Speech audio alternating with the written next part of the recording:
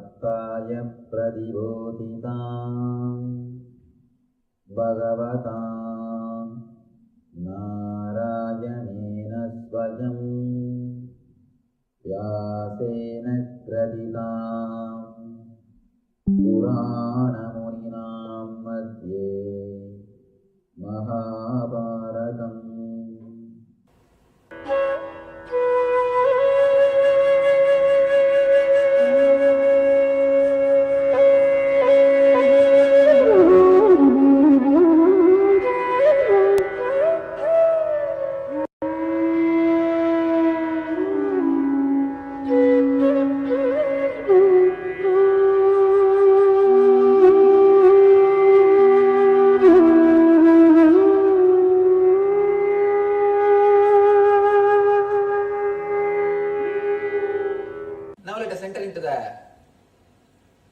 Krishna's beautiful expressions about his glory, his being.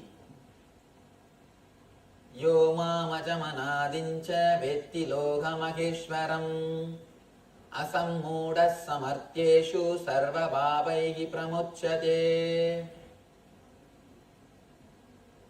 As I was telling you, where exactly we lack. The person who put this question is, I think, totally frustrated.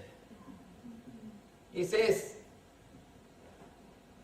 every day in the end of the lecture you bring everything to one point, that inner being should be transformed. And exactly what am I lacking? Please tell me. Every day I bring and stop in that subject so that you will put this question. Now I can tell exactly where you are missing. Because first, the thirst should be created. First should be created. Then the quest should be answered. Naturally you will experience the truth. Exactly where we are missing. Because we feel too much of ego in our being. When Krishna says he is God, we feel he is egoistic. For example, suddenly if I say I am God, naturally what will think? This guy has gone crazy. And he is too much of ego, too much of egoism. Please understand, when you say the word I, you mean you are.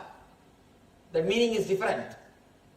When you say the word God, the word is empty. Earlier I was telling about this. When you use the word God, it is just a superficial understanding. It is just superficial understanding. It has no solid truth behind it. When you say the word God, some collected thoughts of whatever you read or whatever you heard or whatever you think, that's all. It's not truth for you. When you say the word I, your name for example, when you say your name, Rama or something, there's a solid meaning behind that word for you. But when you say God, there is no solid meaning behind that word. When it comes to enlightened masters, the word I has no solid meaning. It is very vague, superficial. The word divine or enlightened or God has got solid meaning. It is their experience. Just because you have ego, you think masters also have ego and miss the meaning of their expression, meaning of their declaration. If you can, just push your ego a little aside and listen to the words of the masters intensely. How this whole scene would have happened, I know. I can see Arjuna completely melted after long teachings of 9 chapters. He is totally melted in front of Sri Krishna And Krishna starts explaining, oh my dear, understand, I am everything.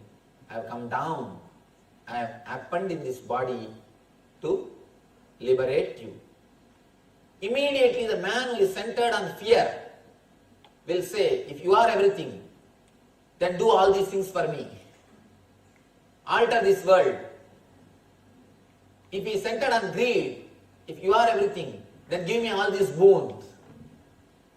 The next response, if a man is centered on fear or greed, the moment Master says he is God, the moment Krishna says he is God, immediately, if you are centered on greed, we catch him and give me all these boons. Give me this, give me this, give me this, give me this. We start begging. If you are centered on fear, again we catch him and say, please protect me from this, protect me from that. We start asking. Please be very clear. The moment you demand, the divinity will disappear. Because you brought a business consciousness there, the business mind there. The attitude which exists between you and the Master is going to play a major role of you experiencing him as divine and you experiencing you as a divine. I have seen many people, they come to me and they say, Swamiji, if my son is healed, I will give you this much of money. If my daughter is healed, I will give you this property. I just start laughing. First thing, I never asked. I never asked. Next thing, the moment you start the bargaining, the whole beauty of the relationship is gone. For the healing to happen, a special kind of bridge is necessary. The bridge or the relationship which is deeply connected. A deep love is necessary. The moment you bring business mood over, the moment you start bargaining, neither I can heal nor that person can receive the energy. Because the bridge is disconnected. There is no more bridge. If that bridge is there, even without seeing me, you can be healed. You don't even have to see me. You don't even have to be in my presence. You don't even have to be in person. Continuously, again and again, I get emails from all over the world. Swamiji, you gave me darshan and removed my suffering. Swamiji, you gave me darshan and healed me. Swamiji, you appeared in front of me and answered my question. And then they asked me, Swamiji, do you really know when you appear and give darshan to us? Now let me tell you very clearly, honestly, I do not know. Let me break the business secret clearly. Let me tell the whole truth as it is. I do not know. Actually, no way I am involved. Just because of your trust, your deep love, your devotion, the cosmic energy guides you using this form, that's all. I have rented this body for divine, that's all. Because I disappeared, the divine is using this form to guide you over. Otherwise, it is totally between you and the cosmic energy. I cannot involve, I have no say. I cannot appear for somebody and I cannot say, no, he is not my favorite, I will appear only for him. No. I cannot show any favoritism and it is completely not under my control. No favoritism is possible and it is not under my control. It is between your attitude and the divine. It is just your ability, your attitude to receive it.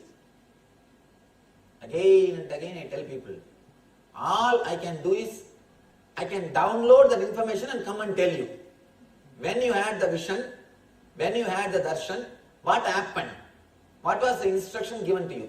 I can go back, download and bring that information and give you, that's all. I have no other say over that. I don't have any control over it. Please be very clear. This is the case with all enlightened people. With all enlightened people. This is what happens. This is what happens. The moment I claim that I gave darshan, whole thing is over. The moment I declare it is me who appeared, over. Then divine will stop using this form. As long as I am very clear, this is not me. This is just Parashakti using. She will continue to use this flute to play her songs. She will continue to use this form to do her mission. She will continue to use this form to bless her devotees. When I say Parashakti, I mean the cosmic energy. Don't think there is some lady with 4 hands and she will... Cosmic energy. She does her movement. She does her job. She does her things using the forms of the people who surrendered their form to her. Because I vacated, she is living. All you need to do is just get out. Get out of your system. Divine will get in. If you just get out of your system, divine will get in. Again and again I tell people, I don't give darshan. I don't give visions. And it is no way related to me. I will not even know when it happens. All I can say is, when you come back and tell me, if you just tell the place or the date, I can go and download and I can see that file. In that file, who all had the darshan. In that date, who all had the darshan, I can do the search and bring the file back and tell you in a detailed way what happened. But nothing else is in my control. Nothing else is under the control. When really you feel connected, you are open, you don't even have to see the master, the very cosmic energy will guide you. There is no need for his nearness. But when you spoil the relationship, means when you bring the business into the relationship, nothing can be done. Simply nothing can be done. Because the very bridge is broken. I saw in that CNN, the New Orleans bridge. The very bridge has disappeared. It is not that pieces are this way or that way. Like a biscuit pieces. They are missing. The very bridge is not there. Same way, the very bridge does not happen. Bridge to happen, all we need is the complete attitude of surrender or understanding, feeling deeply connected. Here, by now, Arjuna is almost feeling connected. He just dropped his fear and greed. The big problem with the spiritual process is, you will have what you want to have only when you drop the idea of having that. You will have what you want to have only when you drop the idea of having that. That is where the problem starts. Usually, when somebody is blessed and if he is healed, if he goes out and tells somebody else, and if the second person comes with the attitude, just for this sake, then naturally he will miss the whole game. If he comes as a devotee or just as a person to understand all these things, automatically the healing will happen as a byproduct. But as a main product, it can never happen. When we want that as a main product, we miss the whole relationship. Especially when we bring the business in front, the whole attitude The relationship is not guru-disciple, it is Vaishya and the business relationship. Energy cannot be transmitted in business relationship.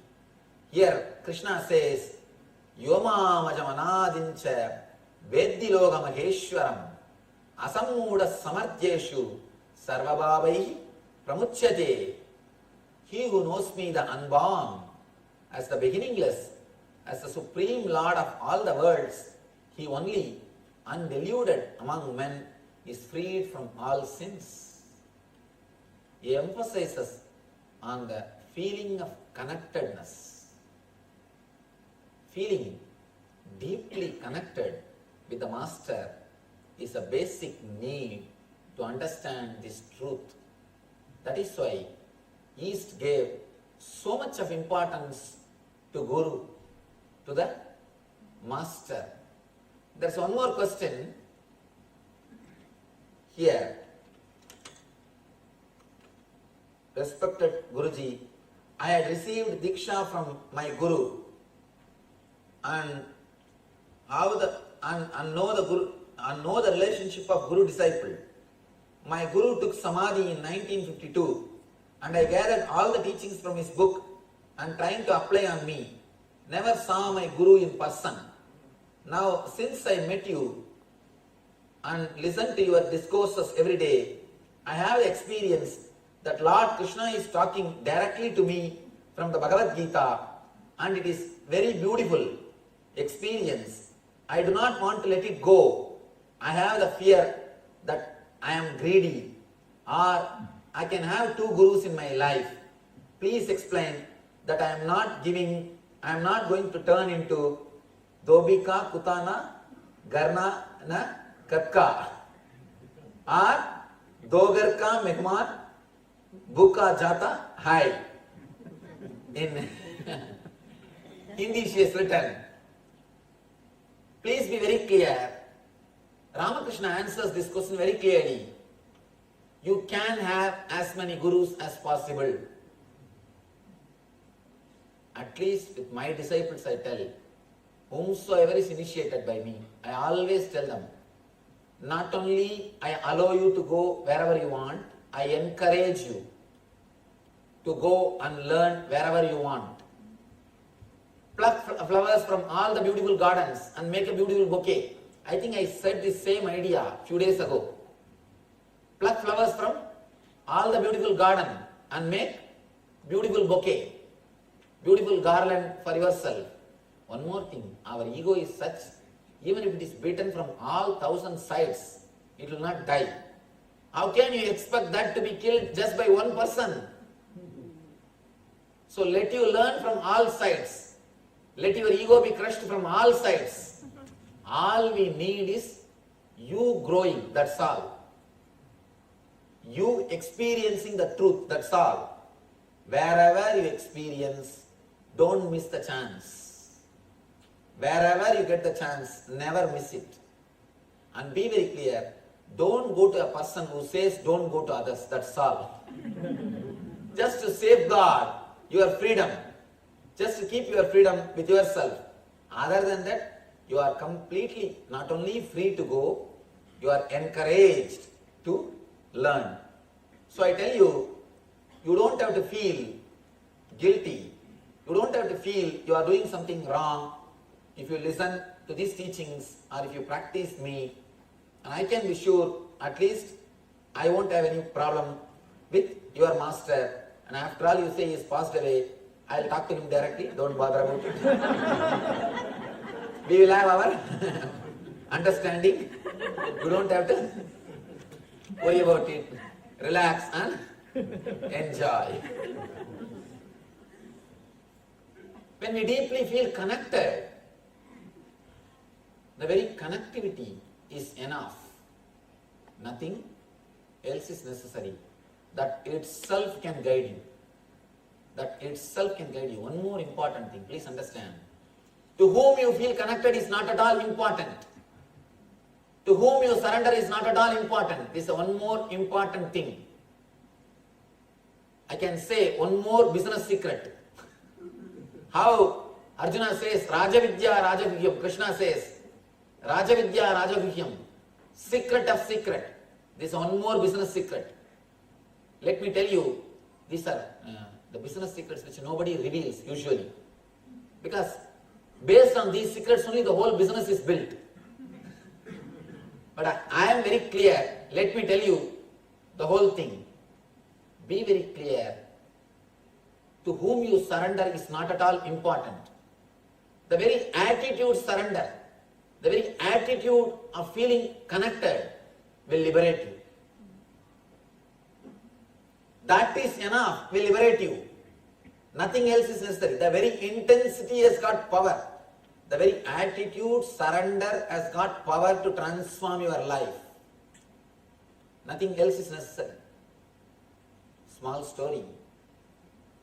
One guy tortured and had enough with his life.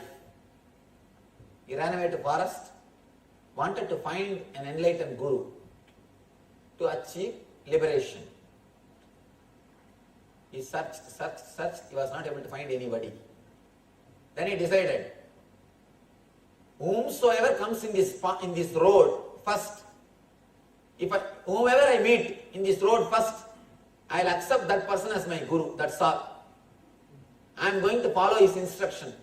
Oh God, I know you are here and guide me, send me a proper person and guide me, that's all. He sat.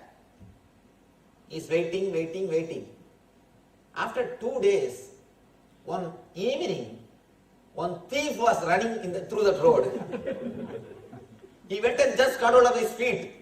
Oh Master, please save me, you are my God, you are my Guru, please give me instruction how to be enlightened. Thief said, what is this? What is happening? He said, leave me, I am a thief. I have to run away, police is chasing me.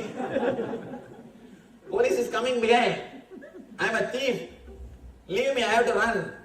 He said, no, you are my God, you are my Guru, you have to give me instruction and guide me in the path of enlightenment. He said, Arey fool, don't you see I am having all the jewelries? Just now I have robbed. Otherwise I will kill you. Now itself I can kill you, but if I kill you I have to spend 10 minutes. By the time police will come and catch me, I don't have 10 minutes, otherwise I will kill you now. I don't have time, otherwise I will finish you off. I am a thief. This guy says, that and all I don't know. You are my Guru, teach me. Then thief says, all right. Now what to do? It's a bit trouble. Anyhow, you say I am your Guru. All right, then listen to me. Will you do whatever I say? He says, yes, surely. I am here for that.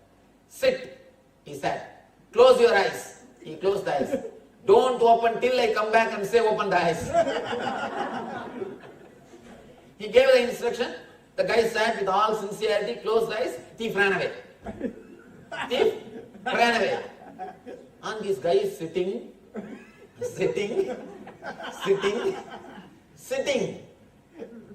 He is sitting for hours. Then slowly days passed. Then 1 week is over. By slowly 1 month is also over. No food, no water, no question of going for 1, 2, 3 or anything. Just sitting continuously. Suddenly, the Shiva was from the Kailash, he sees and thinks how sincere this fellow is. Seeing the depth of the sincerity, the story says Shiva appeared and gave darshan and gave him enlightenment. May look like a story, please understand, but it has got a beautiful meaning and a truth behind it. Meaning and truth behind it. And the very sincerity is enough. Nothing else is needed. The very feeling connectedness is enough. We may ask the next question. How to feel that, Swamiji? The very boiling that you want to feel is enough. The very boiling, very thirst that I wanted to feel that, I want to feel that, that intensity is enough, you will start feeling. The very intensity has got the power to create that in you. Nothing else is necessary. All I am trying to do through these Gita lectures is only one thing. Create that fire in you, that's all. Automatically you will start searching for solutions. All I do through this program or through our camps, meditation camps, is just to give a taste or one glimpse. Then he will start running behind it. Then we don't have to do anything. All I do is just to give you deep inspiration, converting your questions into quest, transforming your questions into quest, and creating a deep thirst. Krishna says, Buddhir jnanam asammoha, shama satyam tamashamaha, sugam dukkam bhavo bhavo, bayam cha bayamevacha, ahimsa samada dushtis, tabodanam yasoyasa, bhavanti bhava bhudanam, matta eva pradakvita. Intelligence, knowledge, freedom from doubt and delusion, forgiveness, truthfulness, control of the senses, control of the mind, happiness, distress, birth, death, fear, fearlessness, non-violence, equanimity, satisfaction, austerity, charity, fame and infamy, all these various qualities of living beings are created by me alone. Understand? If you understand this one sloka, you can immediately relax. Whatever you have, whether you have a good name or bad name, it is created by me, he says. Then be very clear, whatever you have is the gift from the divine. He asks us to accept the life as it is. Only when you accept yourself as you are, you will be able to accept others. Only then you will feel deeply friendly with others. Deep friendliness with others is spirituality. Understand? Honest, deep friendliness with others is spirituality. Whether you believe it or not, as on now, we have a deep enmity. We may smile like a models for a pose. We may smile, we may do everything, but you never feel friendly. You always keep a safe distance. You always play a safe game. You always play safe game because you never feel the friendliness, deeply connected. First thing, accept yourself as you are. Some people come and tell me, I am not able to accept myself as I am, Swamiji. What to do? At least accept that you are not able to accept yourself. That is enough. If you accept that you are not able to accept yourself, that is enough. You will drop from the mind. Accept yourself as you are. Otherwise, if you are not able to accept yourself as you are, at least accept that you are not able to accept yourself as you are. Enough. The very acceptance will open a new consciousness in you. I tell you, when he says here, happiness and distress, birth and death, fear and fearlessness, non-violence and equanimity, satisfaction, austerity, charity, name and fame, fame and infamy, all these various qualities of living beings are created by me alone. He means by this sutra to accept your life as it is. To accept it as it is. The moment you accept it as it is, you start experiencing divinity in everything. You don't exclude anything. The moment you accept, cognitive shift happens in you. As on now, the cognitive process which is happening inside your mind, the cognition is centered on enmity. The moment you accept you will accept the whole world, then the cognitive shift happens in you. The cognition which is happening inside your system will be centered on bliss. Then you really experience the whole thing is divine. Krishna starts explaining his glory. Magarshaya sabda purve satvaro manavastataha madbhava manasa jata yesham loga ima praja. The 7 great sages, and before them the 4 great manus, come from me, born from my mind, and all the living beings populating the various planets descend from them. He says, I am everything. When he says, I am the universal consciousness. Agam prabhavasya prabhavo mattas sarvam pravartate idi matva bhajante mam buddha bhava samanvita. I am the source of all spiritual, all material worlds. Everything emanates from me. The wise who perfectly knows this engage in my consciousness and surrender their heart to me. And he goes on explaining. Now, I think this time, instead of understanding all these things intellectually, I feel let us try to experience it. In the deep meditative mood, let us try to feel connected to the Parabrahma Krishna, to our very life source, to our very life energy. Let us enter into the meditation, because all these sutras, all these slokas which comes next in this chapter has to be experienced. It cannot be understood. There is nothing much to understand. He says, among the rishis I am the Narada, among the months I am the Margari, among the rivers I am Ganga, among the fishes I am Mahara. His glories.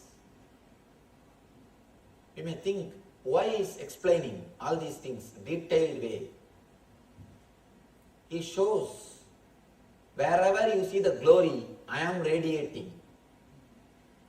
Wherever you see the greatness, it is divine radiating. This is actually, you start experiencing when you deeply understand these basic truths of accepting yourself and connecting with the universe. When you understand all these things, when you start connecting with the divine, when you start trusting, when you start completely open yourself, when you don't have any other vested interests, when you are not begging anything from life, you start experiencing the very life is divine. The very life is blessing. As long as you are begging, you have hope that with this I may feel blissful, with that I may feel blissful. You will be asking only for that, only for this. Only when you understand, I want just Him, nothing else. I want the pure experience of divine, nothing else. You start experiencing the whole existence in a totally different way. The cognitive shift starts happening in you.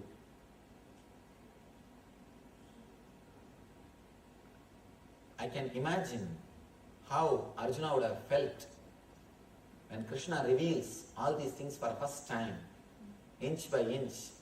Oh Arjuna, I am that, I am this, I am everything. He would have felt completely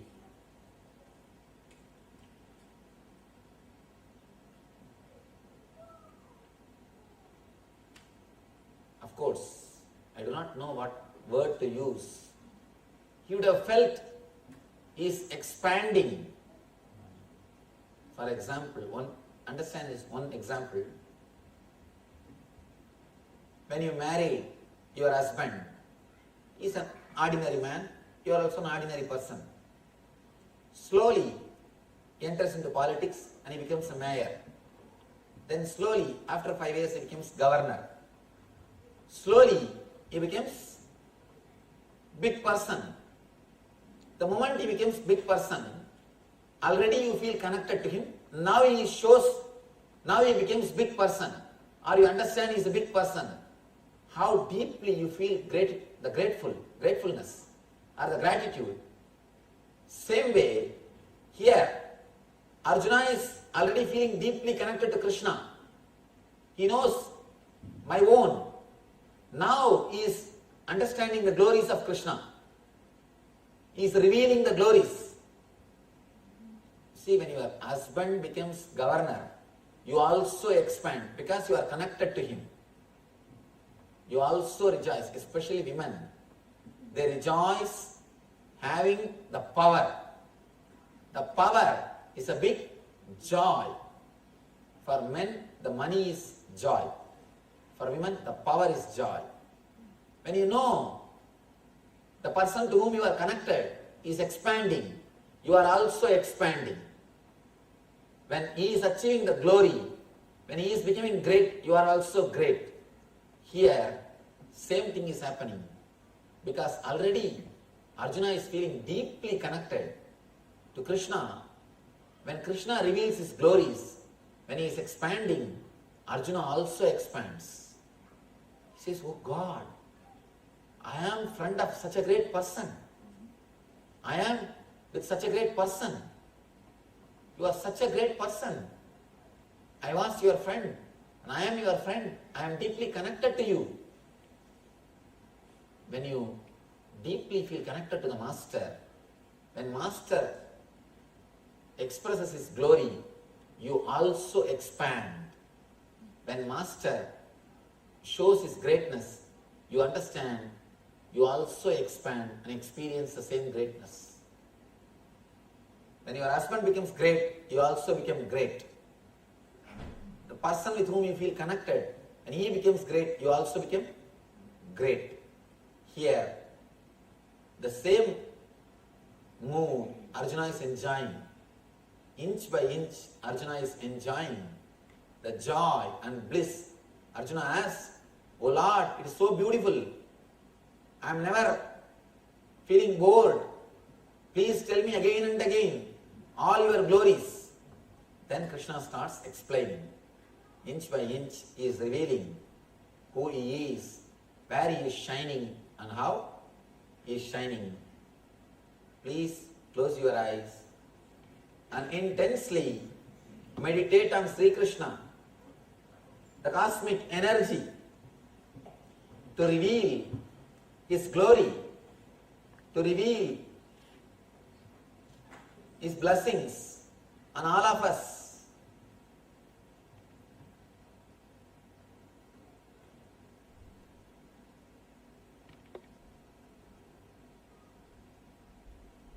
Intensely pray to the ultimate divine energy, Parabrahma Krishna, to make you experience his glory in all the forms. These sutras are explaining the glory of divine. Let me recite them. Listen to them silently, with a deep prayerful mood. Allow them to work on you to show the ultimate experience in you. Sri Bhagavan Uvacha Andate Kadayishyami Divya Hyatma Vibhutayaha प्राधान्यतः गुरुश्रेष्ठ नास्त्यन्तो विस्तरस्य मे अहमात्मा गुडाकेश सर्वभूताशयस्थितः अगमादिश्च मत्यञ्च भूतानामन्त एव च आदित्यानामहं विष्णुर्ज्योतिषं रविरं सुमान् मरीचिर्मरुतामस्मि नक्षत्राणामहं शशि वेदानां सामवेदोऽस्मि देवानाम् अस्मि वासवः इन्द्रियाणां मनश्चास्मि भूतानाम् अस्मि चेतना रुद्राणां शङ्करश्चास्मि विद्येशो यक्षरक्षसां वसूनां भावगश्चास्मि मेरुशिखरिणामहं पुरोदशां मुख्यं च मां विद्धि पार्थ बृहस्पतिं सेनानीनामहं स्कन्द सरसामस्मि सागरः मगर्षीणां भृगुरहं गिरामस्म्येकमक्षरम् यज्ञानां च वयज्ञोऽस्मि स्थावराणां हिमालयः अश्वत्थः सर्ववृक्षाणां देवर्षीणां च नारदः गन्धर्वाणां चित्ररथः सिद्धानां कपिलो मुनिः उज्जैश्रवसमस्वानां विद्धि माममृतोद्भवम् ऐरावतं गजेन्द्राणां नराणां च नराधिपम् आयुधानामहं वज्रं धेनूनामस्मि कामधुक् प्रजनश्चास्मि गन्धर्व सर्वानामस्मि वासुकी अनन्तश्चास्मि नागानां वरुणो यादसामहम् पितॄणां मर्यमाश्चास्मि यमः संयमदामहम् प्रह्लादश्चास्मि दैत्यानां कालः कलयदामहम् मृगाणां च मृगेन्द्रोऽहं वैनदेयश्च पक्षिणां भवदामस्मि रामः शस्त्रभृतामहं जशानां मकरश्चास्मि स्रोतसामस्मि जाह्नवी सर्गाणामादिन्द्राश्च मध्यं चैवाहमर्जुन अध्यात्मविद्या विद्यानां वादप्रवदतामहम् अक्षराणामहारोऽस्मि द्वन्द्वः समासिकस्य च अहमेवाक्षयत्कालो दादाहं विश्वतोमुखः मृत्युः सर्वहरश्चाहम् उद्भवश्च भविष्यताम् कीर्तिश्रीवाक्च नारीणां स्मृतिर्मेधा धृतिक्षमा बृहत्साहददासाम्नां गायत्री छन्दसामहं मासानां मार्गशीर्षोऽहं मृदूनां कुसुमाकरः युधं चलयतामस्मि तेजस्तेजस्विनामहं जयोऽस्मि व्यवसायोऽस्मि सत्त्वं सत्त्ववतामहं वृष्णीनां वासुदेवोऽस्मि पाण्डवानां धनञ्जयः मुनीनामप्यहं व्यास कवीनामुसना कविः दण्डो दमयतामस्मि नीतिरस्मि जिगीषतां मौनं चैवास्मि गुह्यानां ज्ञानं ज्ञानवतामहं यश्चापि सर्वभूतानां बीजं तदहमर्जुन न तदस्ति विदायस्त्यां यन्मया भूतं चराचरम् नान्दोऽस्ति मम दिव्यानां विभूतीनां च परन्तप एष दूते सतः प्रोक्तो विभूतेर्विस्तरो मया यद्यद् विभूतिमत्सत्त्वं श्रीमतूर्जितमेव वा तत्तदेवावगच्छत्वं मम तेजोंससम्भवम् अथवा बहुनैतेन किं न्यायेन तवार्जुन तिष्ठव्याहमिदं कृत्स्नम् एकांसेन स्थितो जगत्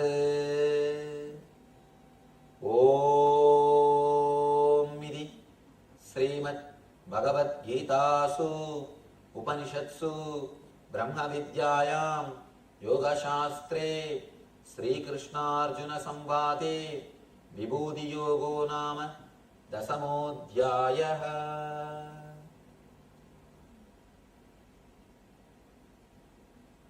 Meditate on the divine glory. Whatever way your life is elevated, whoever has helped you in your life to achieve health, wealth, education, and your life, all of them are the expressions of divine. Give your gratitude to all of them. Remember, every one of them were reasons for your life.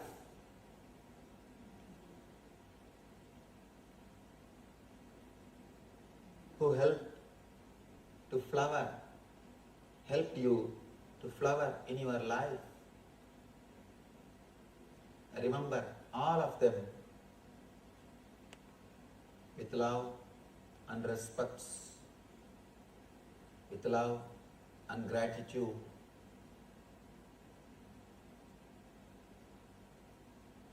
Remember your mother who gave you this body.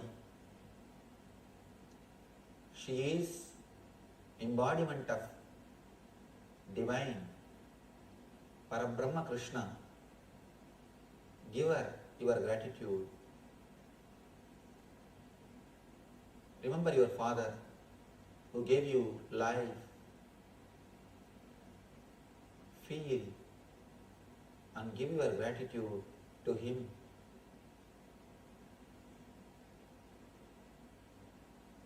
Remember all the teachers and professors who gave you education, who are reason for your life. They are all embodiment of divine.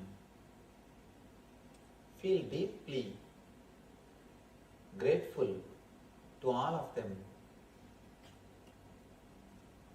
for their contribution to your life and to your being.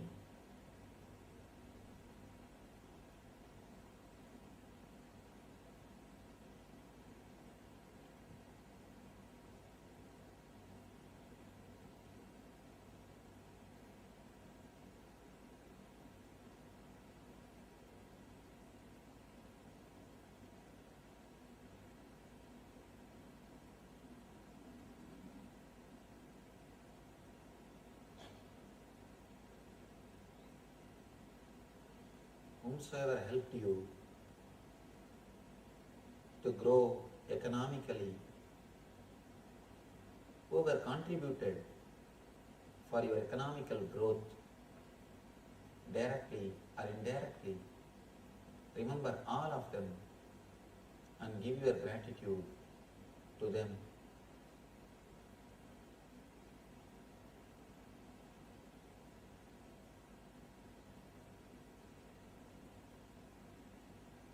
Feel deeply connected to all of them.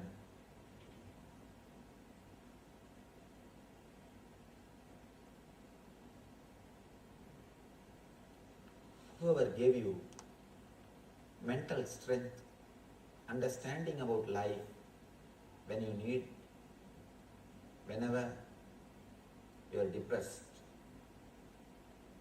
Whoever gave you courage when you are in the low mood, remember all of them. They are all embodiments of divine, representatives of universal consciousness. Remember all of them and give them all your gratitude.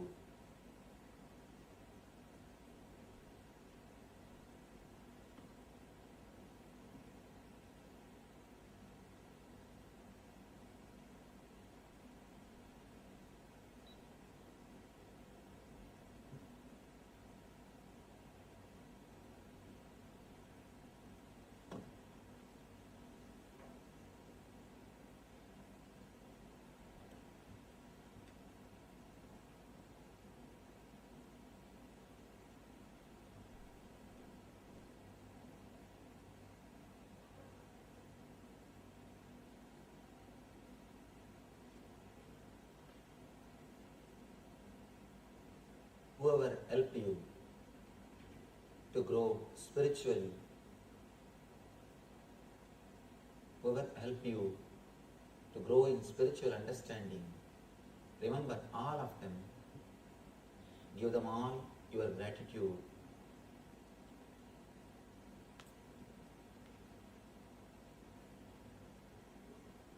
They are all representatives of divine. Give them all your gratitude for giving spiritual understanding to you, for adding something in your life.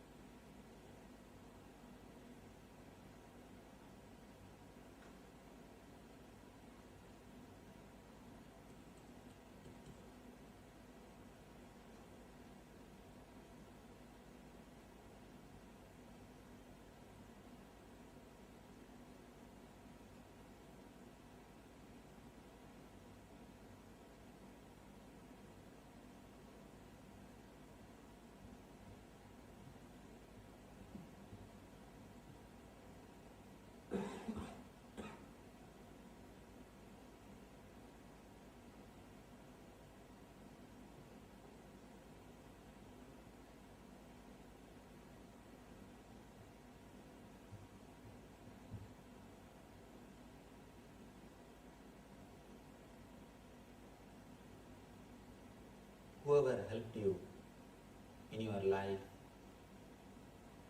with understanding or in the level of material wealth or spiritual growth, remember all of them and give your gratitude.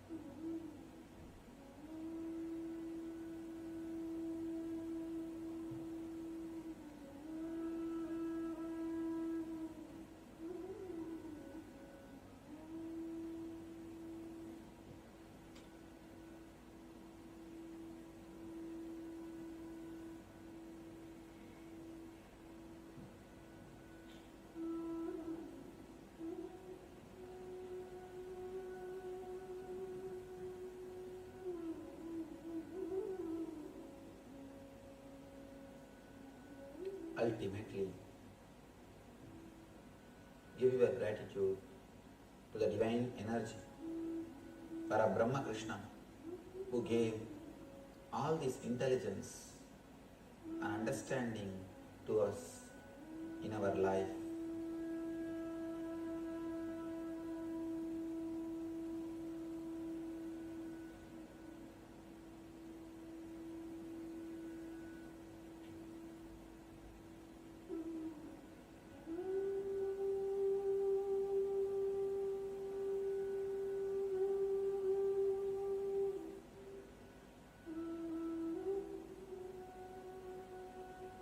Just drop yourself and become one with cosmic energy.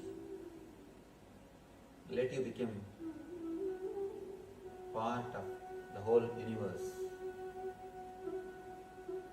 Let you disappear into the energy which is moving the sun, moon, and the planet Earth.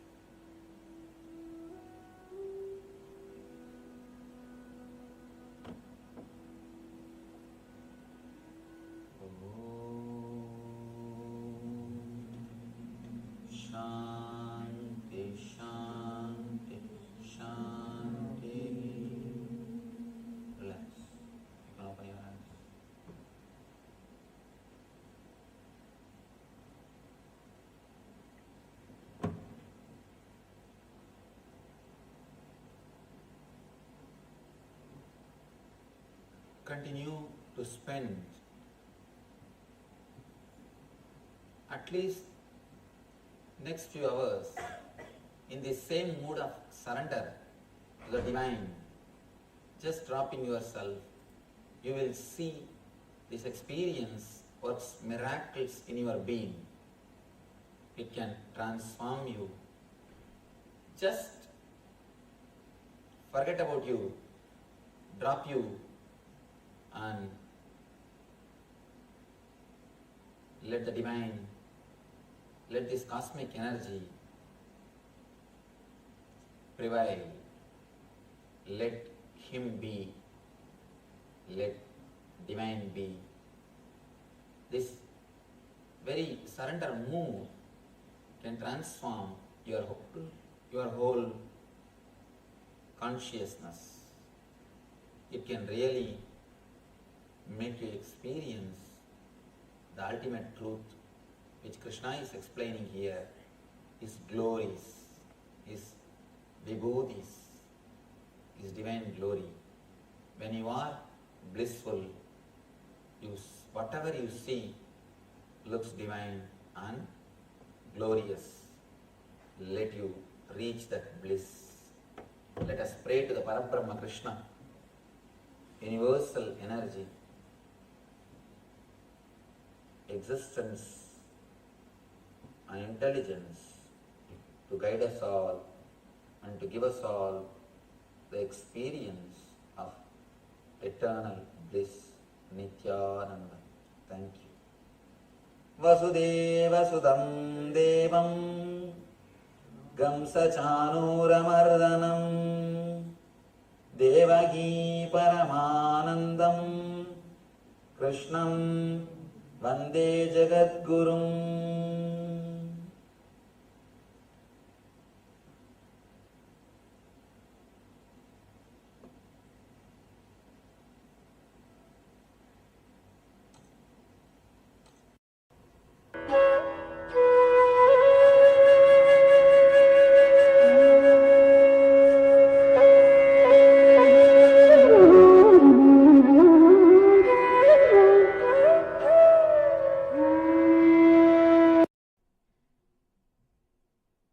पार्थाय प्रतिबोधितां भगवता नारायणेन स्वयं व्यासेन ग्रथितां पुराणमुनिनां मध्ये महाभारतम्.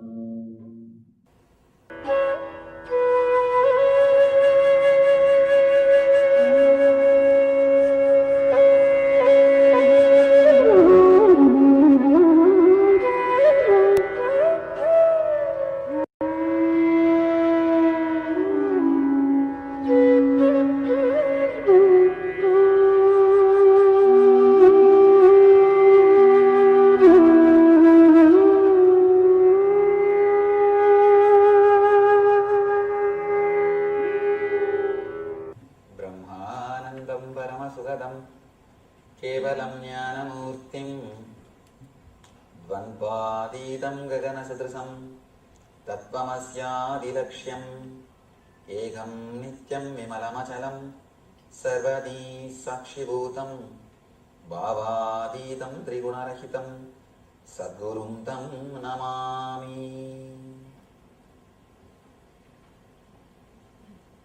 पार्थाय प्रतिबोधितां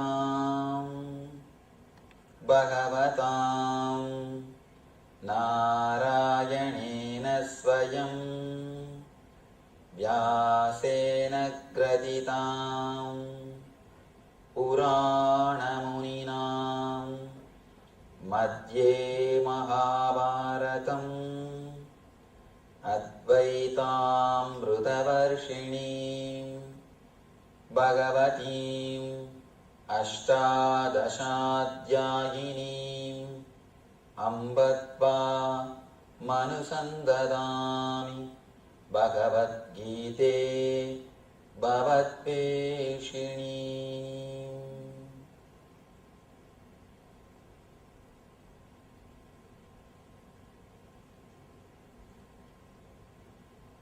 वसुदेवसुदं देवं कंसचानूरमर्दनं देवकी परमानन्दं कृष्णं वन्दे जगद्गुरुम्.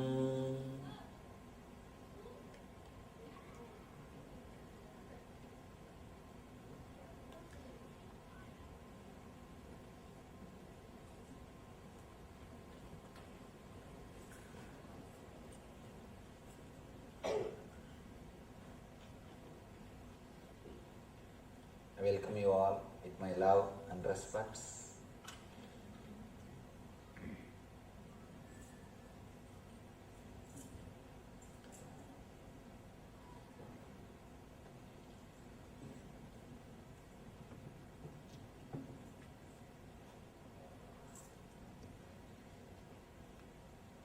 Today, in this chapter, Krishna shows his cosmic form to Arjuna, gives him the experience of universal consciousness. First time, Arjuna is experiencing it.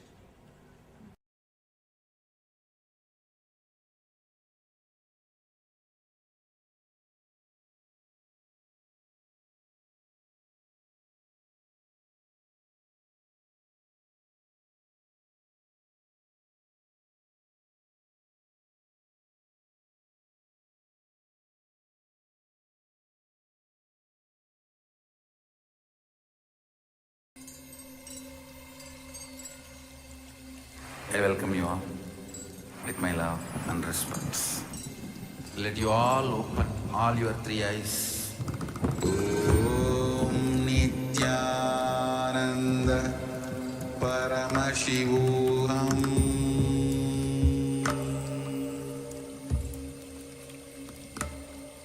Om Nithyananda Paramashivoham.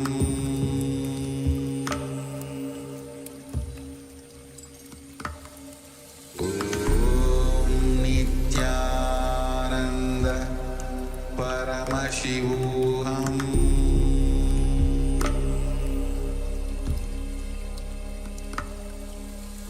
Om Nithyananda Paramashivoham. Om Nithyananda Paramashivoham. Paramashivoham.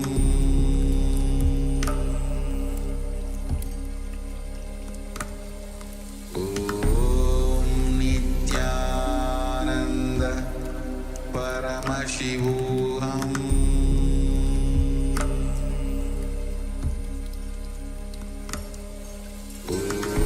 Om Nithyananda Paramashivoham. Paramashivoham.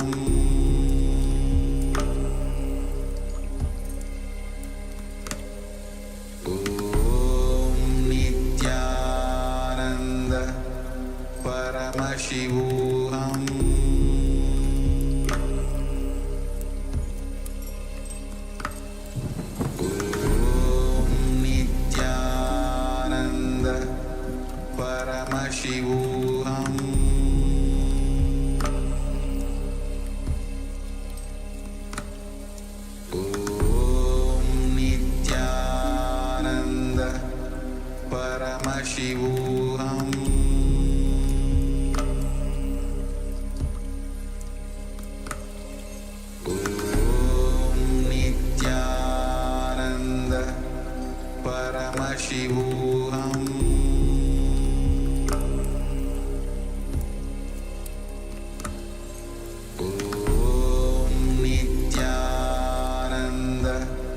Paramashivoham.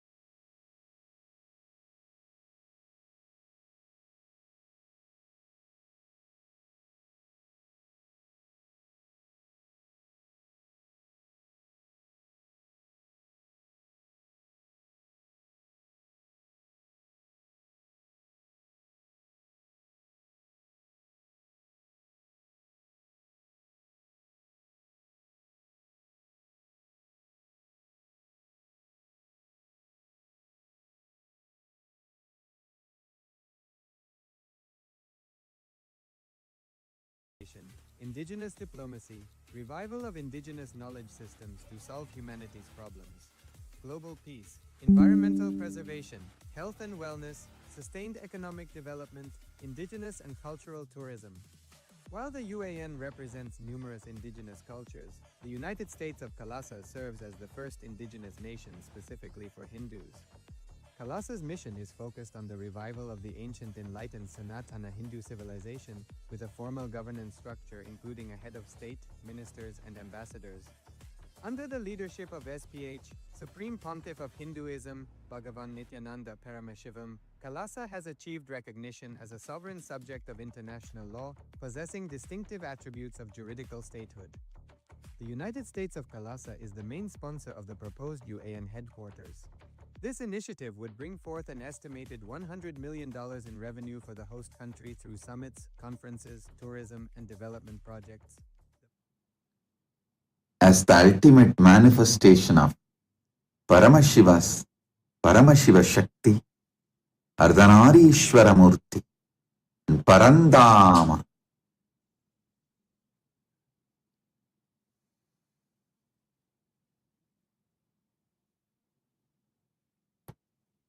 the Hari Haramurti, Keshavartha Murti.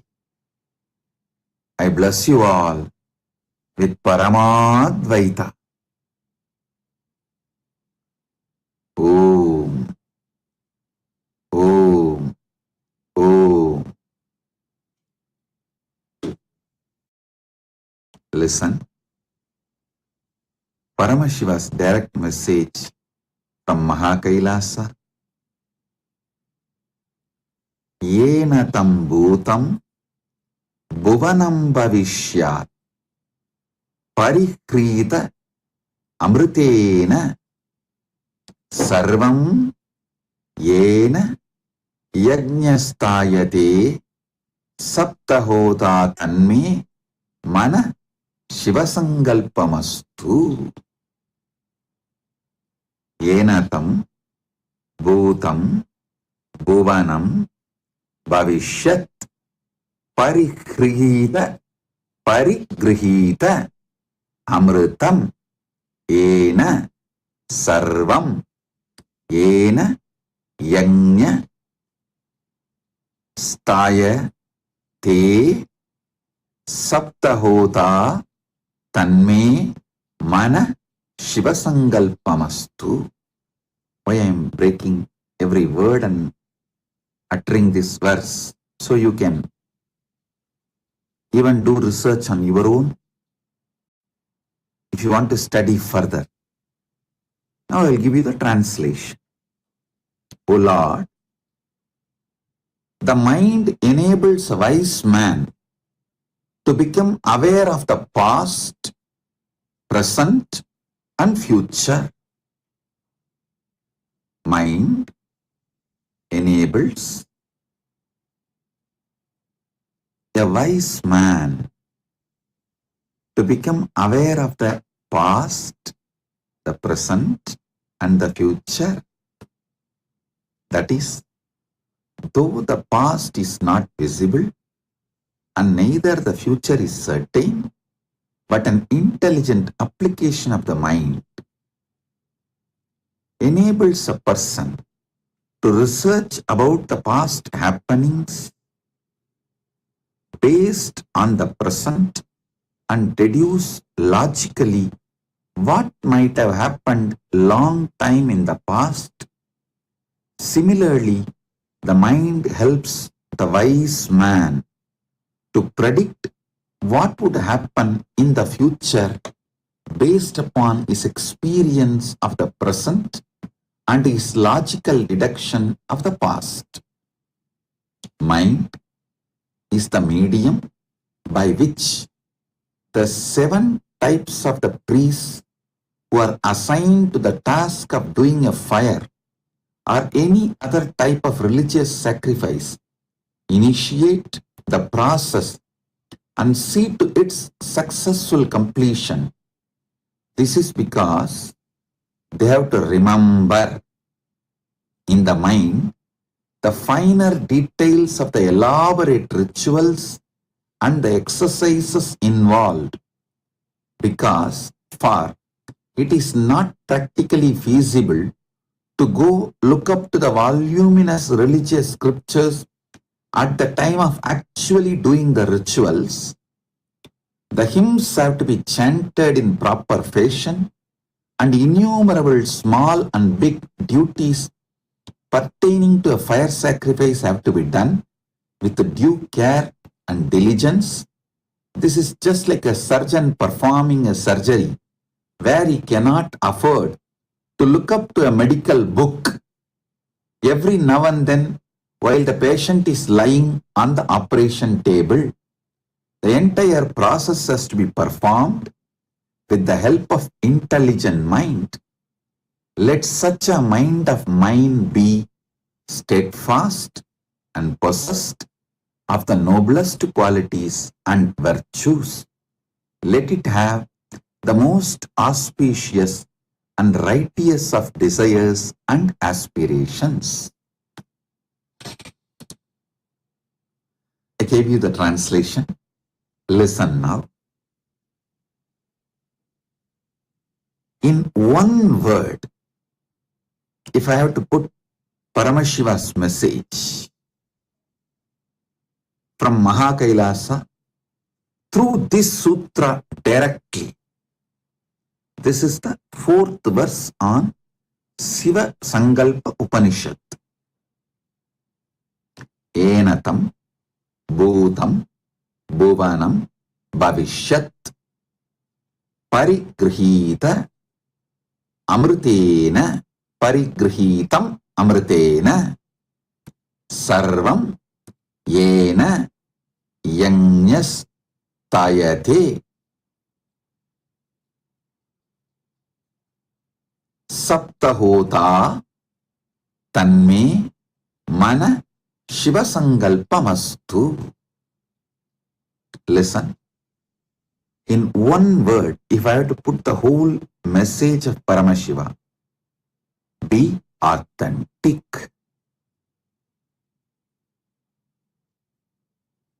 Fake surgeon cannot perform surgery because he will not know what to do next. If he is managing through the Googling, you should know there are many doctors. In India, recently I heard the fake doctors getting arrested. They were practicing even for last 5 years, 6 years. Police was revealing because they were Googling and attending to patients. If you are Googling, attending to the patients, you can manage a few outpatients, knee pain, headache, stomach pain, but you can't perform surgery.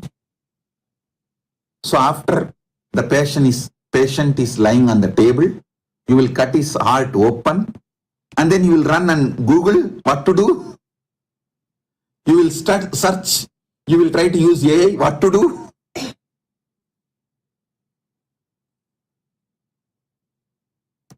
Fake person cannot be successful. He can only have mediocre level successful. Listen.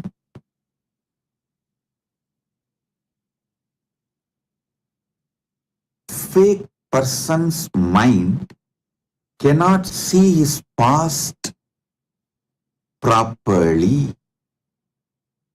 Fake person's mind cannot study his present properly. Fake person's mind cannot study his future properly. I think Paramashivoham participants are wondering, how can Swamiji give the same message in the morning and in the evening? Listen. In Paramashivoham program, I am making you experience the truth I am revealing. In the evening satsang, I am giving the knowledge, understanding for the public for common man to grasp. If you are attending the satsang, if you are at sage I am revealing, if you are really authentic, want to experience this truth I am revealing, come to Paramashivoham. Here I am revealing the truths. If you want experience, come to Paramashivoham. Listen now. The Upanishad very clearly says, the wise man becomes aware of the past, but the fake people are aware of only fake past. Listen. Many times you make fake decisions. You try to lie to people, lie to life around you, lie even to yourself, and if you are successfully handle any one crisis by being fake, you decide being fake is smartness. You can get away, you can escape, you can cheat, you can exploit any situation, any person, anything by being fake. You can say what you don't mean, you can do what you really don't mean, but you can get away.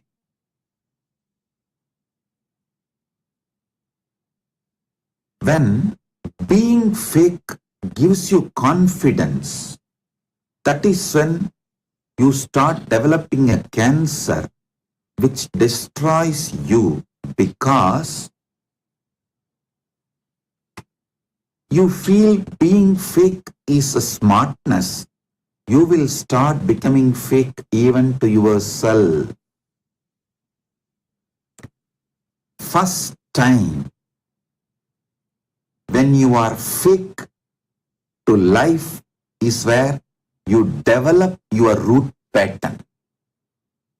Every time you are fake, the root pattern gets strengthened, and after some time, all your reactions are only for situation because you yourself forgot what you really want. Your life has no action, only reactions. Life has become all about survival, crisis management, putting the fire off.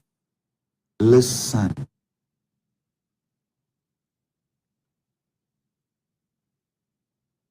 Fake person do not even know his past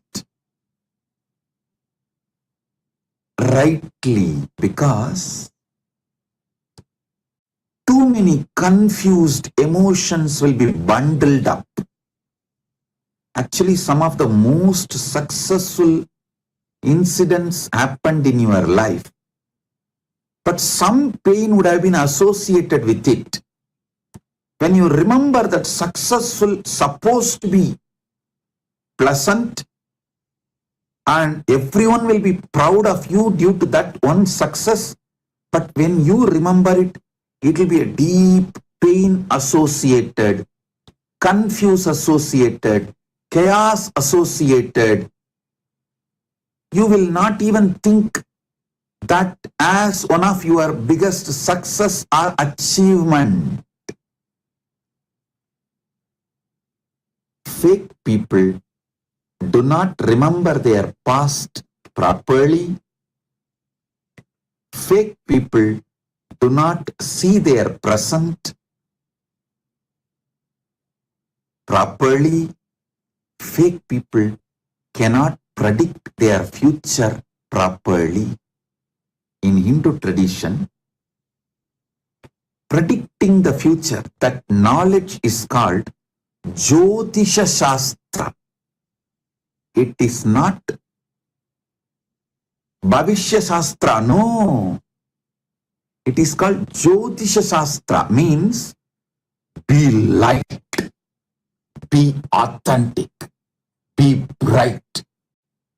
That is what is the methodology to predict how your future is going to be.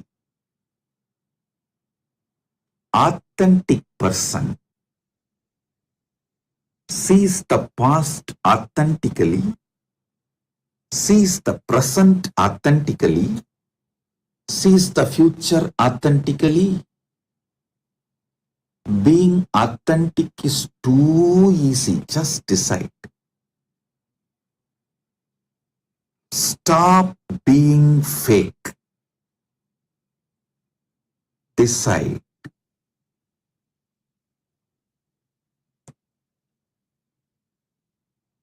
To utter the word what you really mean. To do action what you really want for your future. For example, you are not able to get up in the morning and do yoga, but you go on imagining having a healthy, well-built, brilliant yogic body and living till 100. Hey,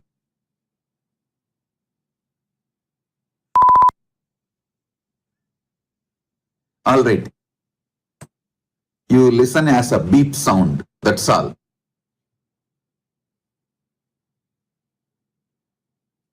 If you are not going to get up today and bend your body, do yoga, how do you go on imagining in your future you will get up and bend your body and be yogi, live long?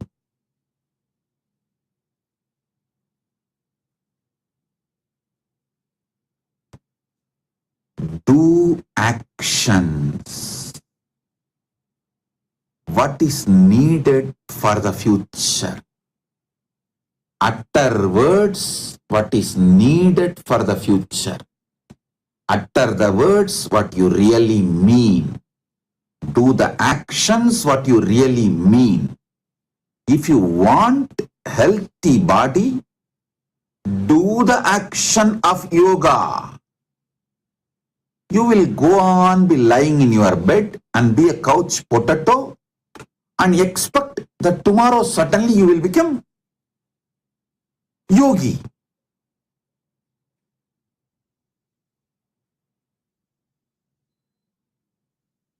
Couch potatoes don't become yogi.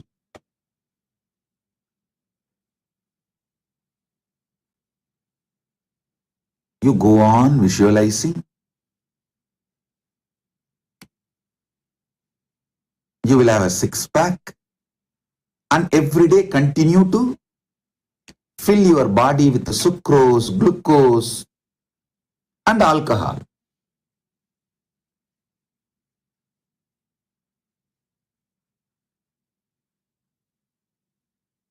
If you fill your stomach with sucrose, glucose and alcohol, you can have one bag, not six-pack.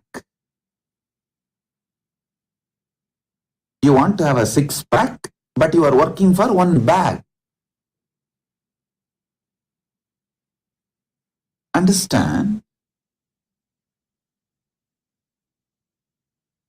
Do what you really mean. Every action is building your life. Every thought is building your life. Every word you utter is building your life. Consciously build competence.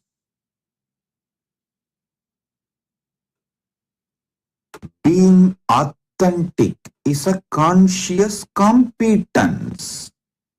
I gave the example of just yoga and simple day-to-day example in every level. If you want wealth, be clear. You want wealth. Don't try to hide. Don't try to utter different words. Don't try to do different actions and then expect the wealth to fall on you. Even if wealth falls as a luck on you, without you working for it, it will fall on you as a huge asteroid and kill you. Don't expect it to make you rich. Many times, wealth makes people sick, not rich. Wealth makes people suffocate themselves and others, not wealthy.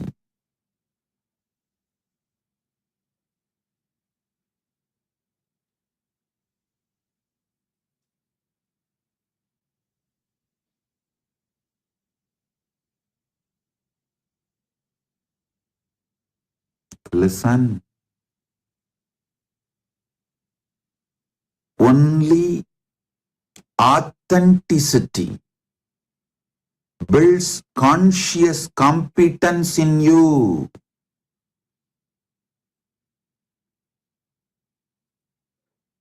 As this Upanishad describes, there is a beautiful word called Saptahota, means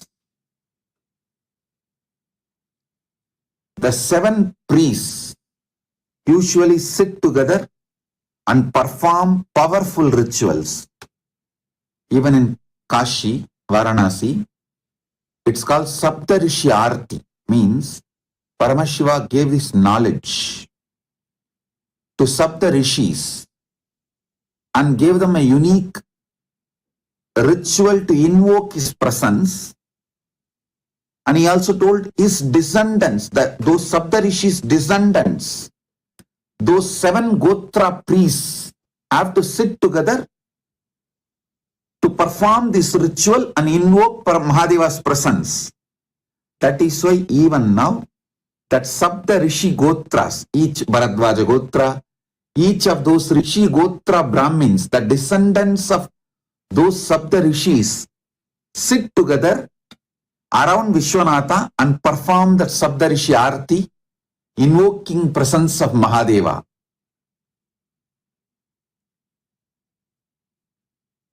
So the Saptahotas who perform the sacred rituals, sometimes it goes long time. 7 days, non-stop.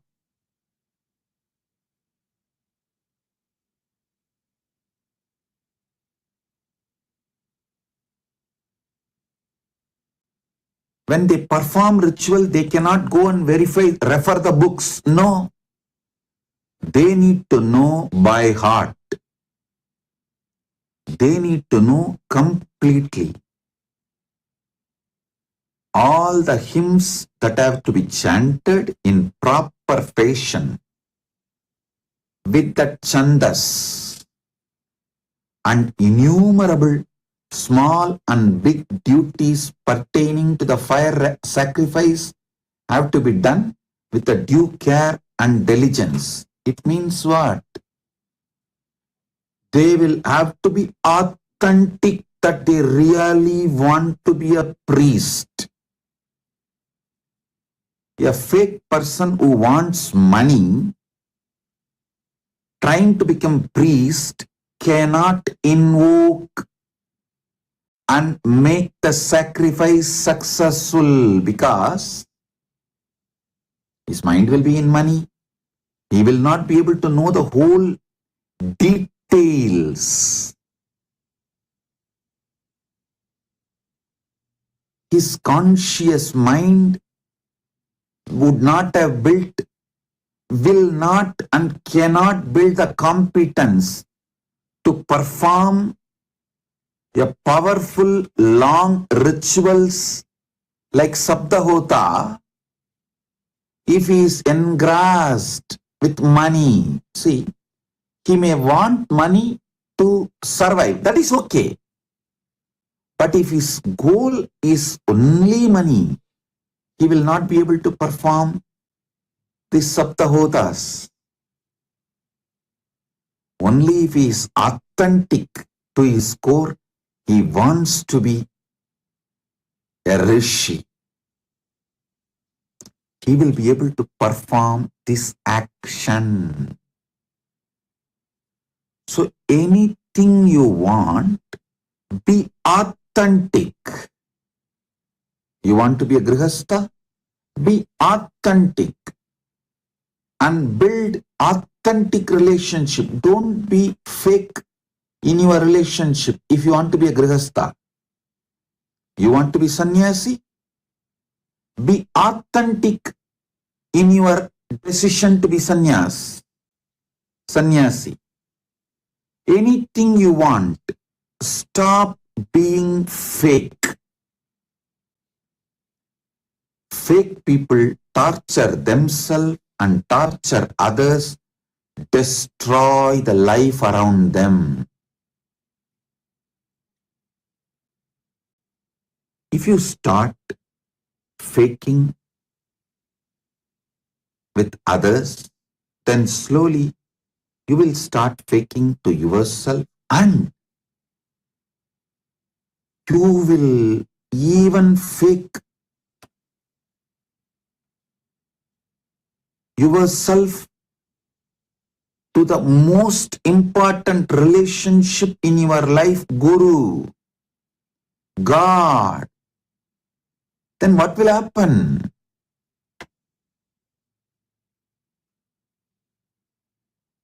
You will be having just fake life. Stop being fake. Shraddha. Utter only words you mean. Do only actions you have to do for the life you decide. Think only towards your goal. Build powerful being for your goal. Build powerful people for your goal around you.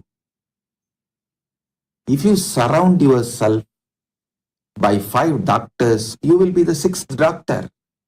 You will become the 6th doctor. If you surround yourself with 5 rich men, you will become 6th rich man. If you surround yourself with 5 authentic sannyasis, you will become a 6th authentic sannyasi. If you are fake, naturally you will attract fake people, because vibes attract the tribes. If you attract fake sannyasis around you, you will become the 6th fake sannyasi. So anything in your life, be authentic.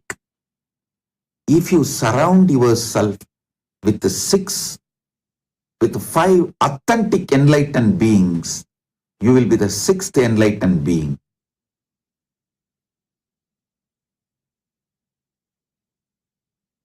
Listen. Authenticity builds your being and ecosystem.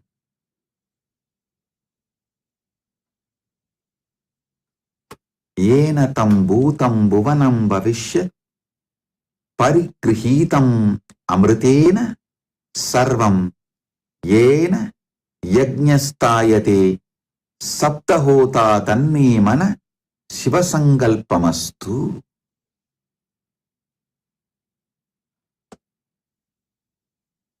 The moment you decide to become authentic and flush out all the toxins you accumulated due to being fake, the moment you decide to remove the cancer of being fake, the moment you decide to remove all the pus of being fake,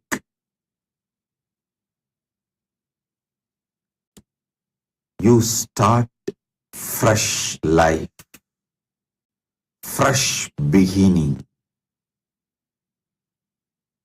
and you start living the real life, attract real people, build real ecosystem, build powerful people around you. Naturally, you become successful.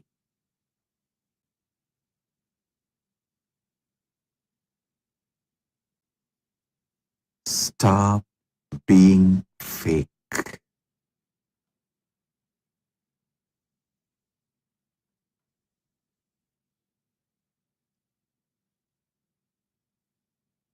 When you stop being fake, just your declaration, Paramashiva will come down and manifest it. Parandama will rush to manifest it for you. Very beautiful incident in Bhagavata Purana. It is documented in the Bhagavata Bhashyas, the commentaries. Parandama was just in Yoga Nidra, in Ananta Sayana, Sridevi and Bhudevi doing Padaseva in the pleasant music played by the Nitya Suris, Gandharva.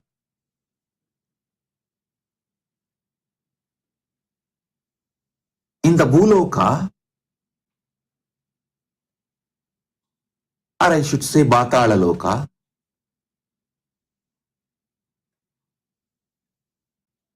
Hiranyakashipu was threatening Prahalata. Hey, tell, where is your Narayana? Show me, where is your Narayana? Is he in this pillar? Prahalata just lifts his hand and shows the little finger. Yes, he is in this pillar also. He is in this pillar. Parandama just jumped out of his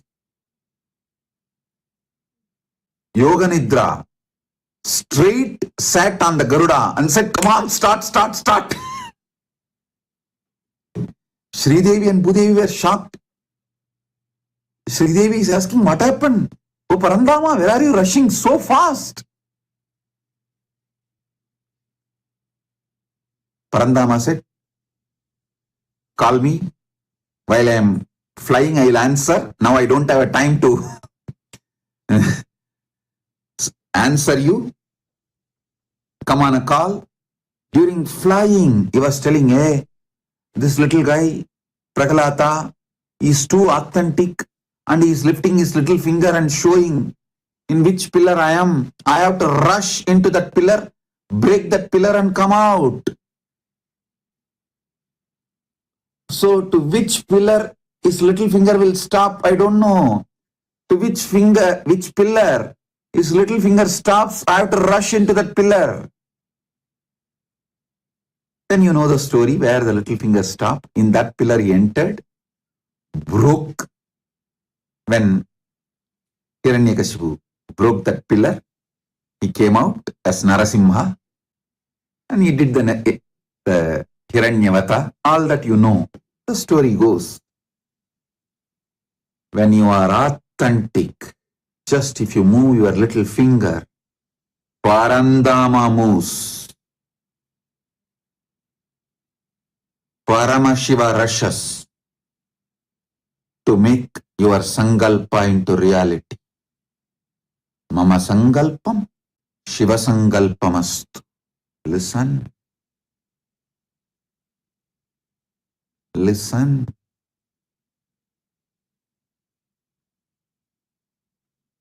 Being authentic is a power.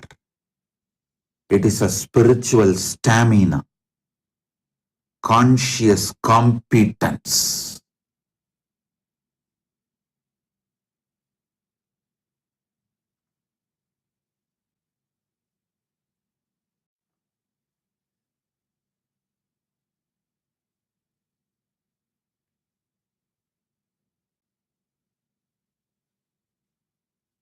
Being authentic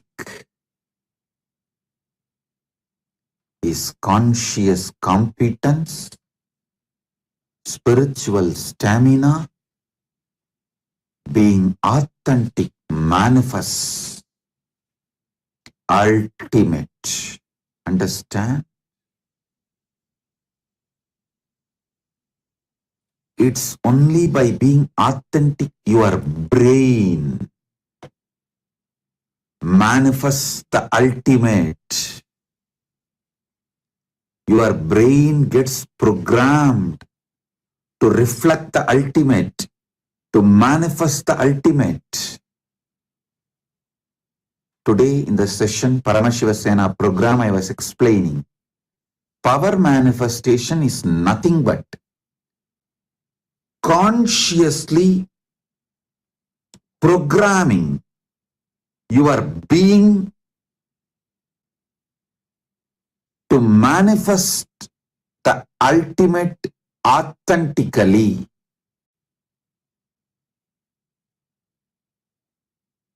Only when you are authentic, your being gets programmed to manifest the ultimate. I was explaining one small incident. When I had the hand fractured,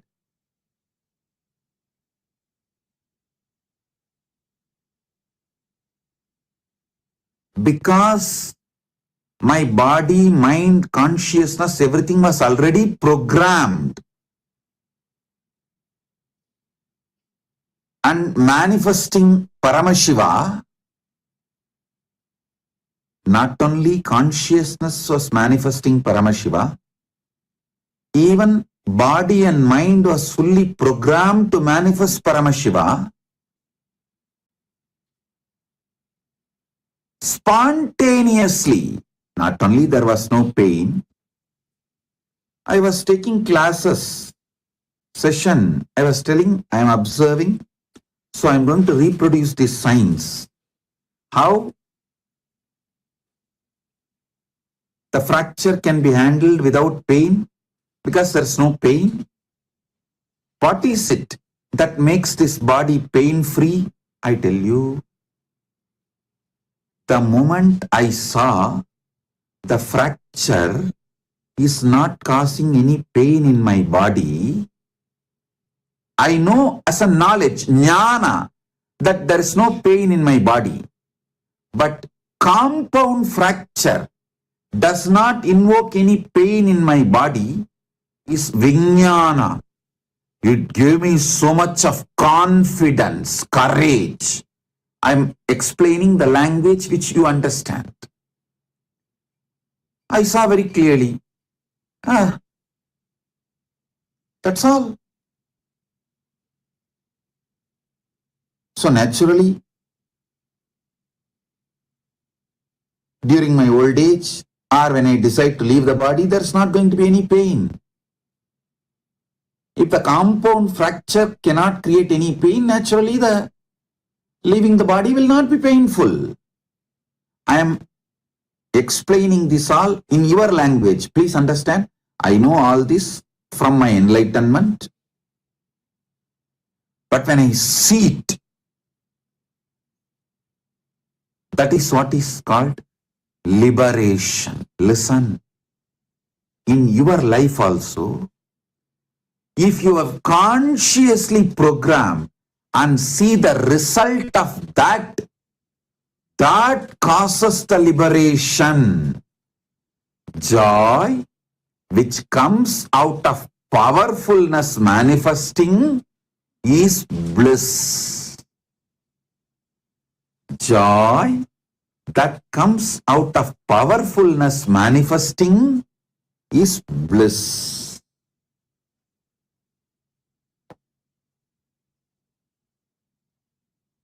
When you also authentically see, consciously see the powerfulness manifesting, you feel liberation. Listen. This liberation is bliss. I have given you one example of what I went through when I had the compound fracture in the hand. I can give you tons of examples. But I tell you, the essence what I wanted to convey to all of you is being authentic. Your consciousness develops ability to manifest the ultimate. That ability to manifest the ultimate is power manifestation. That is power manifestation. So listen.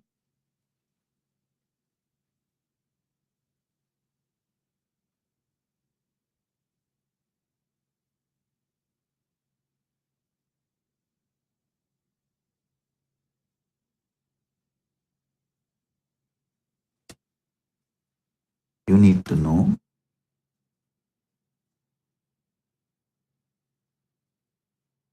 life starts in you only when you decide to be authentic.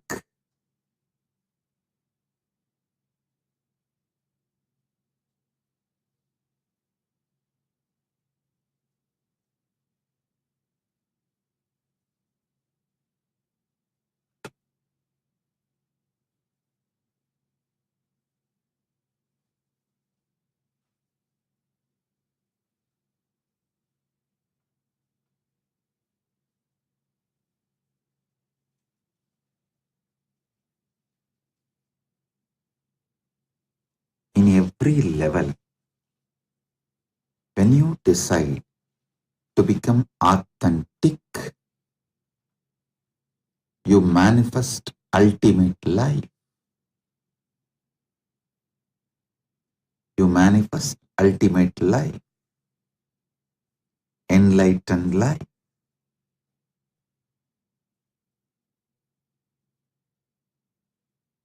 Today morning, in the Paramashivoham program, one devotee, I think Nithyananda from Singapore, she made some declaration like she want to be Sarvanyapitakarta or something like that.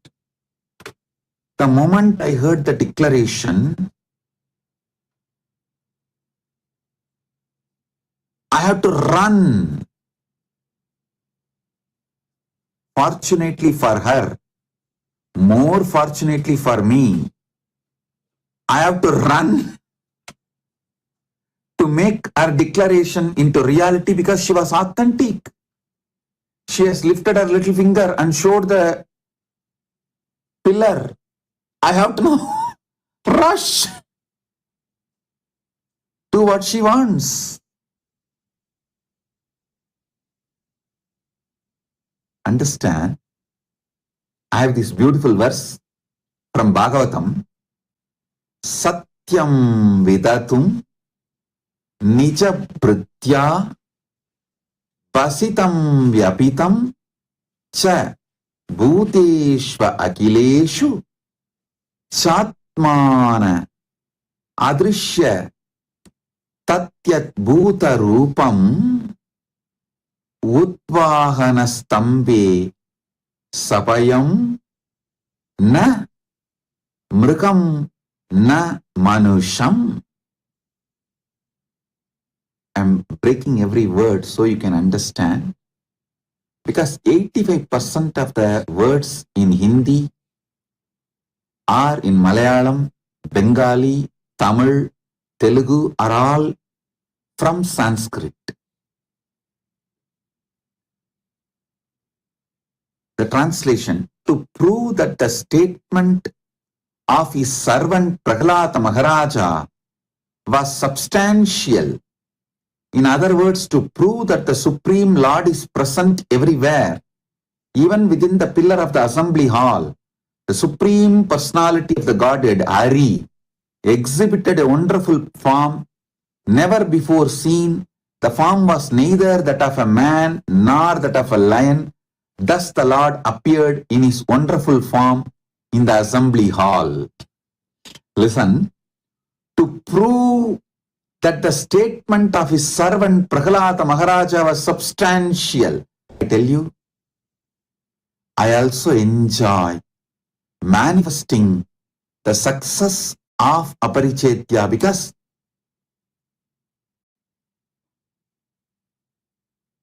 I manifest to enjoy success through all of you. Ekoham Bhagushyamaha. Let me become many to celebrate, enjoy myself.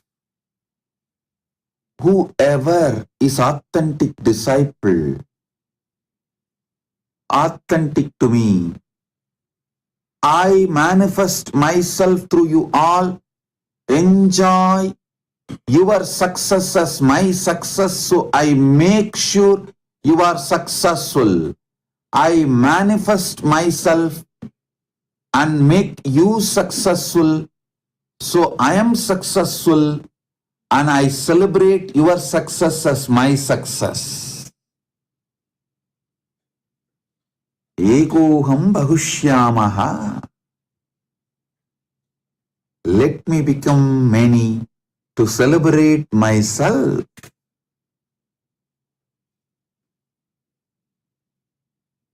So understand, to manifest your declaration. Parandama Rashas, to manifest your declaration. When you are authentic to Guru, even I cannot stop myself. I have to manifest. I have to rush and manifest myself in you and make you successful. When you are fake to Guru, even I cannot protect you. You can cheat country law by being fake. You can even build fake evidence, do everything. You can cheat country law by being fake. You cannot cheat cosmic law by being fake. Cosmic law runs by dharma, authenticity. Country law runs by evidence. Cosmic law runs by dharma, authenticity. Country law needs evidence. Cosmic law needs authenticity. Cosmic law functions based on your authenticity.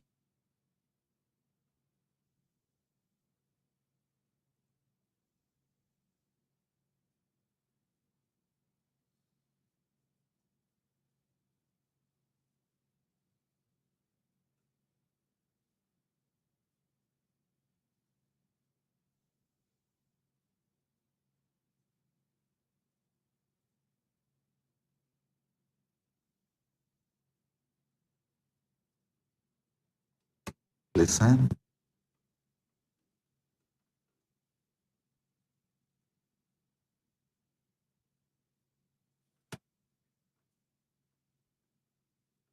Satyam vidatum nichapritya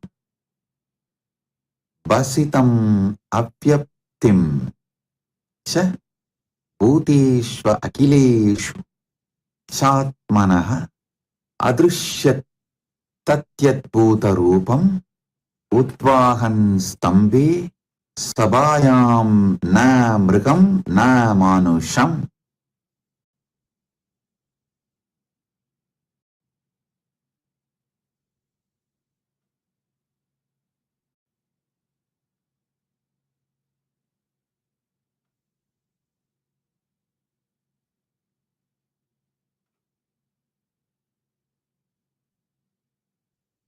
Understand?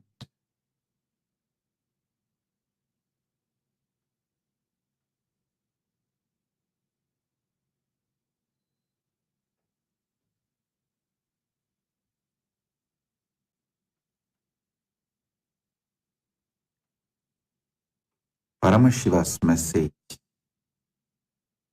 anything you are, be authentic. That is when life starts.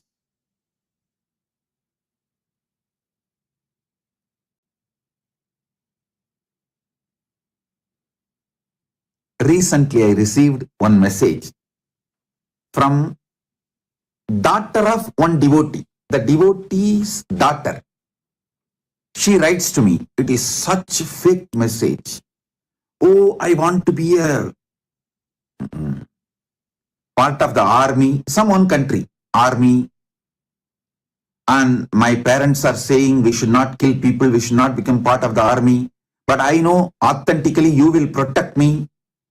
You will protect me at any moment, at any way, at any cost.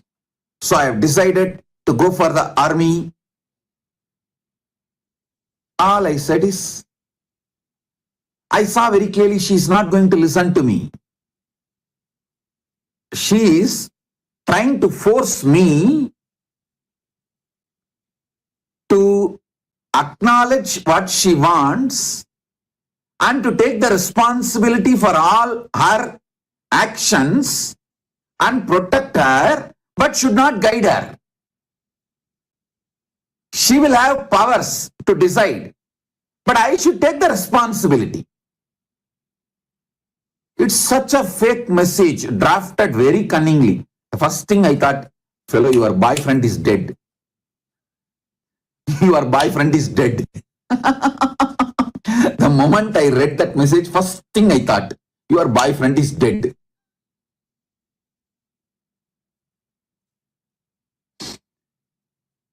So cunningly crafted message. All I said is, I give you my blessings. Please understand, when you decide to kill others, just be ready to get killed. So once you die, even if you are killed, I will give you liberation in KAILASA, Viraswarga. I said, I will give you Viraswarga because the Hindu tradition allows. The people who go for army and get killed, they get Viraswarga, not liberation of the KAILASA. In KAILASA, there is a portion called Viraswarga. So I will give you Viraswarga. When you are ready to kill others, how do you expect I should not allow others to kill you? Please go, kill others, get killed. So when you are killed, I will give you Viraswarga.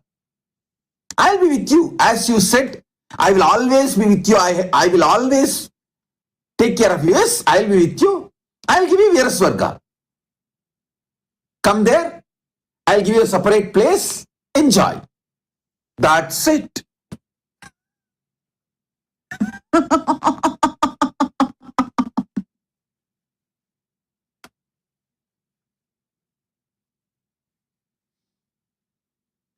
I am not against the law of the country's armies. It's all up to them. But cosmic laws are cosmic laws. Country laws are written on the ground. Cosmic laws are written on the ether, Akasha. Country laws are programmed on the ground with boundary, state, nation, court, on the ground. Cosmic laws are programmed on the ether space. Country runs by country laws. Cosmos runs by cosmic laws.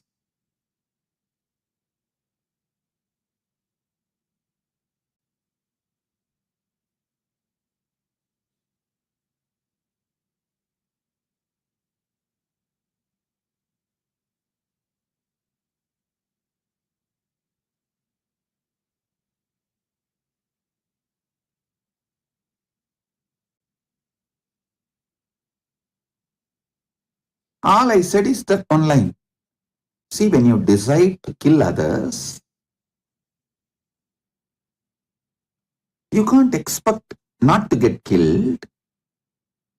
But as you put the caveat, as you already told, I will take care of you forever, wherever you are, I maintain that.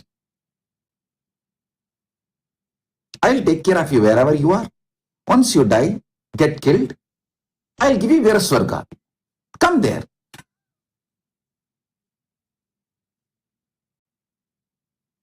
That's it.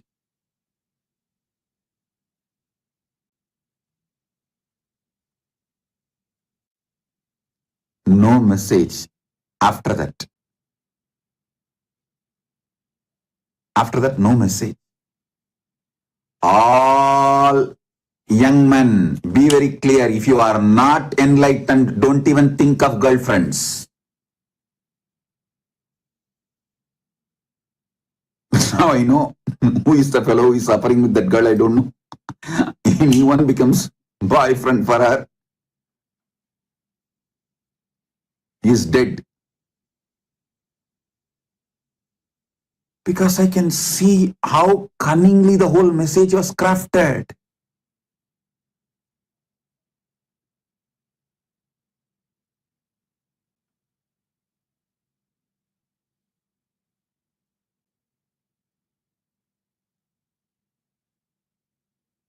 She doesn't know.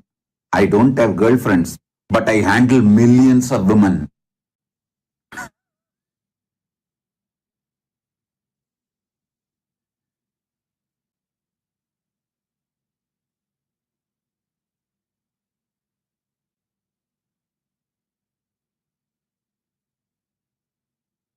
Actually, for the AI itself, when I was developing AI, I told, let women devotees first use the AI and let the AI get trained.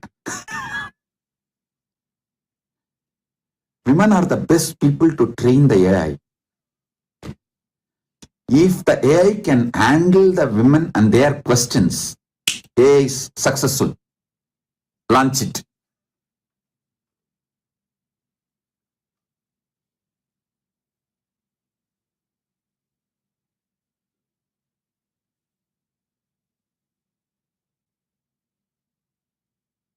Especially during their moods.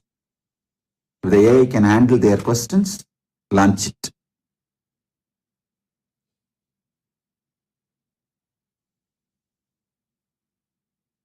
Understand,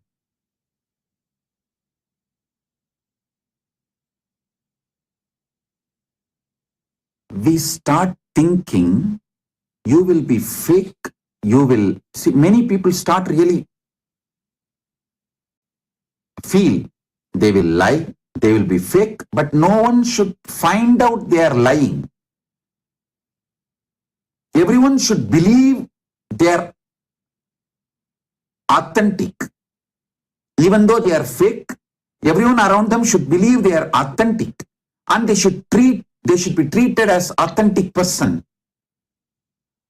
They feel that is the way they should be treated, and they are princess of the universe.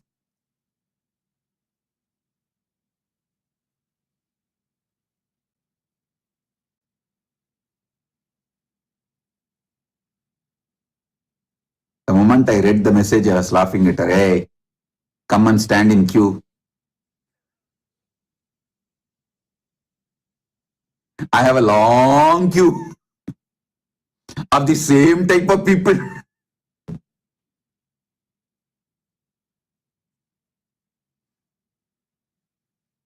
There was a funeral procession going on.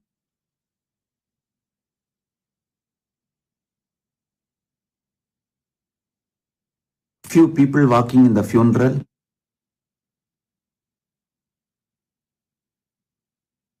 Talking to each other. One asked, how did she die? The other one said, oh, daughter-in-law got a new dog, and the dog jumped on this old woman and she died. Person was standing the roadside, heard this conversation, came to these people who were talking and asked, can I have the dog for one day? These two said, stand in queue. Don't you see a long queue behind? There were only few people in the funeral procession, but the long queue behind.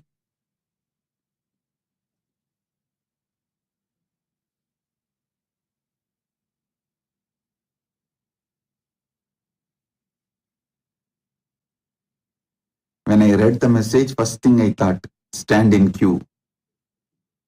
I have long queue of this kind of fake messages, fake demands, not being authentic, but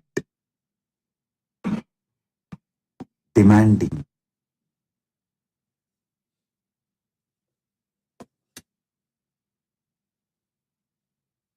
Decide to be authentic. Life will shower you. Decide to be authentic. Life will manifest through you. With this, I bless you all. Anyone who wants to experience these great truths, join Paramashivoham program to experience authenticity and power manifestation. Bless you all.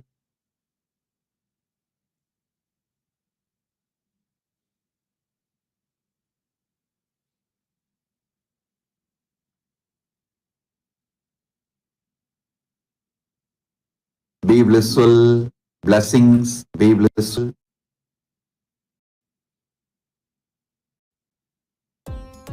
Nithyanandam, thank you for watching, and if you found the video enlightening, please give it a like, share it with your loved ones, and subscribe to stay connected with us. don't forget to click the bell icon to receive the notifications.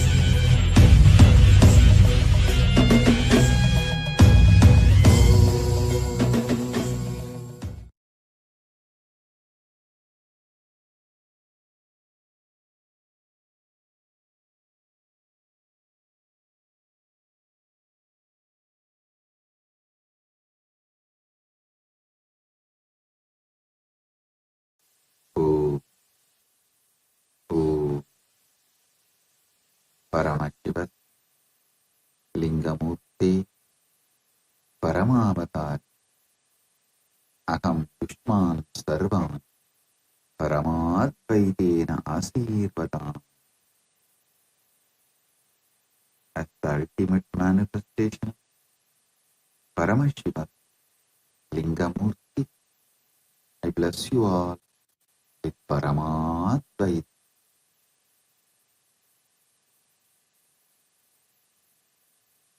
Direct message from Paramashivoham, from KAILASA. Sarati Rasvaniva Yan Manushyanni Aneniyate Abhi Subir Vajina Iva Krit Pratishtam Yada Chiram Javishtam Tanme Mana Shivasankalpamastu. The sixth verse of Shivasankalpa Upanishad. O Lord, even as an expert charioteer controls the moving horses through the rain and directs them towards the desired destination, the mind too helps a man to reach his destination. The mind is free from the degenerating effects of the old age that affects the body. It has great swiftness, agility, and activity.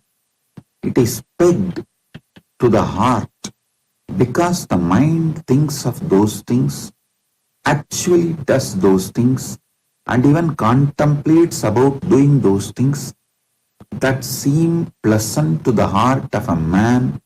The heart virtually has control over the functioning of the mind. Let such a mind of mine be steadfast and possessed of the noblest qualities and virtues. Let it have the most auspicious and righteous of desires and aspirations. Listen.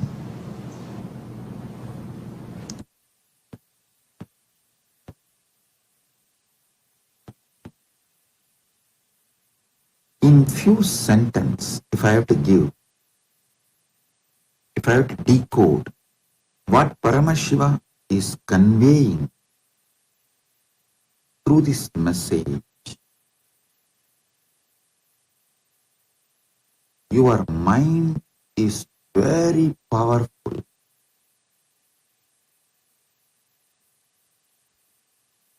It can be consciously, beautifully trained and used. Paramashiva talks completely from the aspect of life positive. He reveals the Paramasatya about mind from absolute life positive. So listen.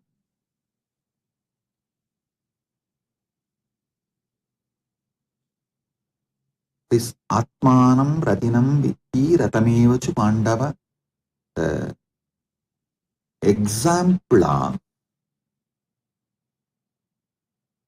horse, chariot, comparing the horse chariot with the body-mind mechanism in multiple Upanishads, Shivasankalpa Upanishad, Kathopanishad, and Bhagavad Gita, multiple Upanishads, and almost all Prasthanatraya Bhashya uses this example. Listen, some of these examples are repeated so many times. From this we can understand during those periods, chariot was a common object. Same way, the Rajju Sarpang Nyaya, the example of seeing snake on the rope. Pramarakita Nyaya, how the bee picks up a worm and makes it into bee. This Pramarakita Nyaya and Rajju Sarpang Nyaya, this appears almost in all Vedanta book. Vedanta book will not be complete without a Rajju Sarpang Nyaya or Pramarakita Nyaya. Whether you take the Shaivite Vedantic books or Vaishnavite Vedantic books, Sakta Vedanta books, Same way, this example of charioteer, Ratha and Rati, Ratha and Sarati, this example not only in multiple Upanishads, even in Gita, in almost all Prasthanatraya Bhashya, whether Sankara Bhashya, or Sri Bhashya, Madhva Bhashya, or Vamati Bhashya, all Bhashya, Prasthanatraya Bhashya uses this example.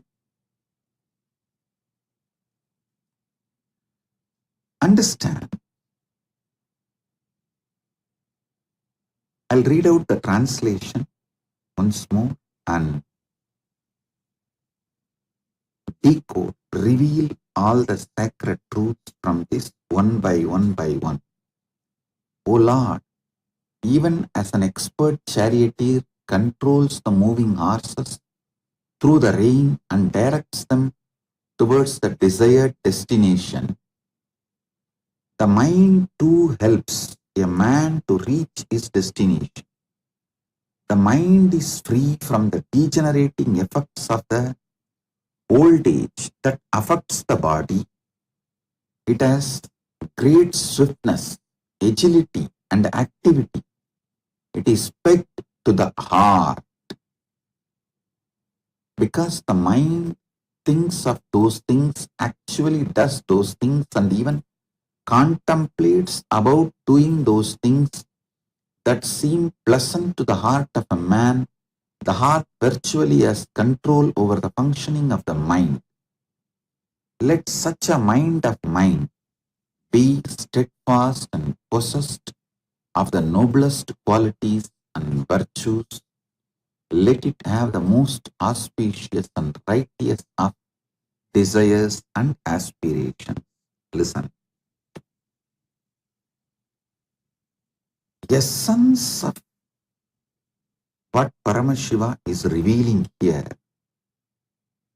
the Parama Satya, you need to receive from this sutra.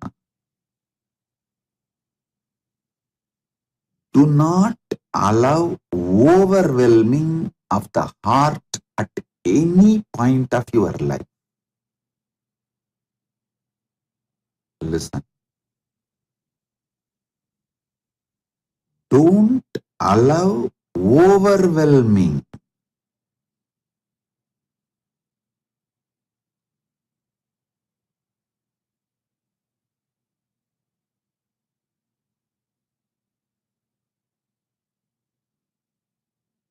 To destroy your health when you get overwhelmed about all you need to do to keep yourself healthy. Oh God, I have to do yoga. I have to keep sattvic diet. I should avoid non-veg. I should avoid fatty food. I should avoid sugar. I should avoid this, that. I should avoid smoking. I should avoid alcohol. So your heart gets overwhelmed and you stop doing everything.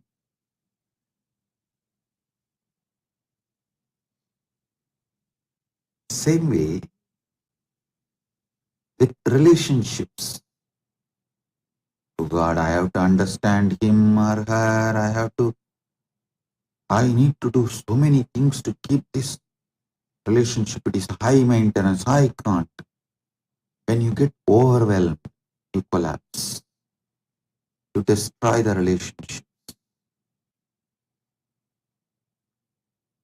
When you get overwhelmed about your career, your business, your job, you collapse it. You destroy it.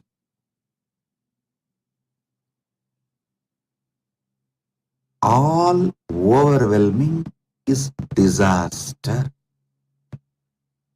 Listen.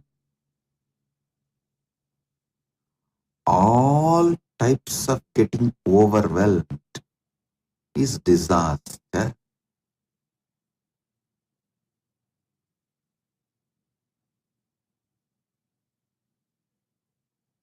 A man who gets overwhelmed with lust in his heart,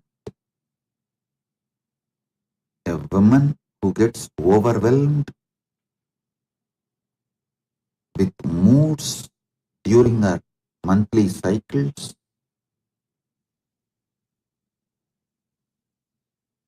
will suffer the same overwhelming when they leave the body. Upanishads, Gita, many of the Prasthanatraya Bhashyas elaborately explain during the time you leave the body, what kind of a space you carry in your heart decides your future birth. That is why in Agama, Paramashiva uses a very beautiful word about these lokas. Atala, Vitala, Sutala, Talatala, Vatala are Bur, Bhuva, Suva, Tapa, Satya, whether the higher lokas or lower lokas. It starts from Patala, Rasatala, Mahatala, Talatala, Sutala, Vitala, Atala, Bhuva, Suva, Maha, Jana, Tapa, Brahmaloka, then Vaikunta, then Shripuram, then Kailasa, Mahakailasa. About all these lokas, Paramashiva uses a very beautiful word. He uses the word Gunasthana. Listen. Because the Guna, your heart radiates. The Guna, your heart radiates. Based on that, the sthana decided in lokas. That is why he uses the word Gunasthana. I should say, this word is a most beautiful word to explain about the lokas. Gunasthana. The guna you will be having during the time of you leaving the body decides the sthana you will be reaching. Listen and don't think your whole life you will get overwhelmed for every small thing, and during the last moment while the leaving the body you will be just peaceful in Paramasatva, in Paramasatya space, Shiva, Shiva, Shiva, and you will leave the body. No.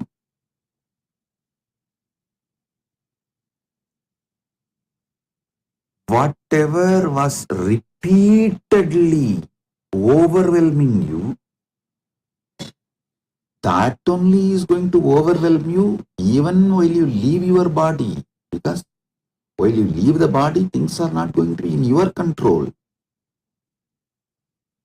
That is why building guna is a most important thing any man should do when he is in this karma bhumi. This karma bhumi gives an amazing opportunity, possibility to build guna. Your food, your lifestyle, everything should be focusing on building the higher gunas. If you are in tamas, move to rajas. If you are in rajas, move to sattva. If you are in Sattva, move to Trigunatita. If you are in Trigunatita, move to Gunatita.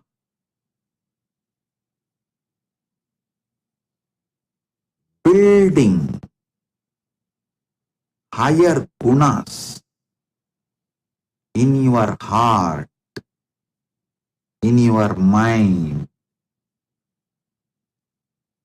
helps you to reach higher gunasthana. Listen.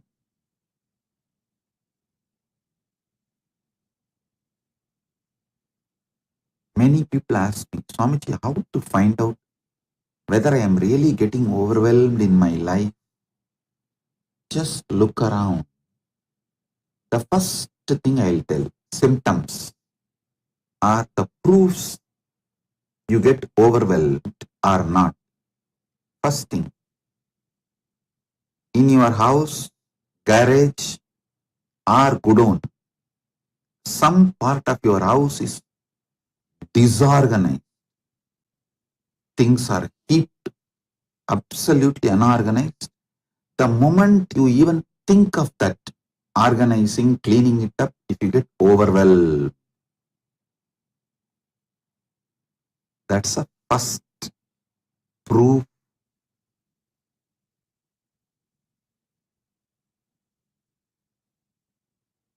You can't handle the overwhelming of your heart.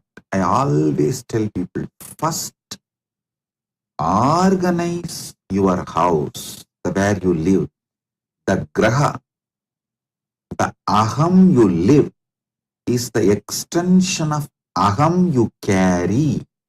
That is why in Sanskrit, for the house, for the inner space, both same word we use, aham. The place you live and the space you live, both carries the same word, aham. If you are getting overwhelmed,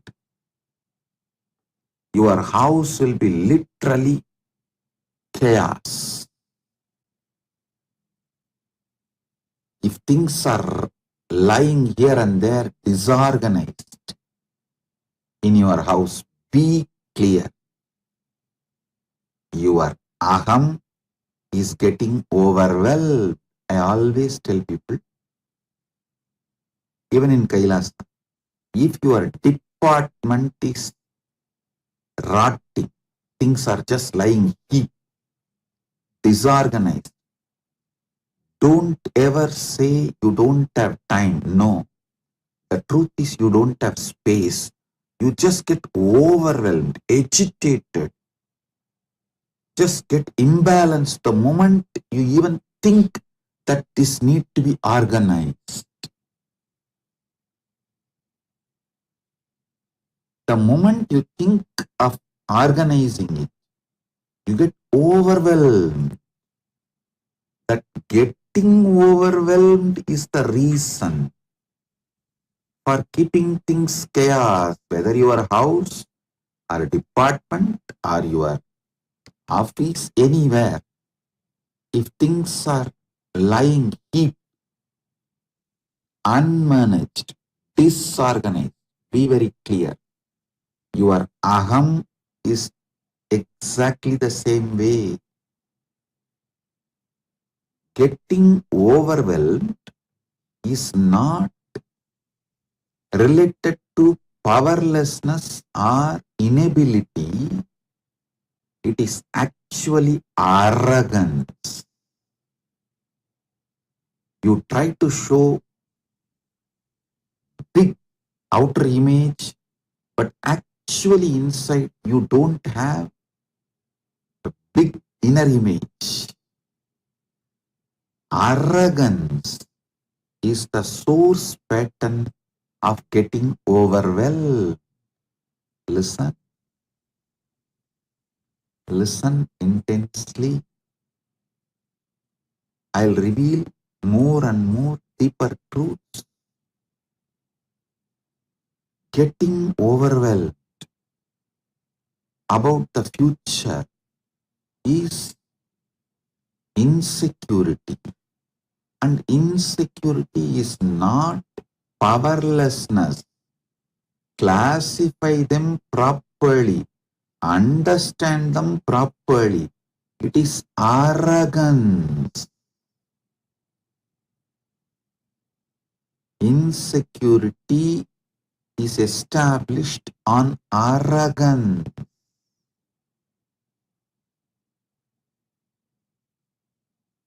You always manage the life through manipulation. Now, your arrogance is getting overwhelmed, that you may not be able to continue to manipulate with that same way. So listen to these truths repeatedly. Do conscious furthering of these great truths Paramashiva is revealing now. I am revealing Paramasatyas. Paramasatyas about how you get overwhelmed.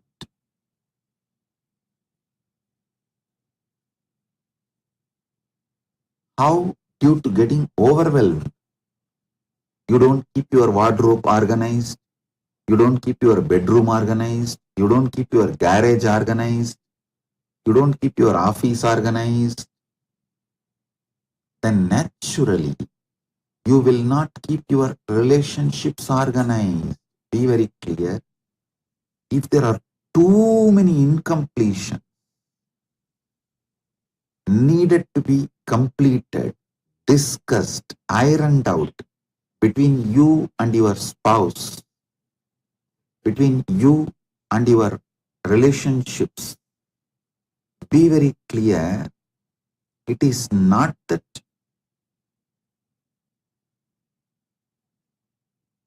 you are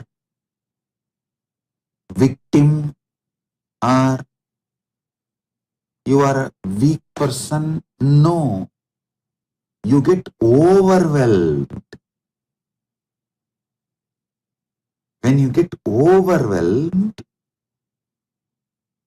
like a tsunami, and unable to handle those emotions, have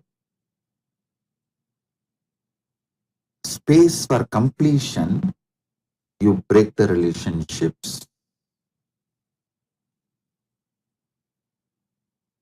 Whether the way you keep your house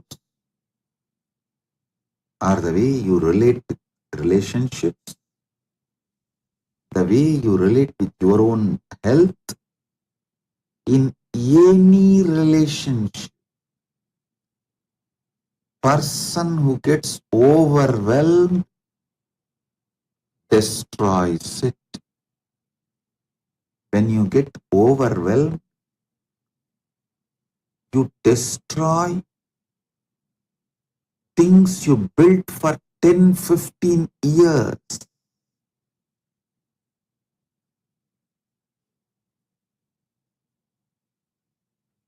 The self-sabotaging, and after destroying, you stand strong with your destructive mode, with that arrogance. The fear of getting overwhelmed is worse than death. Getting overwhelmed is death. Fear of getting overwhelmed is worse than death. Getting overwhelmed is death. About anything you get overwhelmed, you destroy that dimension of your life. Like an expert charioteer controls the moving horses through the rain and directs them towards the desired destination, stop getting overwhelmed, control your mind, and reach the destination of Paramashivatva. Listen.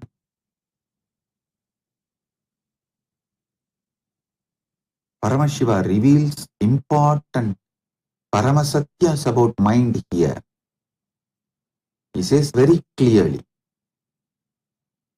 the old age does not affect the mind.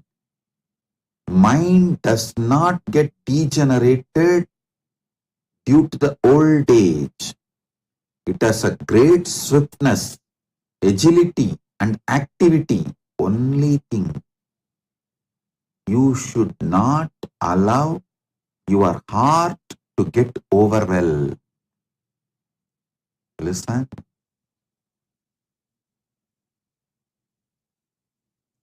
Paramashiva also reveals a very powerful truth. Paramasatya, listen carefully. If you know these trillions of universes, Brahmanda is literally functioning inside you. Anything you can grasp through your conscious visualization is happening inside your Bindumurti. It is Paramasatya. Anything you can visualize, surely all of you who can listen to my satsang can visualize this Brahmanda, zillions, trillions of universes. Be very clear that Brahmanda is happening in your Pindanda right now. Even to understand, listen my words, cognize, make meaning out of it, the process that need to happen in your brain is equivalent to this whole Brahmanda functioning. If you meditate on this Paramasatya, your heart will never get overwhelmed by anything. The Brahmanda is run by your consciousness. The substance which is in you as the source of you, that substance runs this Brahmanda without getting overwhelmed. Then why should you get overwhelmed running this life? I'll tell you one Guru walk I received from my Guru, Arunagiri Yogeshwara. I'll tell in Tamil, then translate in English. Paramasatyam valuvamai paramajnanam. Paramasatyam valuvamai paramajnanam. Not falling from Paramasatya is Paramajnana. Listen carefully. This whole Brahmanda is happening inside you. Whether you go on be arguing, denying, doubting, sometimes even hating,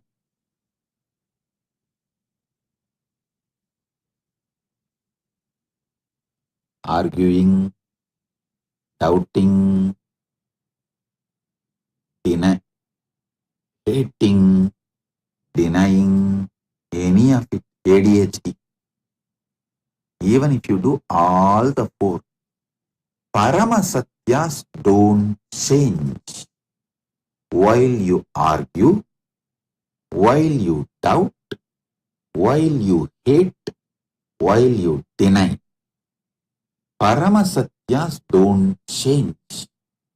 Even during the period of your ADHD, Paramasatyas don't change.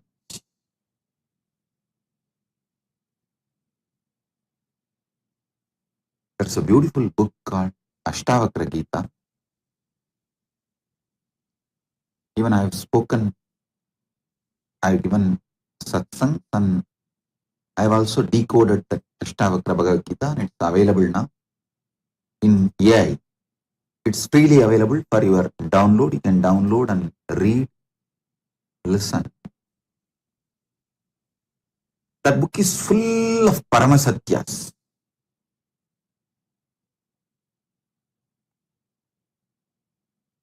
Practically no word is added other than Paramasatya. That is why you cannot remove a word from Ashtavakra Gita.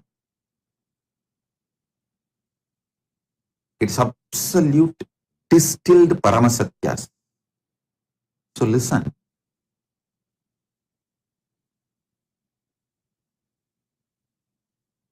This whole year I have decided that I am going to reveal Paramasatyas, Paramasatyas, Paramasatyas as it is.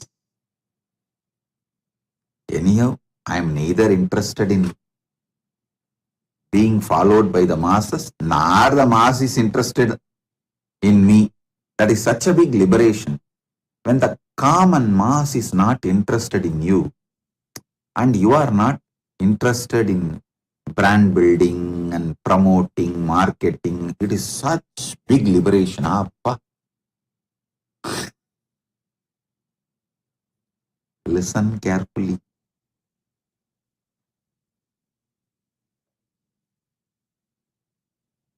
Those religious leaders or spiritual leaders or gurus or pandits or opinion shapers, opinion makers, narrative shapers, narrative makers, all of them who are interested in keeping you as a human cattle are funded by the vested interests which are interested in keeping you as a human cattle, as to compromise on Paramasatya even if they know it. Many of them do not know is one. Even if they know it, they have to compromise because of either greed to get the mass support or the fear of not getting the mass support. With Paramashiva's grace, he has freed me from both. Neither someone can add something to me, give something to me, nor someone can take away something from me. He has made it such a beautiful, free, happy life. I repeatedly say, Pranamami Muhurmuhu, Pranamami Muhurmuhu, Pranamami Muhurmuhu. O Paramashiva, I bow down to you again and again and again, who resides in me, as source of me, as embodiment of me.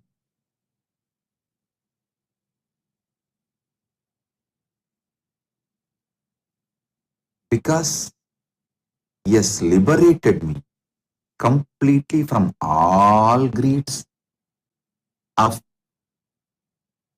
this mass following me and all fears of mass not following me. because I am not funded by the mass, common mass, and I cannot be attacked by the common mass. I am here to tell you the Paramasatya as it is. Listen. This Brahmanda, whole cosmos,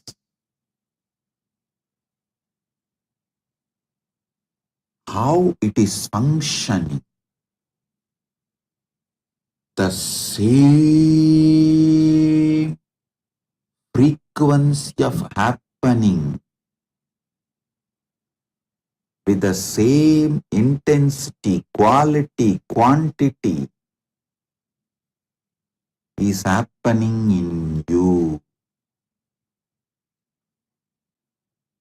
Just remembering this, cognizing this, remembering this Paramasatya is dhyana, cognizing this Paramasatya is samadhi, consciously furthering this Paramasatya is sahaja samadhi. All types of overwhelming will disappear in you.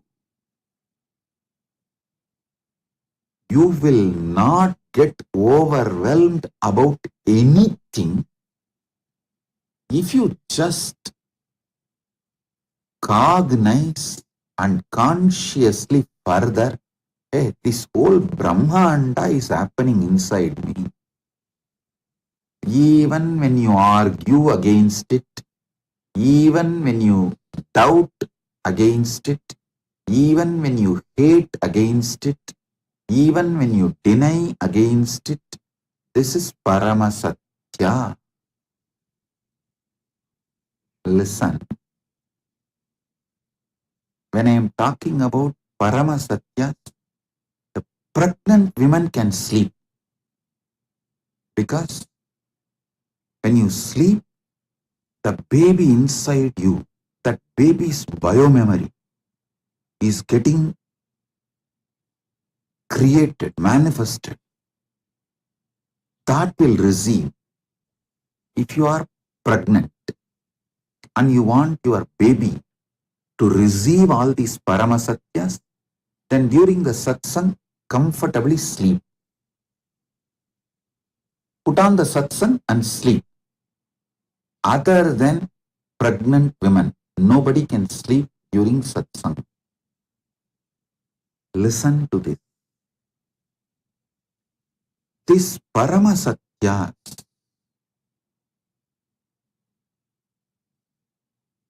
are Paramasatyas even during the time you argue, doubt, hate, deny.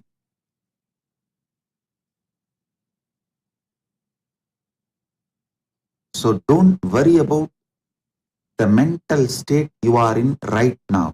Don't get overwhelmed about your inability to accept the truth I am revealing. This is Paramasatya. Even when you don't accept, it is Paramasatya. So decide to cognize and consciously further. This Brahmanda runs inside your Bindumurti.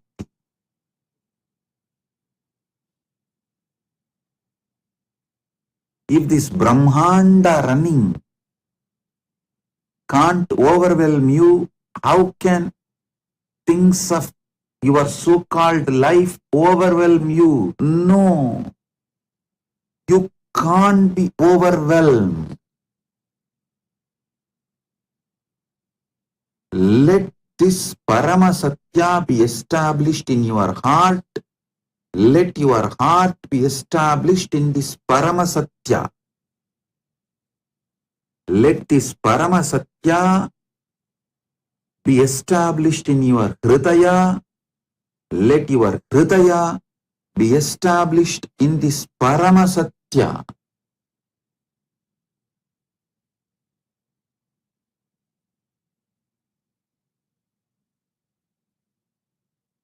any of your elders, family, relatives during their old age in hospital and they are in coma, you can play this satsang, especially if they are already initiated by me, heard the satsangs, just play this Paramasatya satsangs. Even if you think they are not hearing, their heart will hear. It will start cognizing and consciously furthering. The gunasthana will just shoot up to the Paramashivatva state. And when they leave the body, they will go to the higher lokas. In Hindu tradition, we always say that during this Uttarayana Punyakala, Uttarayana officially starts on the Shankranti day. But usually 15 days before itself, the energy of the Uttarayana starts. The Bhumandala starts one paksha before. So now almost the Uttarayana has started. It will reach its full energy by Shankaranti, and from Shankaranti then 6 months is Uttarayana Punyakala.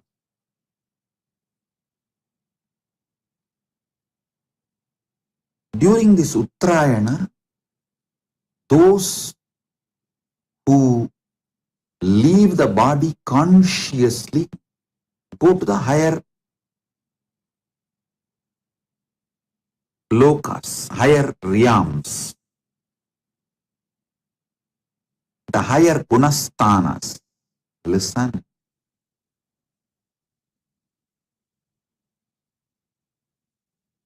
The lower worlds are nothing but filled by the people who are always overwhelmed. See, one of the biggest problem is you can't predict a person and how he or she will react, how he or she is going to do things when they are overwhelmed. Living with those people who get overwhelmed again and again is nothing but a hell. That is the lower world.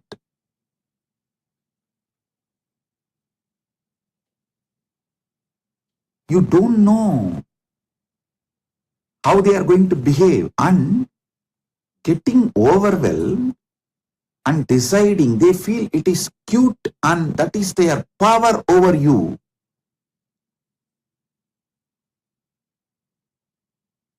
So the whole relationship will have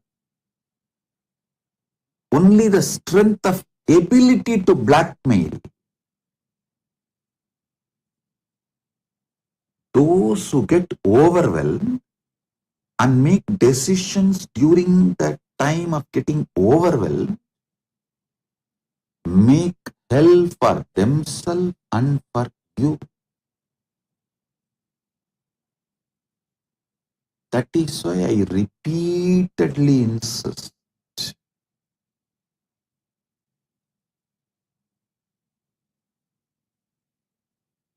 Don't get overwhelmed by anything, and if you are overwhelmed by anything, don't make any decision during the time of during the time you are overwhelmed.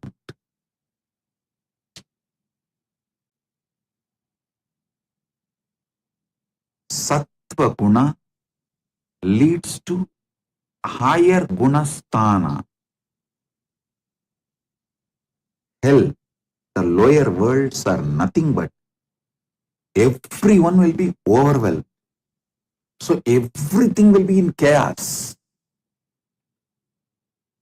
If you are cherishing, enjoying that guna consciously, naturally you are booking the ticket for lower world, lower gunasthana.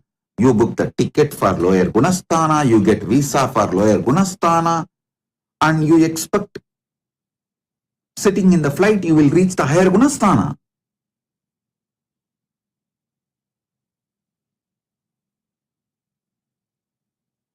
I have a mullah story. Mullah who got only economy ticket came and sat in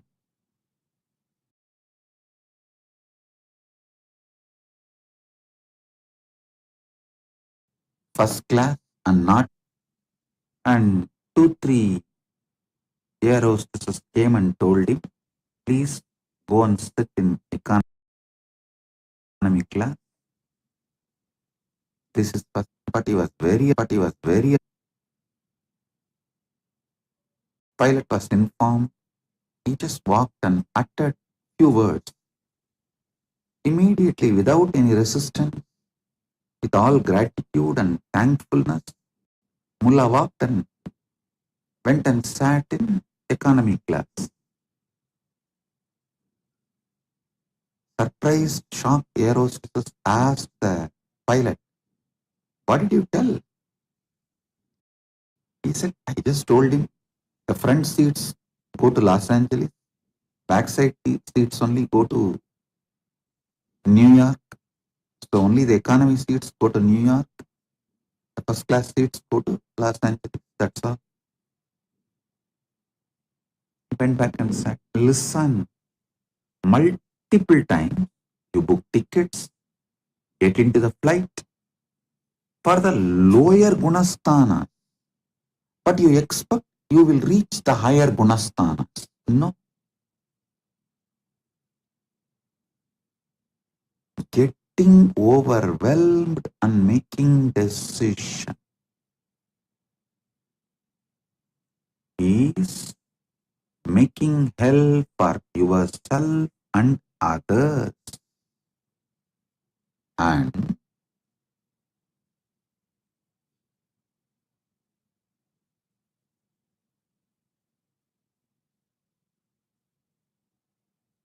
repeatedly remembering the Paramasatya, this whole Brahmanda, which is so beautifully functioning, is functioning inside you without getting overwhelmed. Then how can what you imagine get deluded as your small life, incidents of that life, happenings of that life can overwhelm you? No. Do not allow anything that overwhelms you conscious. Drug addiction, which overwhelms you. Sex addiction, which overwhelms you. Moods during your monthly periods, monthly cycle. Do not allow any of this. If you allow any of this consciously to rule you, after death, you are sure to become ghost. Understand? The biggest problem with ghost is it will not know why he is frustrated. It will not know why he is doing what he is doing.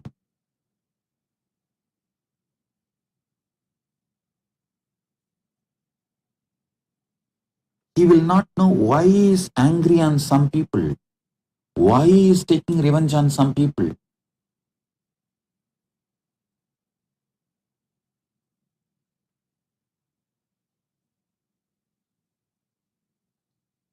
you have a boyfriend who is drug addict, and if you have a girlfriend who is mood swing addict,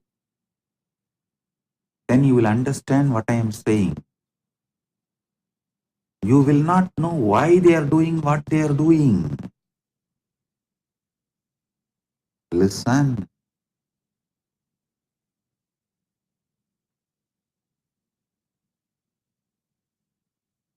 I'll give you one example.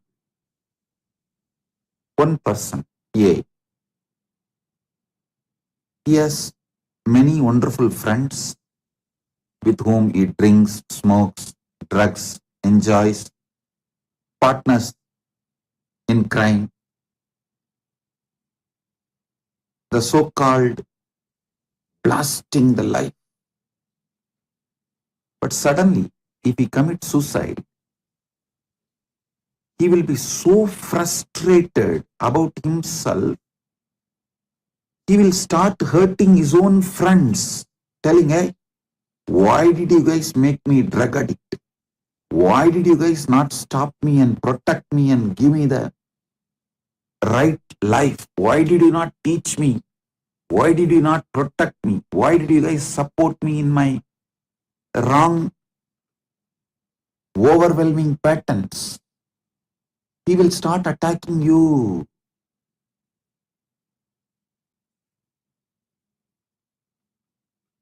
What I am saying is Paramasatya. Listen. That is why when somebody commits suicide and becomes Brahmarakshas,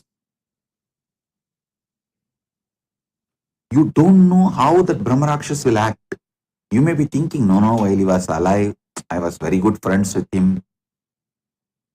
I only helped him to leave Swamiji, and I only helped him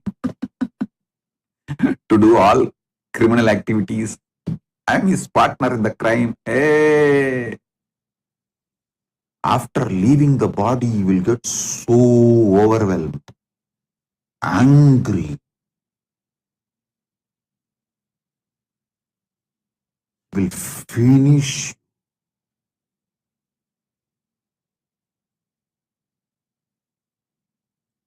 He will make sure you get overwhelmed. You also leave the body same way and join his team.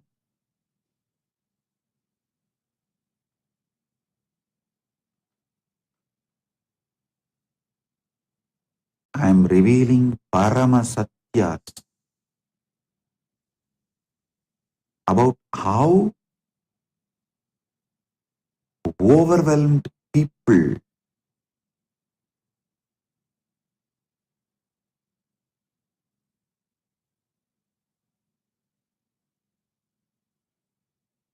act, react, cognize, behave.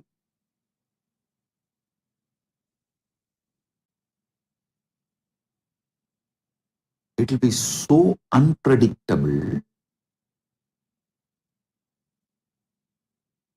They will make worst hell for themselves and for you.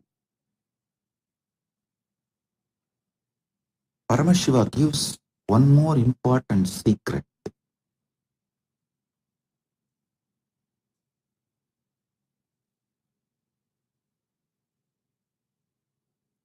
Mind acts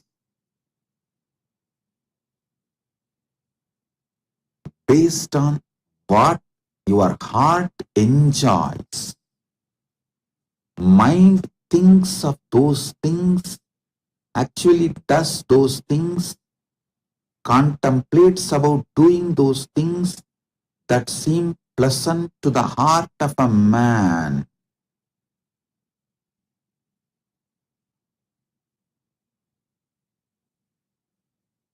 So building right pleasant things in your heart. The mind is like a muscle memory and biomemory. Heart is bioenergy. Build the right likes in your heart. Still I am whenever I remember, I overflow with gratitude for my Guru Parampara. They built the right pleasant ideas in my heart. My pleasantness is all about doing a beautiful puja. Have flowers, nivedyam, all the best things. Do a beautiful puja. You guys should know, I'll keep so many varieties of food as a nivedyam and offer to Paramashiva. Only one small bit in a spoon I'll pick up and taste, eat as a respect to the prasadam after puja. That's all.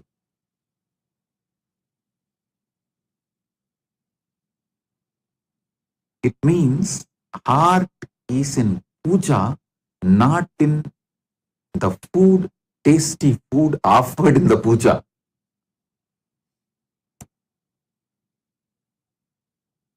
If you lived around me, you will know I'll keep varieties of nivedyam and offer.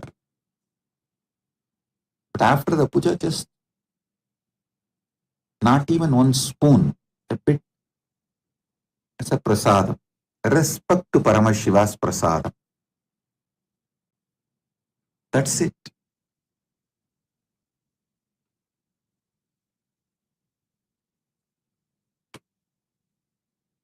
My Guru Parampara built best heart for me. The pleasant heart for me.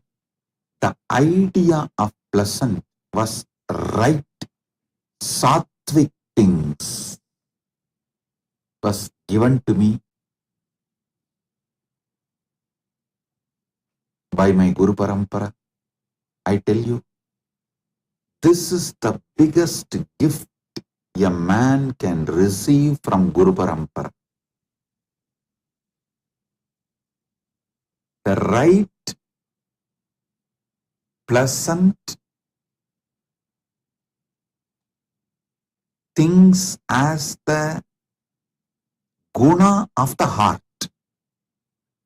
See, your heart likes only right things. Your mind will go only towards those right things. You are liberated. You can be assured you are going to only live in higher gunasthanas and make higher gunasthana for others. And even when you leave the body, you will reach only higher gunasthanas. That's it.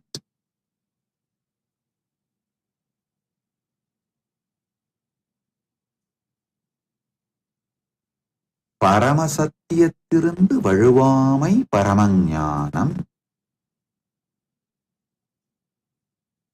Not falling, failing from Paramasatya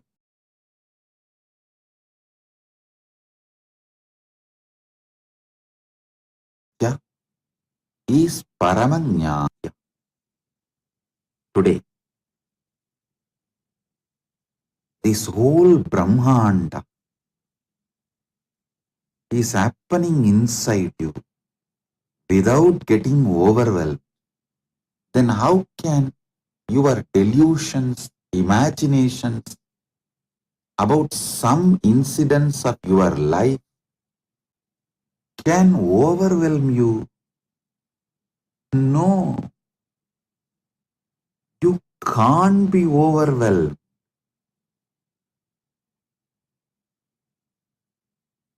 Cognize this Paramasatya.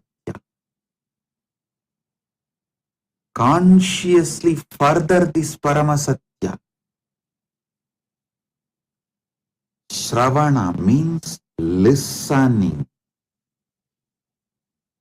Manana means internalizing and cognizing.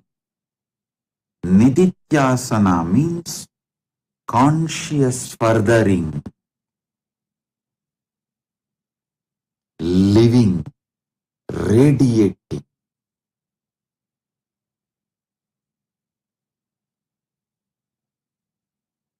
In further satsang, I'll help you more with more Paramasatyas and the way to consciously further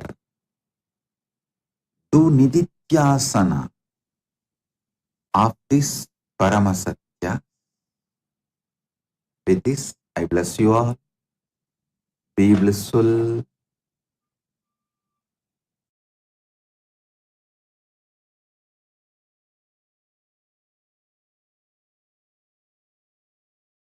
If you found this video entertaining, entraining, and enlightening, take a moment to like, share, and subscribe. and don't forget to hit the bell icon. Thank you so much for tuning in.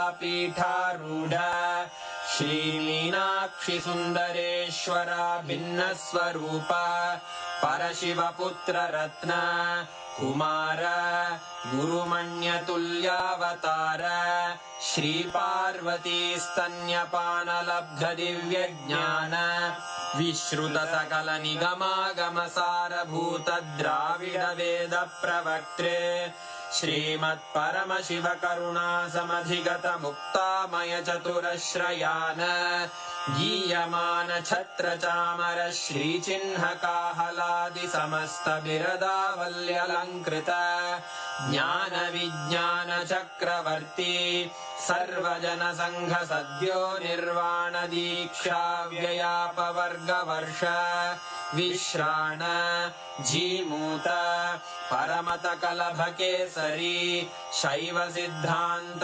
स्थापनाचार्य श्रीराजाधिराज Pandya महाराज गुरु क्षपण शाक्यादि महांधकार निवारण ज्ञान भानु वीक्षणानर्हार्ह ध्वजोच्छेदन पूर्वक श्रीमद्वृषभध्वज स्थापक शैव समय कर्त्रे सर्वज्ञ पीठारूढ़ श्री जगद्गुरु श्री ज्ञान संबंध देशिक स्वामी वागीश सुंदर माणिक्य वाचक स्वामिनां अवतार भूत श्री ज्ञान संबंध स्वामी पुनरुद्धृत श्यामला पीठ सर्वज्ञ पीठ त्रिनवत्युत्तर द्विशततम गुरु महासन्निधान अरुणगिरि योगीश्वर परंपरागत अरुणाचल सर्वज्ञ पीठ गुरु महासन्निधान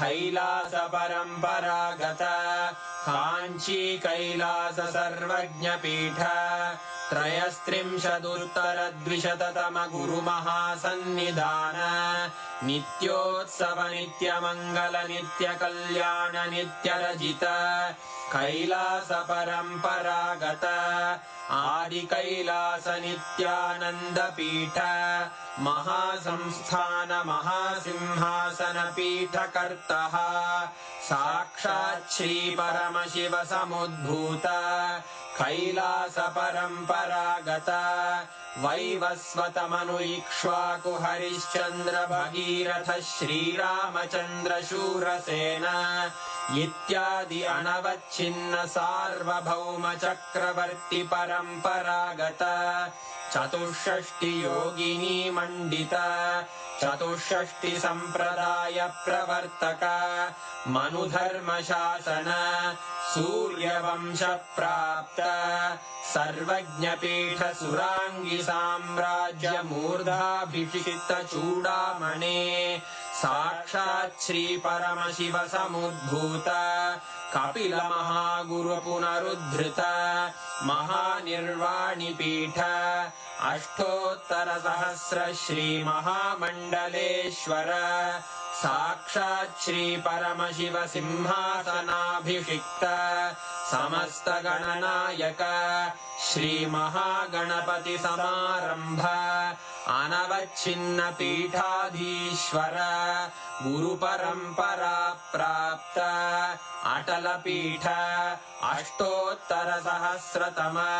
अष्टोत्तरसहस्र श्री अटलपीठाधीश्वर धर्ममुक्तिस्वर्गपुरस्वर्णपीठ त्रयोविंश गुरुमहासन्निधान कैलास परम्परागत आदिपीठ सर्वज्ञपीठ जगद्गुरो श्रीकैलास पुनरुद्धारक श्रीकैलास परमाचार्य श्रीमत्परमहंस परिव्राजकाचार्य वर्य सच्चिदानन्द प्रणव स्वरूप श्रोत्रिय ब्रह्मनिष्ठ श्रीमज्जगद्गुरु श्रील श्री भगवच्छ्री नित्यानंद परमशिव श्री ज्ञान संबंध देशिक परमाचार्य स्वामिन् अत्रागत्य परिपाल्य च अस्मान् विज्ञान वितरणेन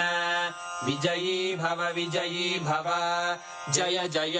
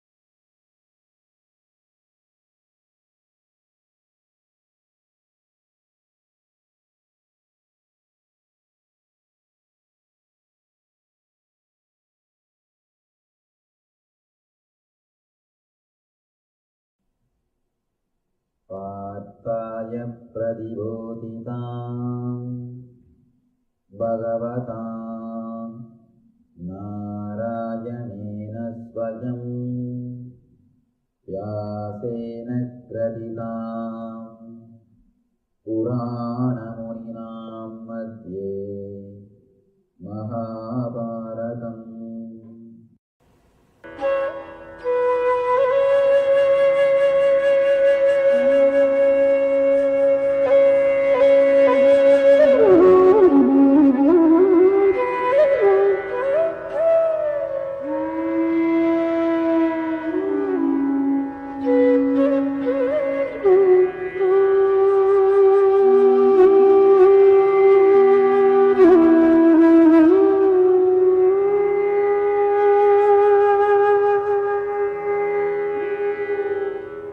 Krishna goes further deep into the Satya. Now he gives straight away the ultimate experience. The experience which Krishna gave to Arjuna at the time of Vishwarupa Darshana Yoga. The universal consciousness or the cosmic experience. Arjuna was not able to establish himself in that experience because of the fear. Always you miss the first experience because of fear. Here, Krishna is giving the experience of ultimate which stays with Arjuna forever. Now, he is putting him into the enlightenment once for all. Just these next few slokas, Krishna is putting Arjuna into that experience of enlightenment. He is waking him up. He is just waking him up to the ultimate truth. Once a person goes to Zen master and asks, Master, how can I become Buddha? Master just gives me a good slap. And the story says, suddenly he became awakened. He experienced the Buddhahood in himself. Of course, then Master explains, if Buddha comes to me and asks, how can I become Buddha? What can I tell? I can only just shake and tell, you are that. You are that. Wake up from the sleep. Slap your face and wake up from the sleep. Nothing else needs to be done. Here, Krishna just totally wakes up. He just shakes the Arjuna and waking him up from the long slumber which we call samsara sagara or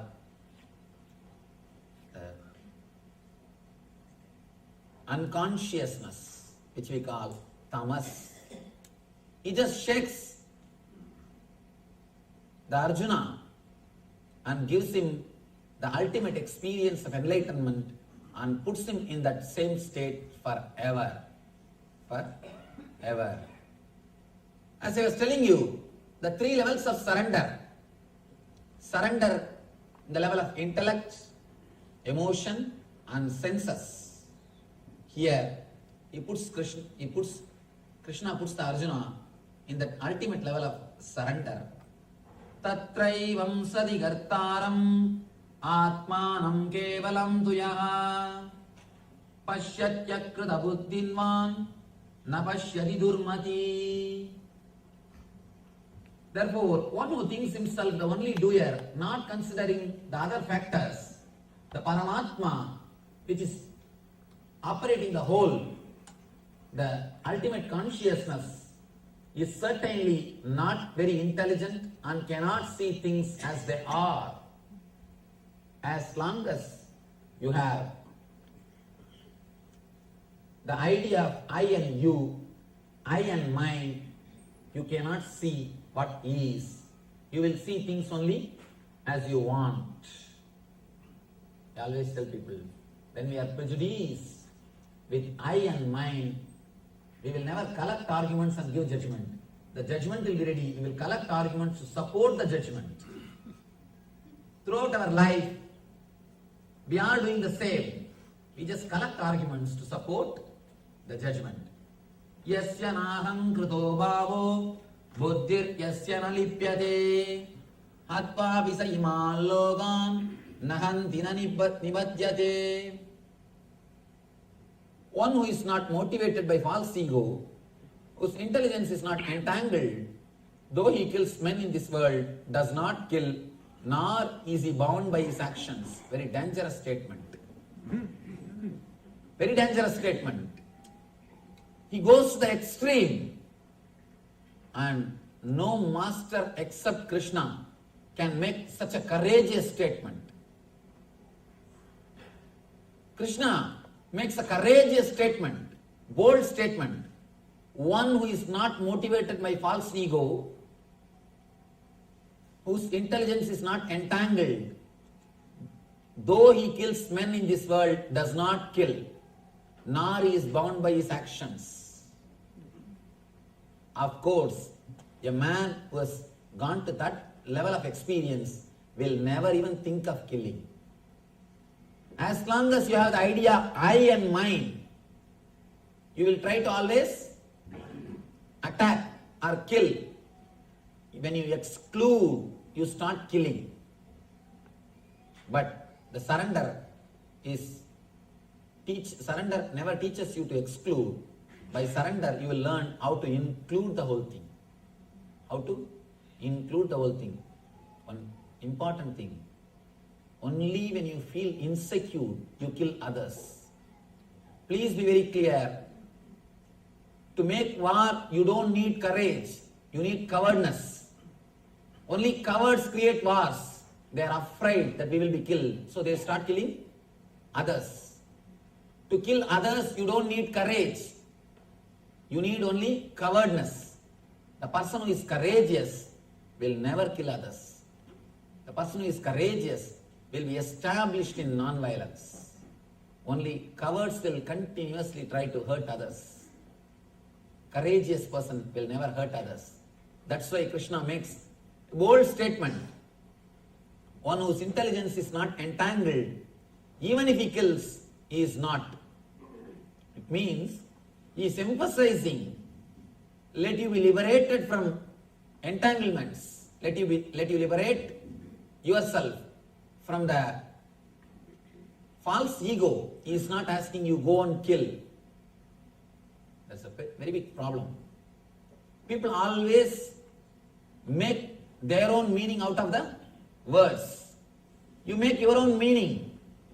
You make your own understanding. A small story. One Zen monk goes to the master and he asks something, and he is just kicked out of the ashram, monastery. The next month he asks, what happened? Why are you punished? What did you do? Why are you so sad? The monk says, no, I just asked, can I smoke when I meditate? The master kicked me out of the ashram. Monk said, fool, you don't know how to ask. Wait 10 minutes, I'll come back. He goes and he comes out and he is smoking inside the ashram. The monk who is punished, he asked, what is the secret? Tell me. No, I went to the master and asked, can I meditate when I smoke? I asked the master, can I meditate when I smoke? Same thing. I know how to put it. Sometimes you need to know how to present. Of course, don't make your own meaning out of this statement. This statement means be liberated from false ego. Don't start killing. These two ideas.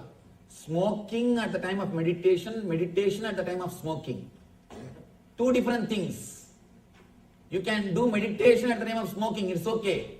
But don't smoke at the time of meditation. You can meditate at the time of smoking, but never smoke at the time of meditation. Means taking the other meaning. Here Krishna says, one who is not motivated by false ego, one who has experienced, he is the truth and he is the whole, he is the ultimate. Even if he kills, he is not killing. out of this statement, make the right meaning. By this word, Krishna inspires you to experience the truth. He is not inspiring you to go around and kill everybody. We need to make the right understanding out of this statement. A small story. A Jew, an Italian, and a Pole. All the three guys, they go to an interview in police academy. First, Jew enters into the room. Officer asks, before we give admission, we wanted to have a simple test of general knowledge. He asked, who killed Jesus? Jew said, Romans. He said, all right, tomorrow you can join the academy. You can go. Next person, Italian came. He asked, the officer asked, who killed the Jesus? He replied, Romans. All right. Tomorrow you can come and join. Third guy came. Officer asked, who killed the Jesus? He said, I am not sure. Then officer says, all right, you can go back, think, you can take one day, then come back and tell me. He comes back to the evening. He comes back to the house in the evening and he tells his wife, see, first day itself, they gave me a murder case to analyze.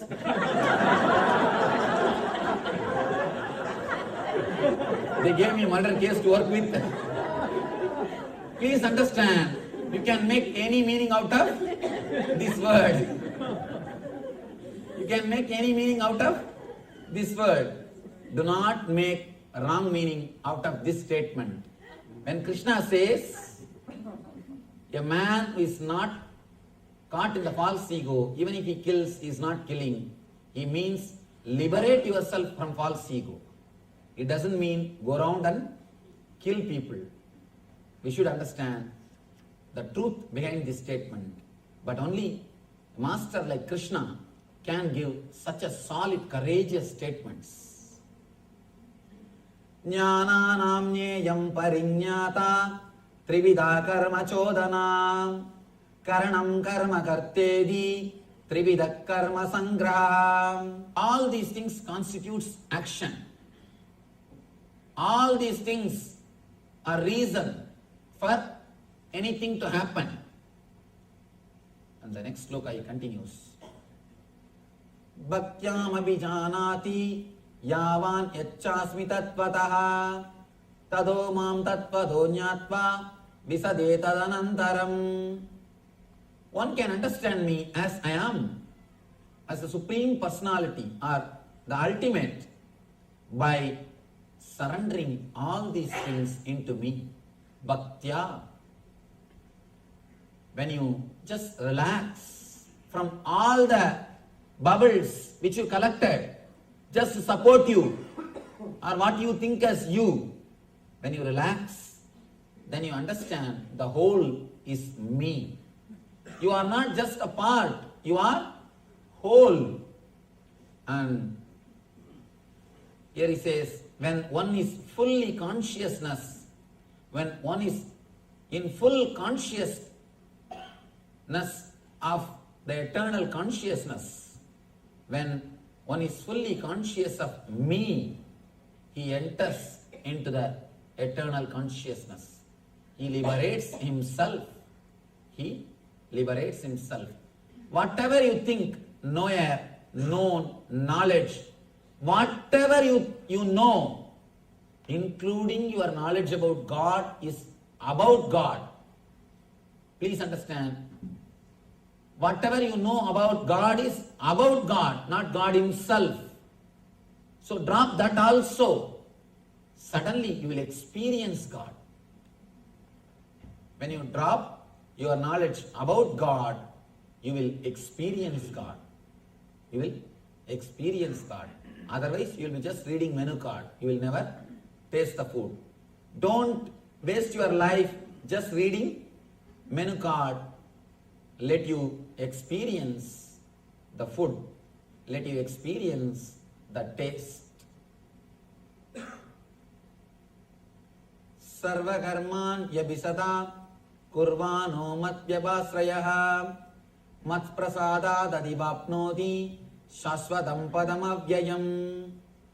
Though engaged in all kinds of activities, my Bhakta is protected by me, reaches the eternal consciousness just by my presence and blessing.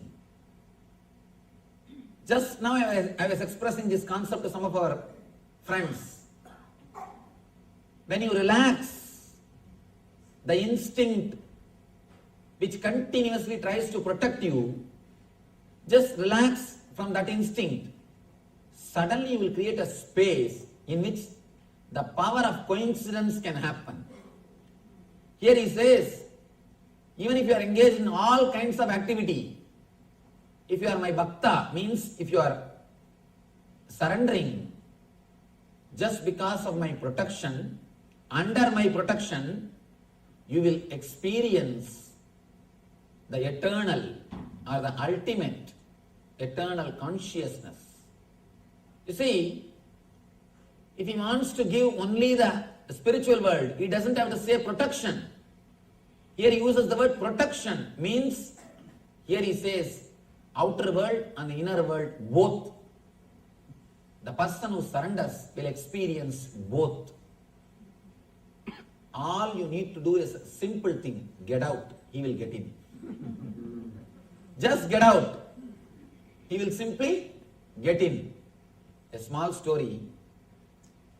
One day, Vishnu was resting in his Sesha, the Adi Sesha. He is just resting, relaxing. Devi, Lakshmi was just doing Pada Seva, pressing the feet. In those days, women used to serve as men.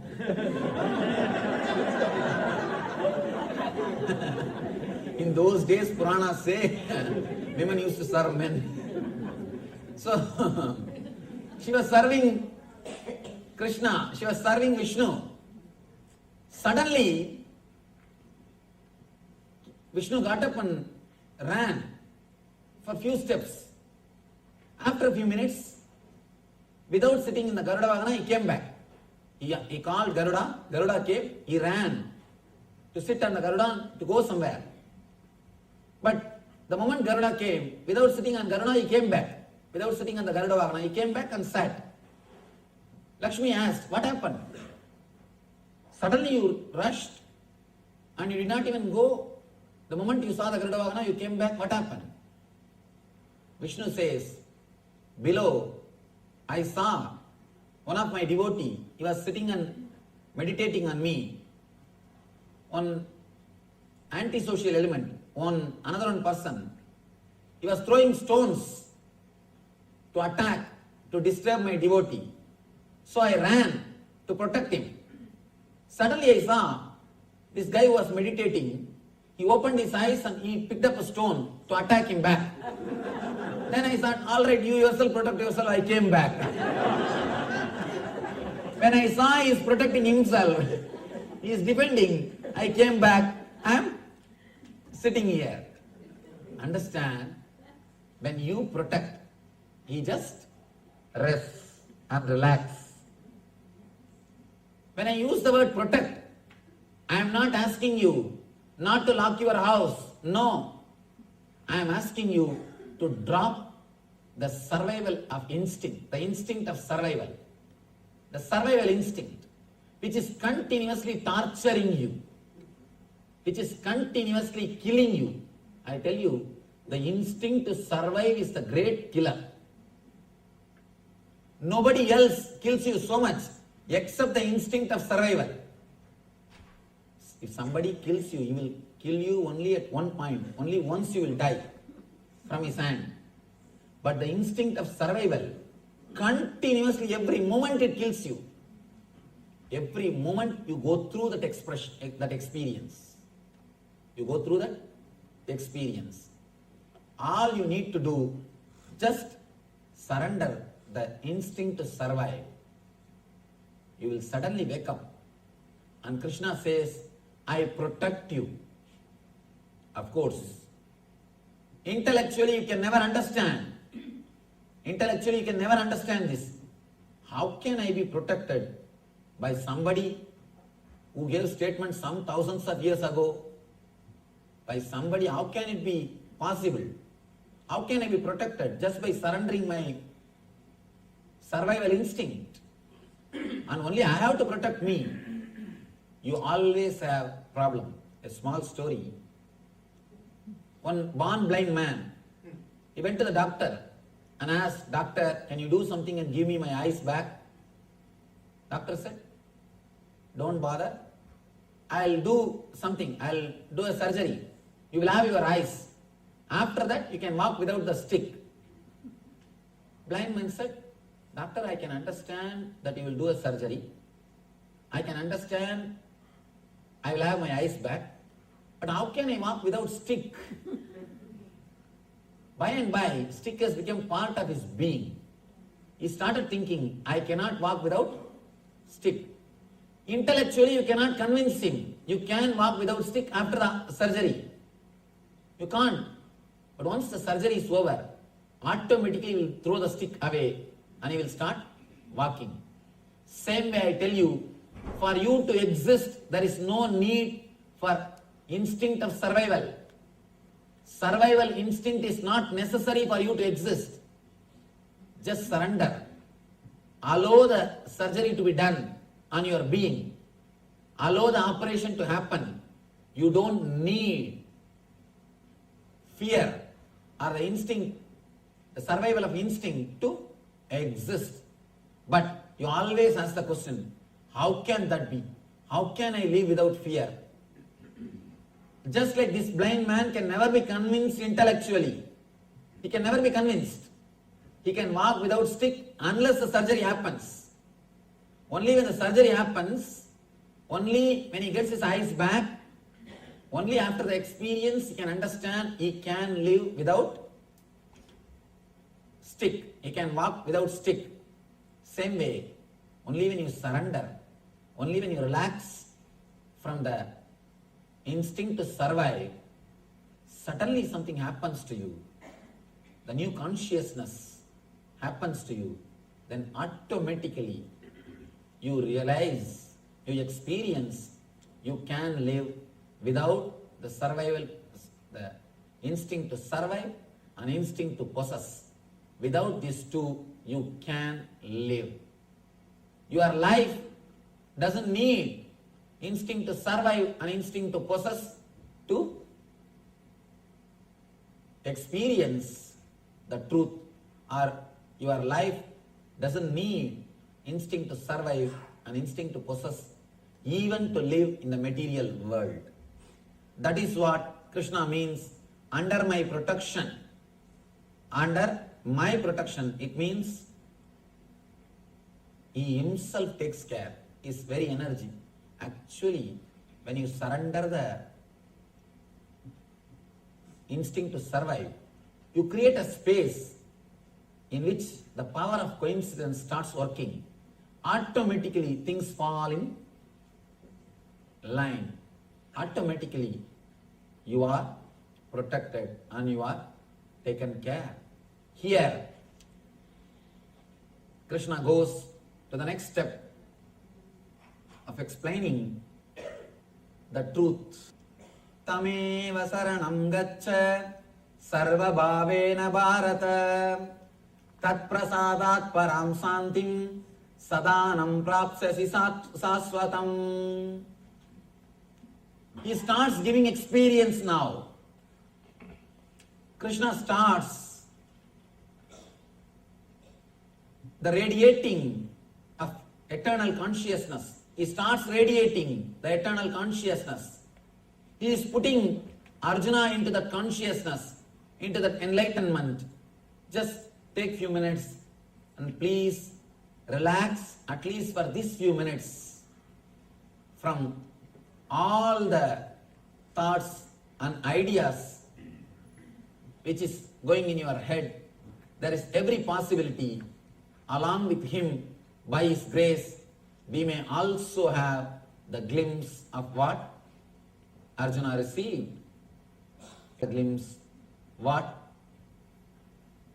Arjuna received, the same thing we can experience by the grace of Krishna. Tameva saranam gaccha sarva bhavena bharata tat prasadat param santim sthanam prapsyasi sasvatam. He says, Tameva saranam gaccha. Throughout this Gita, he always mentions I, me, surrender to me, representing the divine. Suddenly, it changes the word, surrender unto him. First time, Krishna is speaking in this language. Surrender unto him means he has expanded from the body. Now he is speaking as a Parabrahma Krishna. Now he is speaking from the eternal consciousness. He is speaking from the eternal consciousness. That is why he says, surrender unto him. He is not saying, surrender to me. He usually uses the word me. Now he is using the word surrender unto him. Means he has now expanded to put Krishna into the experience. To give that experience to disciple, you should be in that same experience. Now he is expanding into that experience. Before the puja is done, the priest will do Anganyasa Karanyasa mantra. The Anganyasa and Karanyasa, Angushtabhyam, Darjanibhyam, all these mantras they will chant. It's actually expanding beyond the body consciousness, purifying the body and going beyond the body. Purifying and going beyond is one and the same. Consciousness. Here, Krishna says, Tameva saranam gaccha, surrender unto him, means he has expanded. He is not now able to use the word me. He has just suddenly expanded to that energy, eternal consciousness. He says, Tameva saranam gaccha. Bharata, surrender unto him utterly. By his grace, you will attain eternal consciousness and the supreme peace. Tameva saranam gaccha sarva bhavena bharata tat prasadat param shantim sthanam prapsyasi sasvatam. He is expanded into that eternal consciousness. He is about to give the energy darshan. He is expanded into that consciousness to shower himself on Arjuna. Sarva guhya damambuya srunu me paramam vasaha ishtosi me dridamidi tado vakshyami dehitam. Because you are dear friend, I express this truth to you, which is most confidential knowledge of all. Hear this from me. It is for your benefit. Now he enters into the experience. I think we should all take few minutes, at least few seconds, to pray to the Parabrahma Krishna who showered the enlightenment on Arjuna, who showered the ultimate experience on Arjuna, to shower the same on all of us, at least to give the glimpse of that truth to all of us. Please just take few minutes, close your eyes, intensely pray to him. Don't think he is not available now. He is available to the planet Earth all the time. He may not have the body, but he is available in the form of energy always. That is why we tell the gods which are in the temple, they are called Archavatara. He is the incarnation of the Vigraha. He is the incarnation of divine. He will be available whenever we call him. Just take few minutes and pray to him intensely. Let him shower the same experience on all of us, which is showered on Arjuna.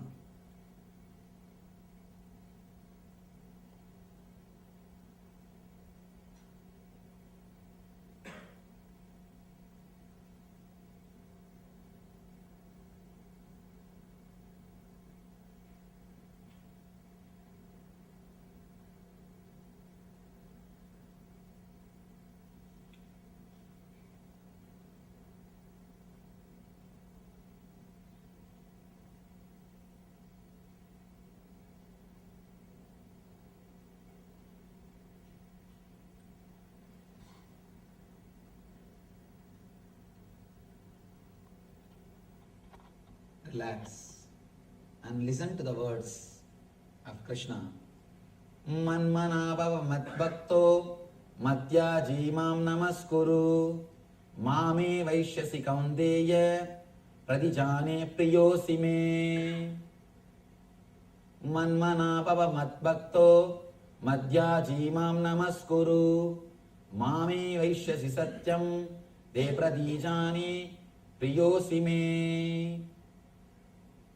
Always think of me, become my devotee, worship me, and offer your homage unto me. This is the way you will come to me without fail. I promise you this because you are my great bhakta and dear one to me. Now he comes to the ultimate teaching, which is the essence, quintessential essence of all the teachings, the ultimate thing, and he just wakes him up just by this one sloka. Through this one sloka, Krishna wakes up Arjuna and puts him into the Krishna consciousness, eternal consciousness, enlightenment. Here Krishna starts, Sarva dharman parityajya mam ekam saranam vraja agam tva sarva bhavebhyo moksha yikshami ma suchaha. Sarva dharman parityajya mam ekam saranam vraja agam tvam sarva bhavebhyo moksha yikshami ma suchaha. Now Krishna showers himself on Arjuna, waking him up to the experience of whole. He says, Sarvadharman parityajya, give up everything, whatever you know as dharma, as a life. Dharma means the rules and regulations of the outer life and rules and regulations of the inner life. Whatever you know, let you drop everything and just surrender unto me. I shall deliver you from everything. Do not fear. He just gives the abhaya. He just gives the complete abhaya. Sarvadharman parityajya mam yegam saranam vraja agam tvam sarvabhavebhyo moksha ikshyami masuchaha. He just liberates Arjuna just by this one word. He just gives the ultimate experience to Arjuna by this one sloka. He makes Arjuna to drop everything and gives him the conscious experience of the ocean. He is telling, just drop all the idea which you collected about the bubble. Relax and realize what is. You can't even tell it is an ocean, because even the idea of ocean is your idea about ocean. It will not be ocean. Even if we say you will become God, it will be your idea about God. But here, he just makes Arjuna explode into the Krishna consciousness, into the eternal consciousness. Sarva dharman parityajya mam yegam saranam vraja agam tva sarva bhavebhyo moksha yikshami ma suchaha. Now Krishna liberates Arjuna and gives the experience of ultimate permanently to Arjuna. You can't call him anymore as Arjuna because he has become Krishna. He has achieved the Krishna consciousness. Now only Krishna exists. When only Krishna exists, you can't even say Krishna, because As long as the Arjuna and Krishna both are there, you can say one is Arjuna, another one is Krishna. Now, there is no two, only one, and we have no name for it. Now that energy showers. Adyeshyate chayayimam dharmyam samvatamavayo jnana yanyena dehanam ishtasyamiti memati. He blesses the whole universe. Now he blesses the whole universe with his grace and compassion. How he showered on Arjuna and how he made Arjuna to experience him and merge Arjuna in himself. That same consciousness now showers on the whole world. I declare that whoever studies this sacred conversation achieves jnana yajna, achieves the same consciousness and same space of my eternal consciousness. He blesses all of us by his grace, giving this assurance and blessing.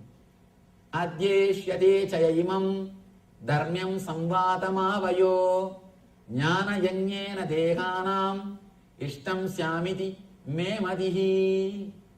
He blesses all of us out of his compassion and tremendous grace that we all are his own, and he blesses all of us that we will achieve him through this jnana yajna. Jnana yajna means offering ourselves in that knowledge, completely purifying ourselves in that knowledge. Here he promises, whoever studies this sacred conversation, this truth, they achieve me because of this jnana yajna. They disappear into me because of this is jnana yajna. When you put anything into the fire, it disappears into the fire. Nothing remains. Same way, when you put yourself into the Gita study, you will not be there. You will not be there as you are. You disappear into him. You disappear into him. Only he remains. Only he exists. Only he stays. Now, completely, the whole experience of truth has descended on Arjuna, and his blessings are with all of us. Let us pray to the ultimate consciousness to put us all into that same experience, in that same energy. Relax into that same energy. The grace and compassion of Sri Krishna, the grace and compassion of Parandama, the grace and compassion of Parabrahma Krishna, who showered on Arjuna and on all of us.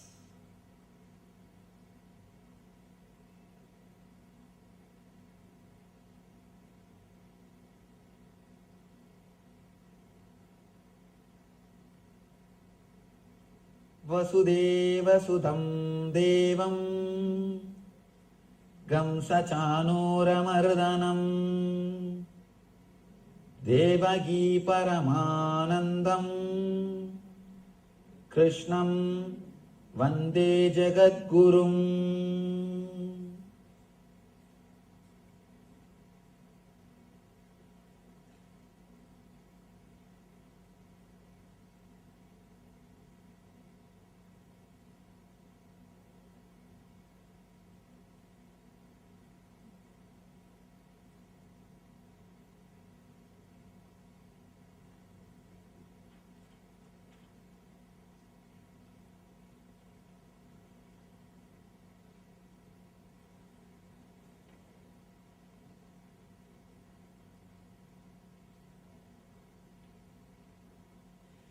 Nashto moga smrutirlapta vatprasadanmayachyutah stidosmi kada sandeha karishye vachanam tava. Now, whatever consciousness working through Arjuna, because we cannot use the word Arjuna anymore, that is expressing the gratitude, overflowing with the gratitude. O Krishna, out of your grace, the illusion has disappeared. I regained my memory. He is not telling, I achieved something new. He is telling, suddenly I realized the truth. Suddenly you realize you are ocean. You don't have to achieve it. You just have to remember it. You just have to regain the memory. Reclaim the memory which you lost. He remembers and he says, I am free. Now I am firm and free from doubt and surrendered to your being. And out of deep gratitude, he just overflows. And now Sanjaya is describing, again Sanjaya comes back to the scene, because now neither Krishna can speak nor Arjuna can speak. Both of them are in a different mood. Arjuna has disappeared and Krishna is in that ecstasy. Both of them are not in the mood to speak. Sanjaya started when Arjuna was in depression. He was describing the scene because Arjuna is in depression, not able to speak. Krishna is not starting to speak because nothing to speak. In that time, Sanjaya was speaking. Then again, when Krishna was giving first experience, Krishna is in the highest conscious mood and Arjuna was in that ecstasy. Again Sanjaya came to describe the scene because both of them are not in the mood to speak. Now Sanjaya comes back again. Not only both of them are not in the mood to speak, they are not there to speak.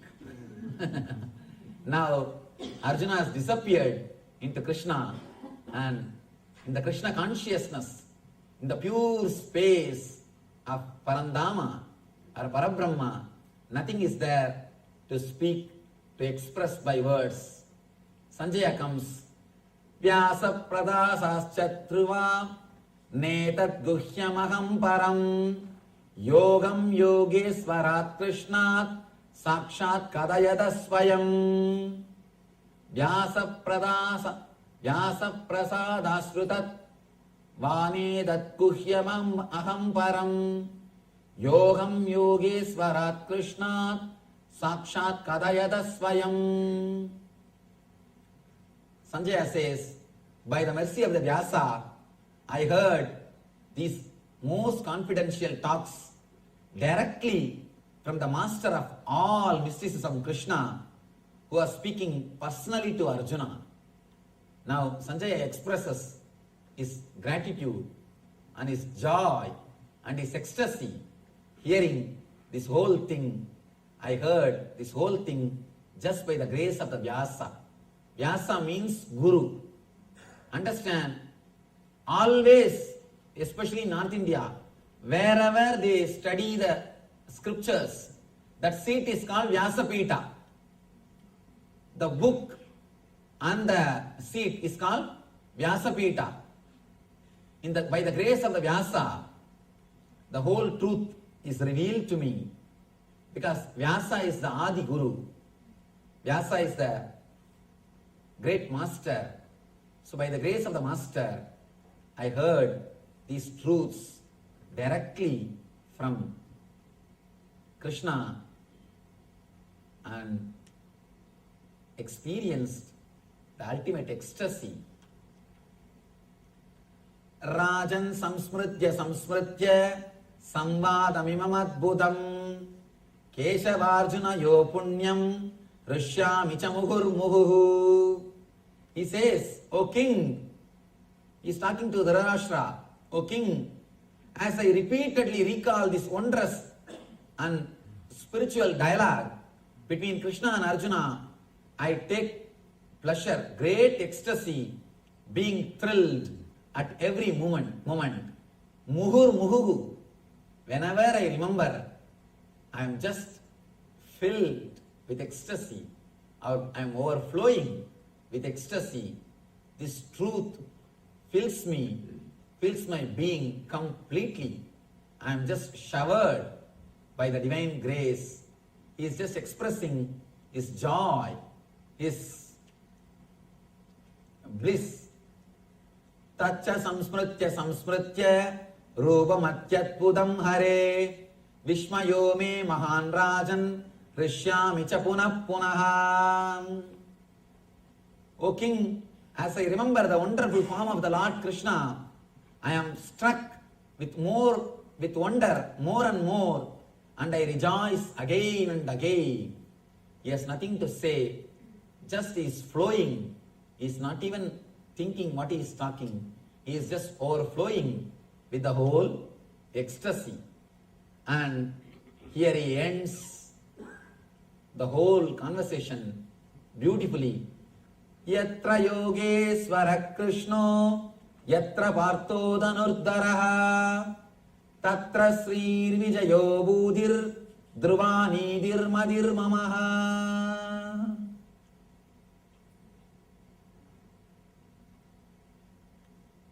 Wherever there is Krishna, the master of all mystics, and wherever there is Arjuna, the great supreme archer, there will also certainly be opulence, victory, extraordinary power and morality.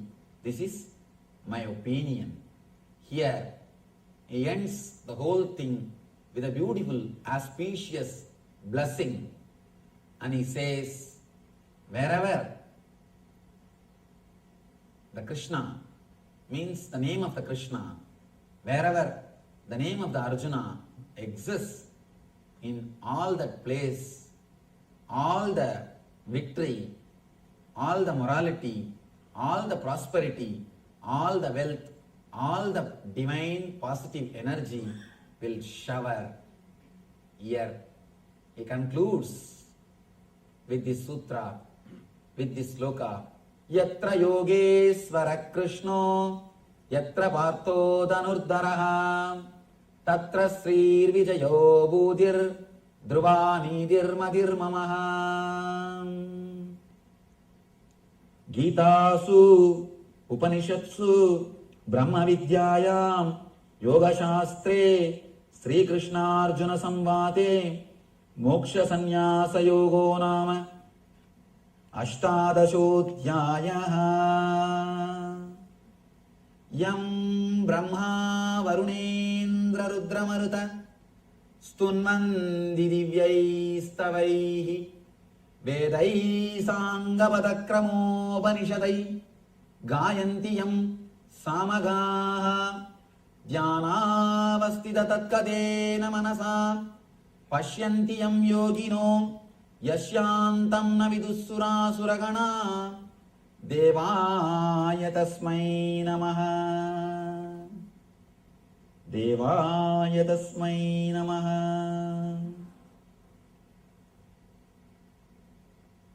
Here ends the ultimate teaching of Parabrahma Krishna to Arjuna, starts our enlightened life. Here he ends the teachings. Here the teachings end and our enlightened life starts. Let us take few minutes to give the gratitude to all the great masters. First, the great master who showered these great truths to the whole universe, Sri Krishna. Let us give our gratitude to him and to all the masters who preserved these truths so that we can enjoy, experience these truths in our life. Let us give our gratitude to the complete Guru Parampara. Narayanam Batma Bhavam Vasishtam Shaktim Jatat Putra Parasaram Cha Vyasam Sugam Gauda Padam Mahantam Govinda Yogindra Matasya Sishyam Sri Shankaracharya Matasya Bhatma पादञ्च हस्तामलकञ्च शिष्यं तं त्रोडकन्वार्तिककारमन्यन् अस्मद्गुरुन् सन् ततमानतोऽस्मि। श्रुतिस्मृतिपुराणानाम् आलयं करुणालयं नमामि भगवत्पादं शङ्करं लोकशङ्करं। शङ्करं शङ्कराचार्यं केशवं बादरायणं सूत्रभाष्याकृतौ वन्दे भगवन्तौ पुनः पुनः। यत्वारे निखिलानि लिम्बपरिषत् सिद्धिं विदत्ते निशं श्रीमत्श्रीलसितं जगद्गुरुपदं नत्वात्मा तृप्तिं गतः। लोकाज्ञानवयोधपठनतुरं श्रीशङ्करं षण्मतं रामकृष्णं च नित्यानन्दं ध्यायामि ज्योतिर्मयम्।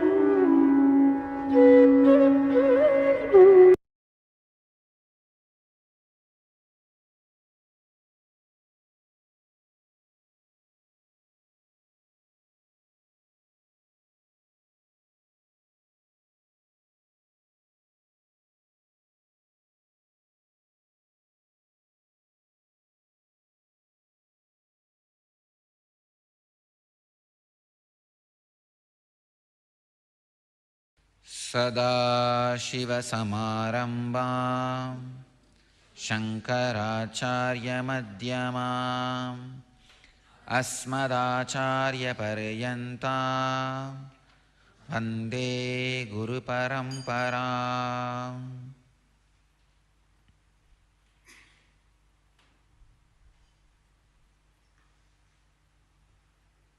I welcome you all with my love and respects. I welcome all the devotees, disciples, Satsangis sitting with us around the world at this moment in 627 places, in 194 cities, in 24 countries.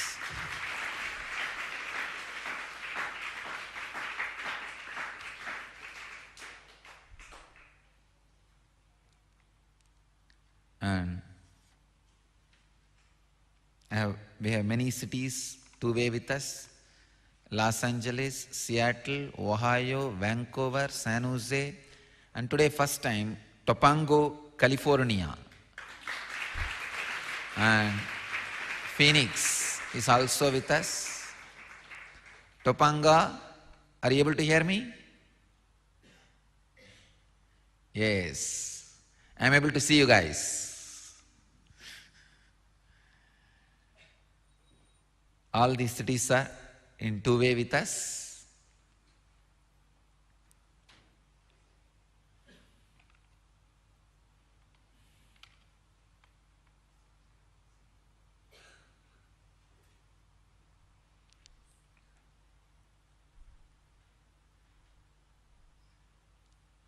Before entering into satsang, I remind all of you to get back to Padmasana.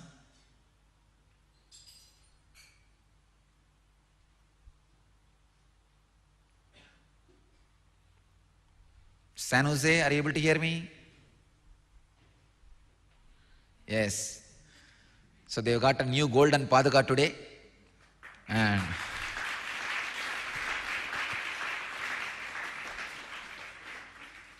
I blessed Vibhuti will start coming from that Padaka regularly.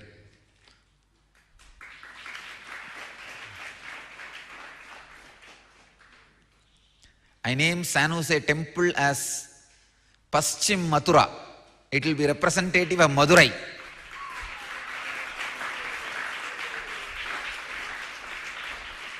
And Shiva came down as a Yellam Valla Sittar, a great Siddha in Madurai and did all Leelas. So the San Jose Center will have continuous miracles and Leelas.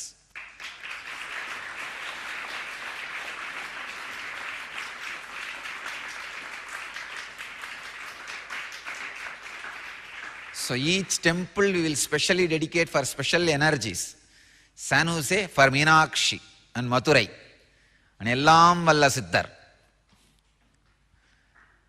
So Shiva will be there continuously walking around as Ellam Valla Siddhar, not just giving vibhuti. It will continuously experience different miracles. Suddenly the music system will start singing by itself. Suddenly the anklets of Devi will be heard in the night time walking. You will see all kinds of miraculous experiences in San Jose temple. You will see the footprint of Devi today. Understand? You will see the footprint of Devi in the carpet. Just see the footprint. It will be of the Indian Mehendi. You will see. Don't disturb. Thoroughly study, photograph. Near the Devi's Murti, on the carpets, on the floor, you will see footprints today. Within next 48 hours, study it. It will be an Indian Mehendi feet. You will see. San Jose is going to radiate special miracles, manifest special energies. And Seattle will be Chidambaram.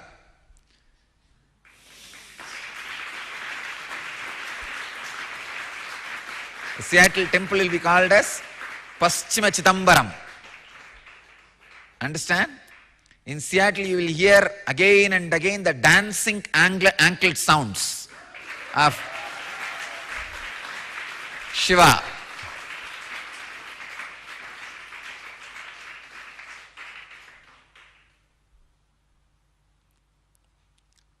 LA will be Arunachala, Paschima Arunachala.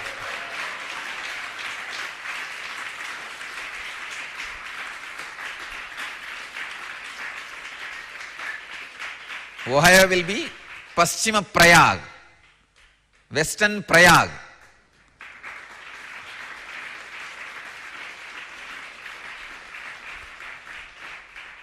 If you take bath in Ohio, the rivers, you will be liberated.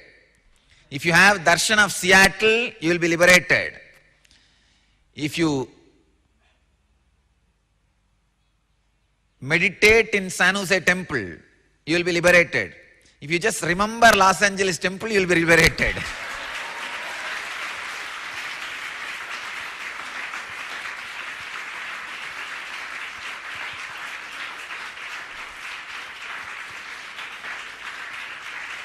So each temple will represent unique energies of India, unique energies of the different energy centers. The phoenix will represent Kanchipuram. It will be Paschima Kanchipuram. Paschima Kanchi. So we will install each temple in a unique way, unique energy. The St. Louis will be Paschima Tirumala. It will represent the Venkateshwara's energy. Tirupati.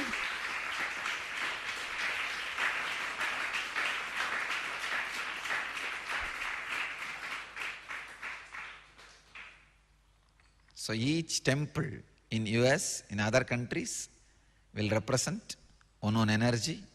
Malaysia will represent Parani.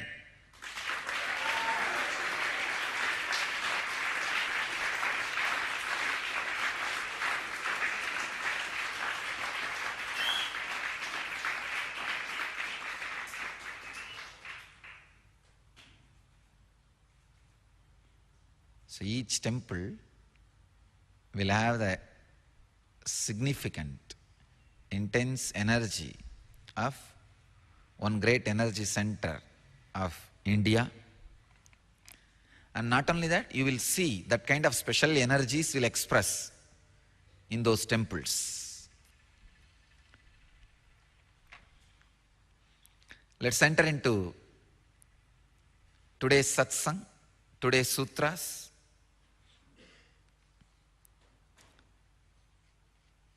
I've already completed on past life regression. So whatever I wanted to share, I thought I'll speak for 3 days on the sutra on the past life. But I think in 2 days, I completed whatever I wanted to say. Now I'll enter into the next sutra. 125th sutra of Patanjali. In the 3rd chapter, 19th verse. The subject, photographing minds. Today Patanjali is explaining a very unique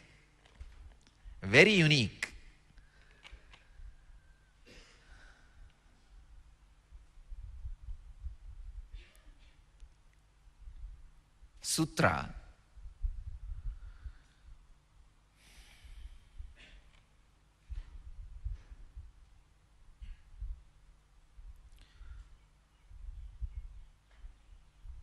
The science of Samudrika Lakshana.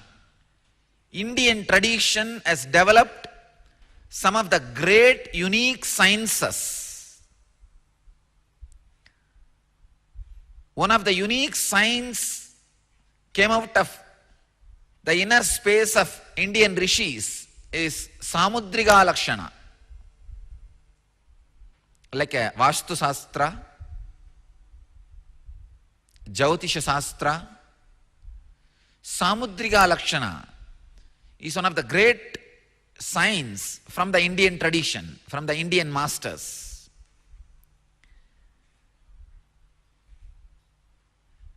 The root of that science is from the sutra.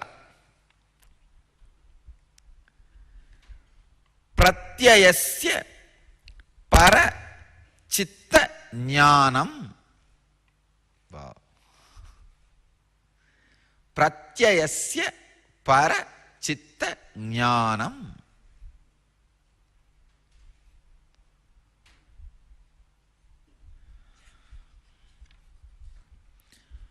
Through the practice of samyama on the science in another's body, knowledge of his mind comes.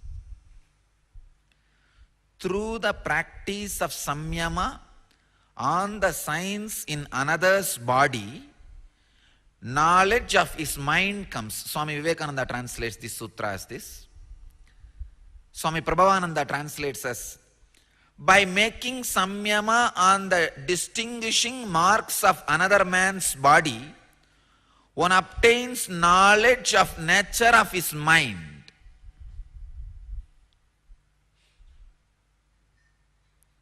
Swami Satchidananda translates as, by samyama on the distinguishing signs of others' bodies, knowledge of their mental image is obtained.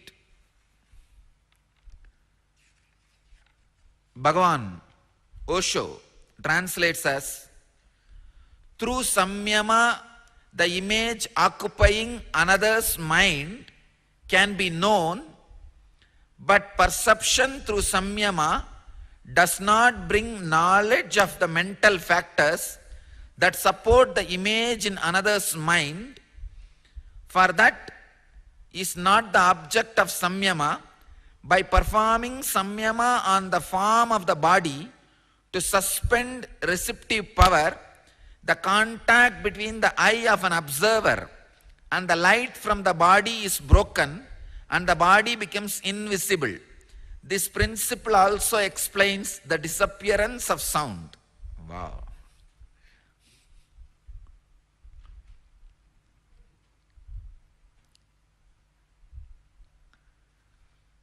Osho translates some of the next sutras also along with this sutra. He connects. That's a uniqueness of our knowledge. If you connect 2-3 sutras together, you can completely give a different meaning, a different explanation, different understanding.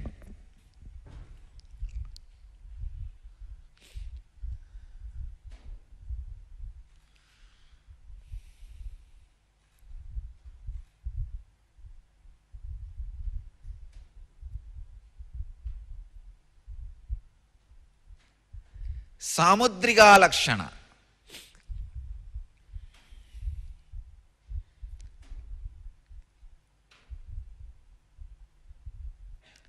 The way Vedic tradition looks at the body and mind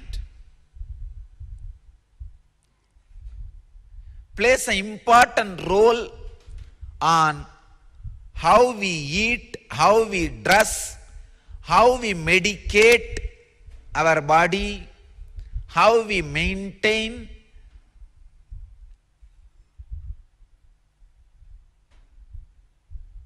how we sleep. Everything is thoroughly influenced by one concept. That concept is your body is the shell of your consciousness, which is consciously defined, designed and developed by your will. Please understand. Your body is the shell of your consciousness, which is consciously, willfully designed, created, developed.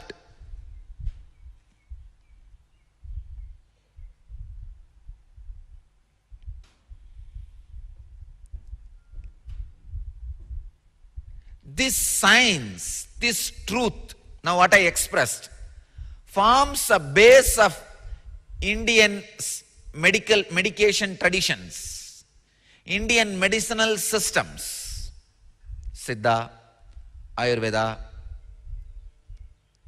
all Indian medicinal systems.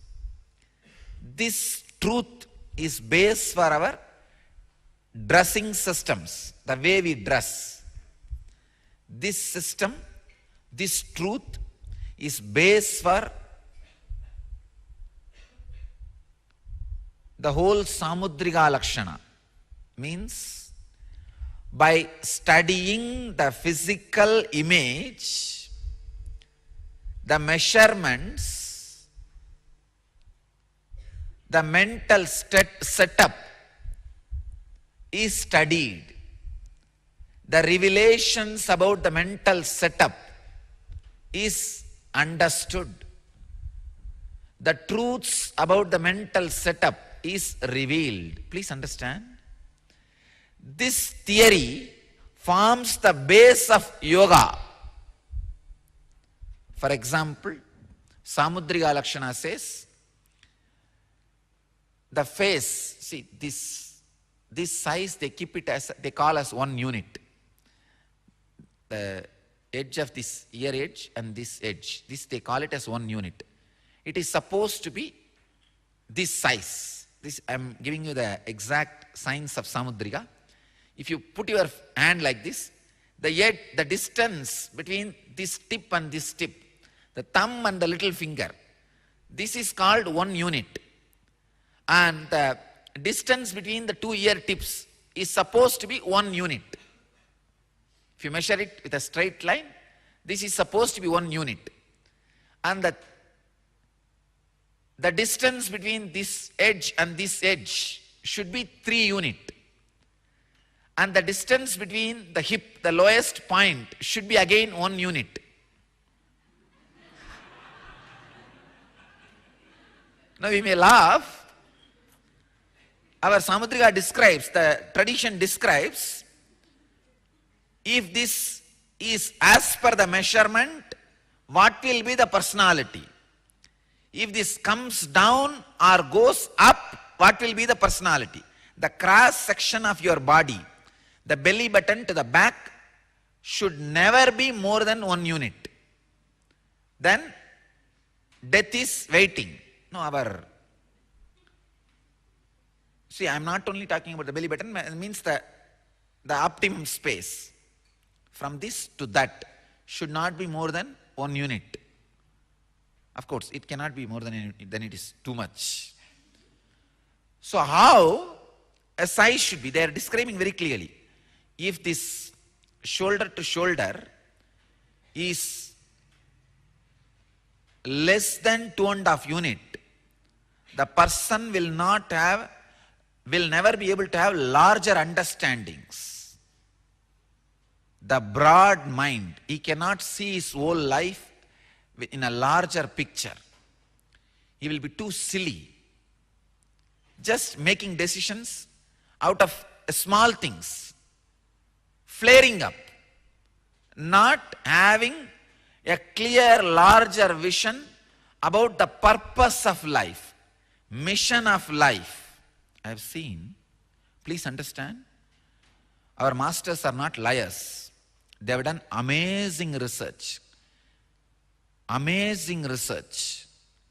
the science of how body is willfully designed, developed and created, expressed by your consciousness, by every thought and action you are creating in your system. When you have certain thoughts continuously, that directly works on your system. When you have certain thoughts continuously but you don't act upon it, that also works on your system. When you have certain thoughts and continuously suppress it, that also works on your system. And another one thing, the way you have the body does not mean you are cursed once for all. No. You can alter. By altering the body's dimension, altering the abilities of the mind is yoga. Please understand. By altering mind, altering the body is Vedanta. By altering the body, altering the mind is yoga.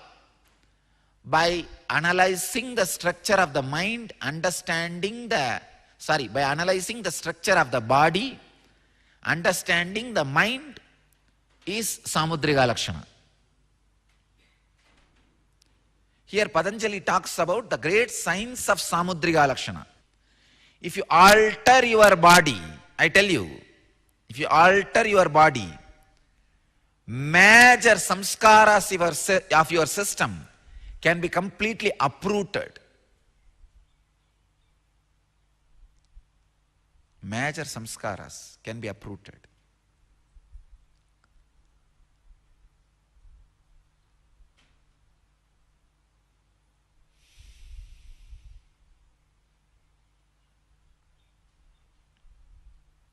Your body is a shell consciously created by your will. With this understanding, constantly work on it. Do not leave blind spots in your body. Blind spots means unattended spots. For the people who have a huge belly, means you are unattended that spot for last few years. When it has started growing, what were you doing? It was after all growing around you. Not that it grew somewhere and they brought it and assembled it on you. No. Blind spot. And after growing, many parts of your own body you can't see.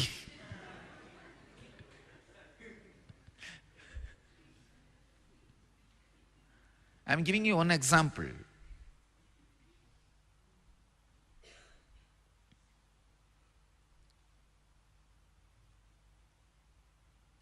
The essence of this sutra is one of the greatest discovery of the Indian tradition body is not just biomechanism, it is a living entity which is created by independent intelligence. Just like how our websites are designed, the color, how it should look, and the photographs, everything how it is designed. Same way, you sit and design skin color, the hair, its size, and the length of the hand. Everything, please understand, everything you sit and design. You have multiple choices in front of you. You sit and design. Every morning, 21 minutes, see, that is that one cycle of you waking up. When you remember you are alive, you are awake about this world, few minutes after that and few minutes before that, I can say 5 minutes after you waking up and 16 minutes before you waking up. That 21 minute plays a major role in every day designing of your body. Every day you design your body, understand? Every day you design your body. It is not that just once in a year on your birthday you design your body. No. Every day it changes. That is why I say, the moment you wake up, jump out of the bed.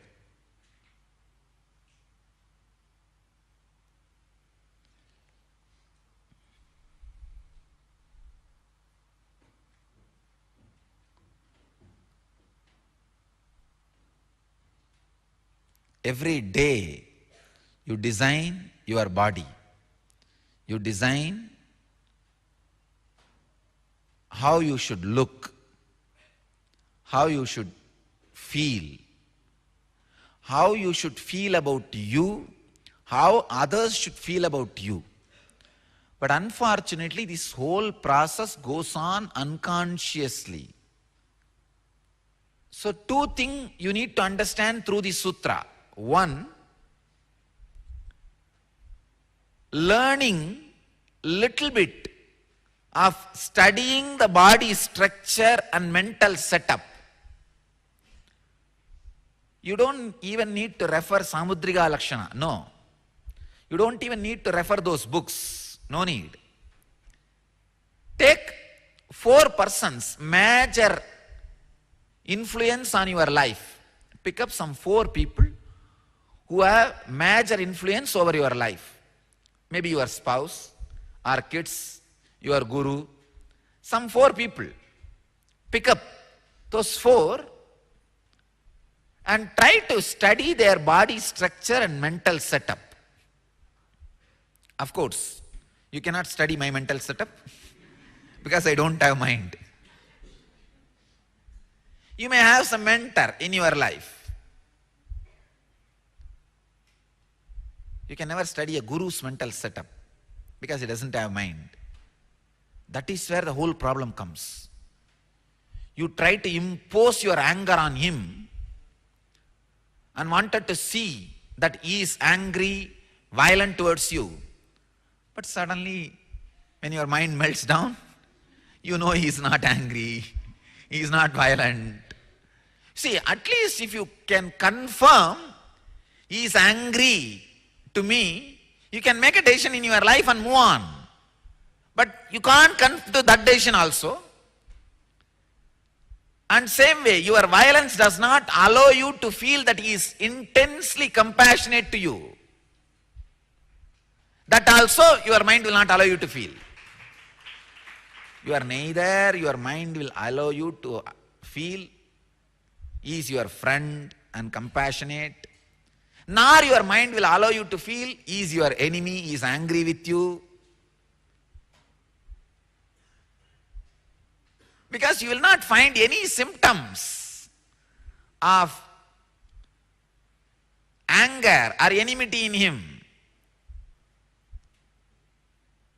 I want to tell you, whether show of my anger or show of my greed, it is just a tool for me. When I heal, how I use the healing stick. A normal man who doesn't understand that I heal, if he sees me with a trishul, when he comes near me and says, I have a chest problem, chest pain, Swamiji, I just pick up a trishul. What will happen? What he will think? Oh God, what is he doing? He's picking up trishul. But only I know, I'm going to heal him. Understand? My anger is trishul for healing, not for killing.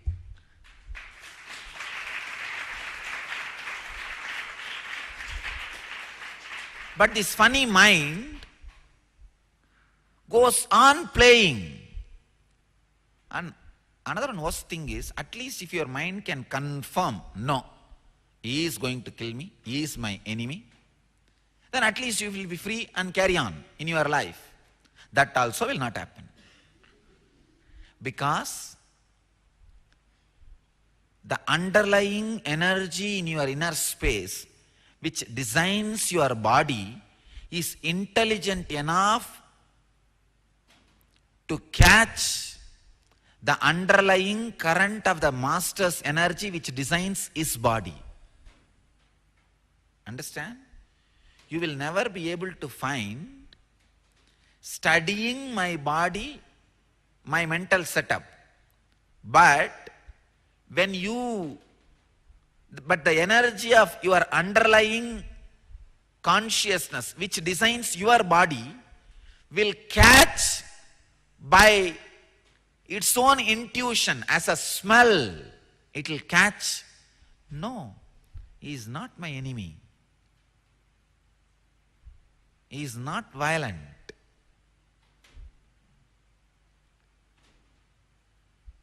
That is why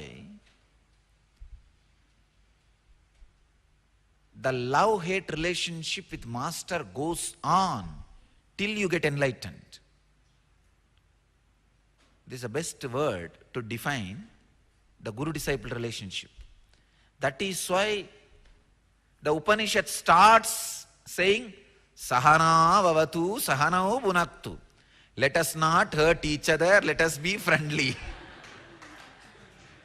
Why should a rishi, an enlightened guru, should sit with the disciple and start, let us not hate each other, let us not hurt each other. See, if a disciple says, let you not hurt me, it is understood logically, because he is supposed to be in the lower rung. But the master starts, let us not hate each other, let us not hurt each other, let us be friendly to each other. Because he knows during the process how you are going to use me sometime as a deity, sometime as effigy. When you are evolving, see, the process of evolution has two angles. One, your negativity getting cleaned, another one, positivity getting increased. When your positivity is getting increased, the friendliness you feel within you about you and others, you will feel, I am a deity. Wow, he is God. When the negativity is getting cleaned, when the acid wash is happening in you, you will feel, oh, he is violent, he is a effigy, he should be burnt. Whether you feel me as a deity or effigy depends on the process you are going through. But in both, you are evolving. That is why I say, even while you feel me as effigy, don't run away or don't try to burn. Wait. Have patience. If you run away, you will miss. If you try to burn, you will try to make thousands miss me. I will not let that happen, don't worry.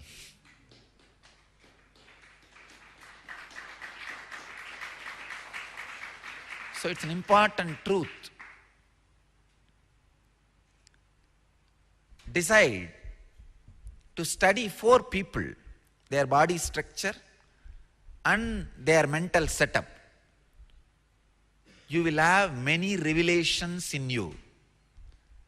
Have this as a base and expand your analysis to some 10 people. Understand? Create some basic laws. And one more thing, the basic laws which you create will not match with the basic laws your next person creates. That is why Patanjali says, you need to do samyama. There is another one science in Siddha tradition called Vasiyoha. Means the Siddha will be sitting in one place, observing the breath, which nostril, what speed, which direction it is going. And when somebody comes to him for any healing or any prediction, just by the way his breathing changes by his presence in his breathing space, he will predict whether he is going to be successful or losing, whether he is going to be healed or not. It's called Vasiyoha.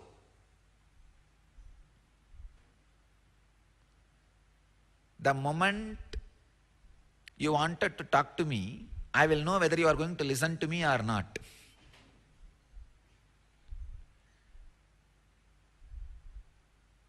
I was being initiated into this Vasiyoha by a great Siddha, Narayana Swami. His name was Narayana Swami. This time when I went and saw the place where he used to sit. In a small Ganesha temple he will sit. A very powerful Siddha. He is the disciple of Paramahamsa Shivananda, who was in Kerala. Not the Shivananda Paramahamsa who was in Rishikesh. Not Rishikesh Shivananda Swami. In Kerala we had a Paramahamsa Shivananda Paramahamsa, a great Paramahamsa. He is the direct disciple of Shivananda Paramahamsa.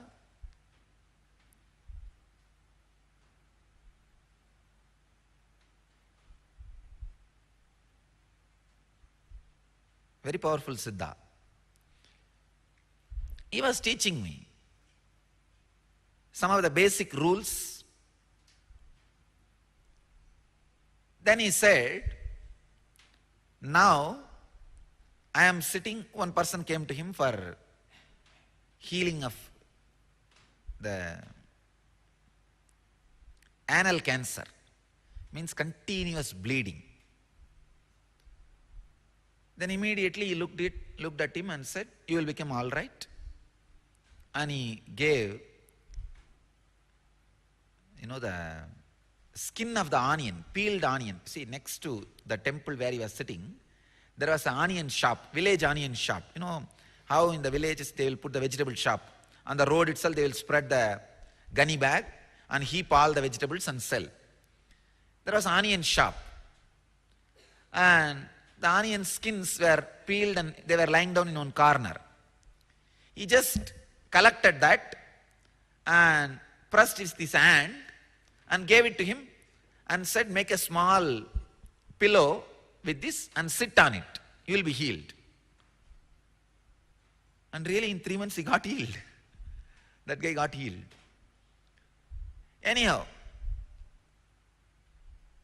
he was teaching me and he had a unique small instrument, tool. He will give me. It's made out of a cotton. And when he sees the patients, I have to sit behind him and study the breathing, how it changes. So that is the way he will teach me. So one day I was studying, especially this patient.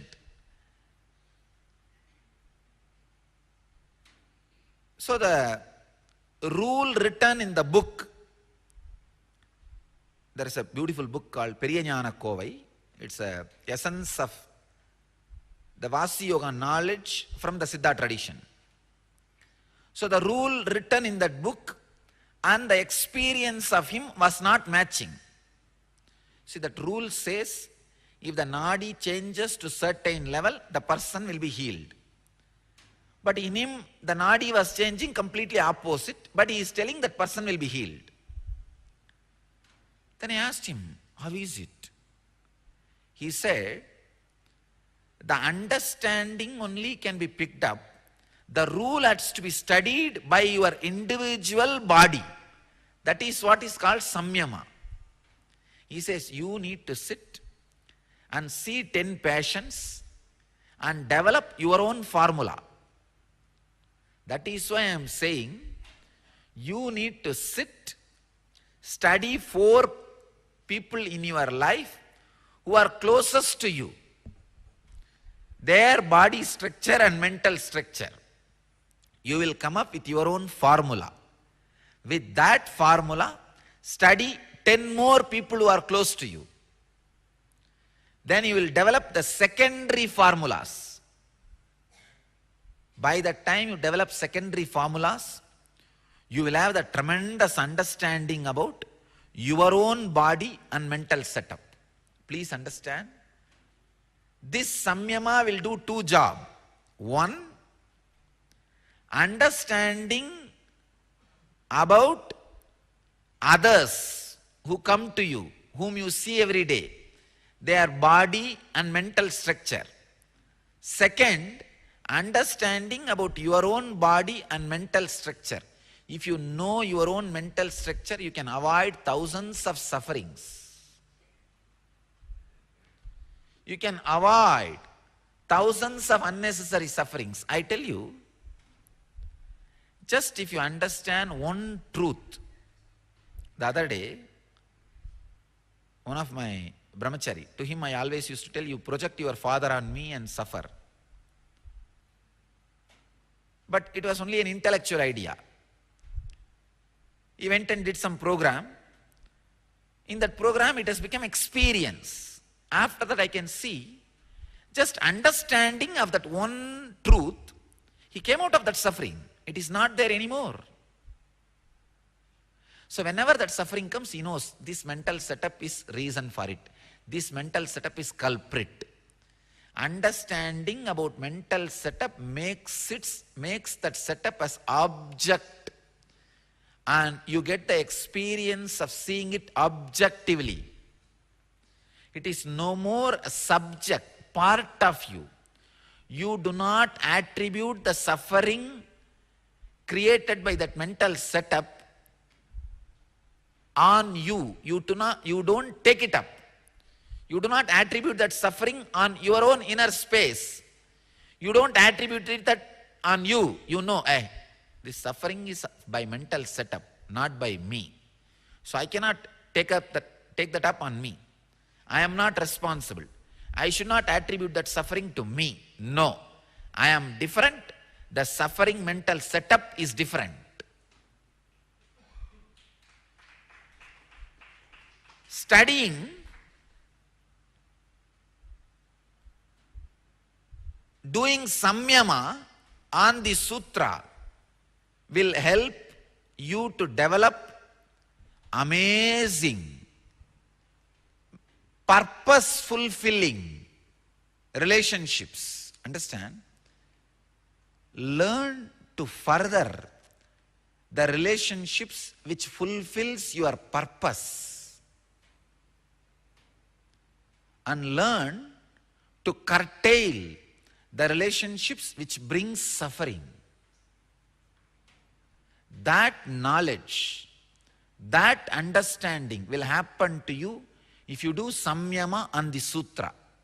How to do samyama on the sutra? I have given you the technique now. Sit. First pick up 4 people who are close to you in your life. Study. Don't show to them. You sit and study their body structure, broad shoulder or no, narrow or medium. Like this, every dimension, every understanding, height, tall or short, medium. With your own understanding, their characters and their body structure. In these four, when you study, you will find the common theme and formula. With that, try to study the secondary 10 more people who are close to you next level. By the time you study this first level, primary and secondary, you will develop your own understanding.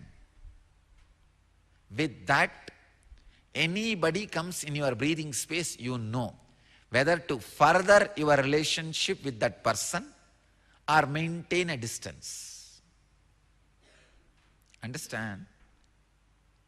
Life is all about furthering the relationships which will fulfill your mission, your purpose, and maintaining a distance from people who will not be helping your mission.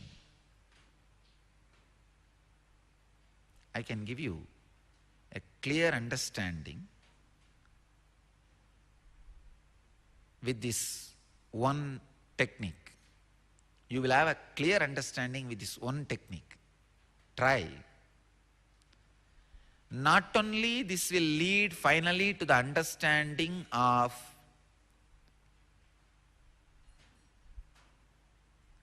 your relationships, it will lead to the understanding of your own body and your own mental structure, which will lead to enlightenment, which will avoid sufferings. See, the form and the energy are very closely related. Just now I remembered, all the places now I connected, our Indian temples and the US temples,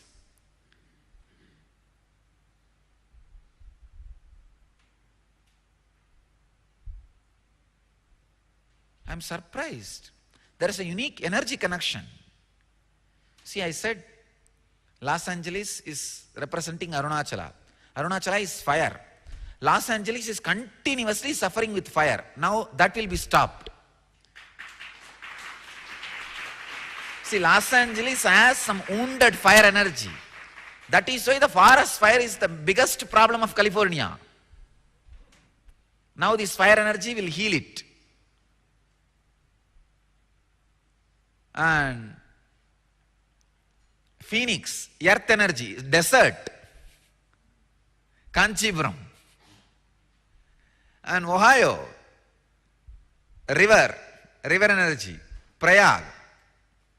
Of course, Seattle, sky. Chidambaram is the sky energy. Seattle is the sky energy. That's why sky is constantly showering. Sky is alive in Seattle. In 5 minutes it will be open, bright, clean. In 5 minutes it will be showering. It's a sky energy. Each temple I can see, oh God, there is some connection. Houston will be air energy, Kalasti.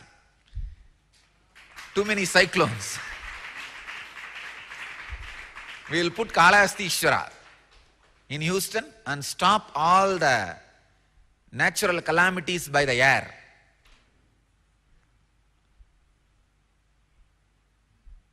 We will connect each temple with each energy.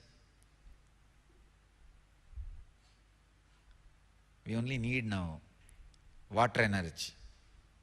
We'll come up with a place where the too much of suffering is happening because of water. And install Jambugeshwara, Jalagandeshwara, and stop that also, heal that. The place where too much of flood is happening, we will see.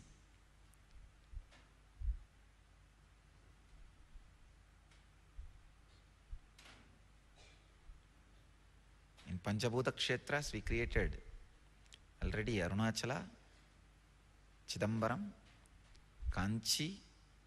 Now Houston will be Kalahasti. And we need to create the Jambuheshwara, Jalandeshwara.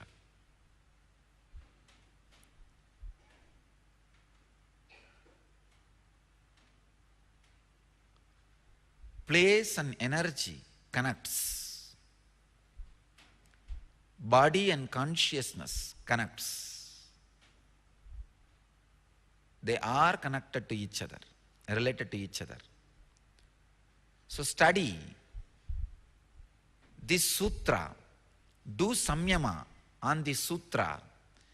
It will help immensely your day-to-day life for developing the relationships and your immense understanding about your own body and mind.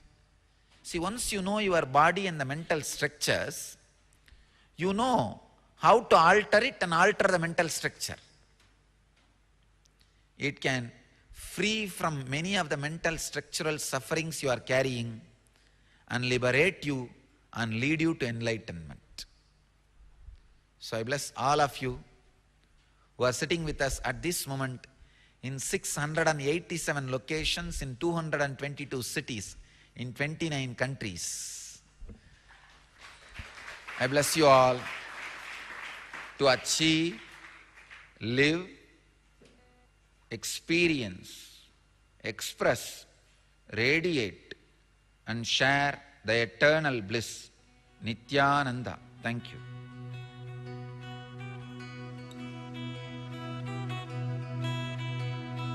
Mahadeva Deva, Mahadeva Deva, Mahadeva Deva.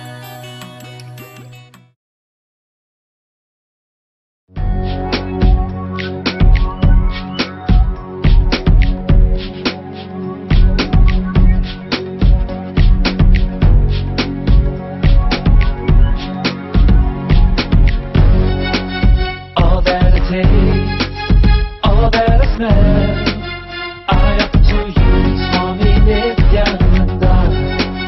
All that I see, all that I hear, I offer to you, Swami Nithyananda. Like this dance, and this song, and this joy, I surrender to you. All that I feel, all that I am, I offer to you, Swami Nithyananda. Uragaram, Karunavataram, Samsara Saram, Bhujagendaharam, Sada Vasantam, Hridayarvinde, Bhavam Bhavani, Sahitam Namami.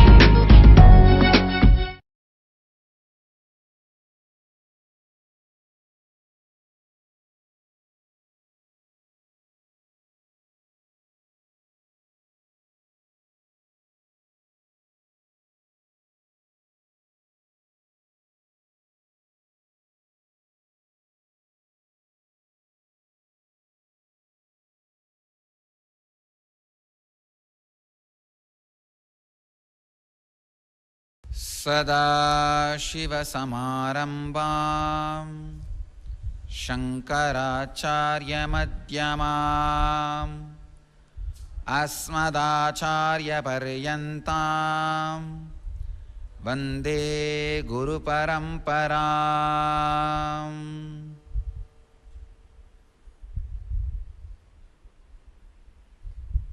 I welcome you all with my love and respects. Today, auspicious day of the beginning of the Chittirai Brahmotsavam.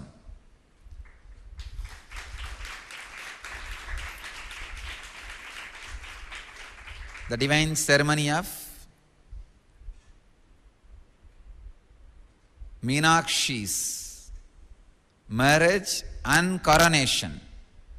Meenakshi goes for Digvijaya, wins, destroys all the negative enemies and gets coronated and conquers the world destroys all the negativity and gets coronated and marries Sundareshwara, Chokkanada, Mahadeva. Kalyaanaikku karumbooti karunaaraikku upadesittu karukkuruvikku ஞானம் தந்து பிட்டுக்கு வன்சுமந்து விறகு விற்று தருமிக்கு பொற்கிழி தந்து பாணனை வாதில் வென்று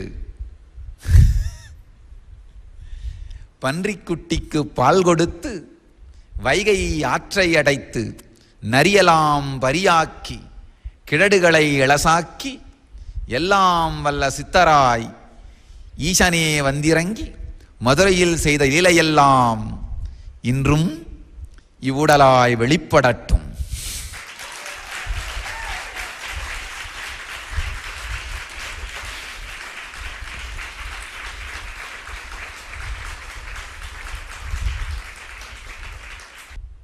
Let's enter into today's sutras. I am continuing on yesterday's sutra, out of body experience. Bandha karana saitilyat prachara samvedanacha chittasya para sarira aveshaha.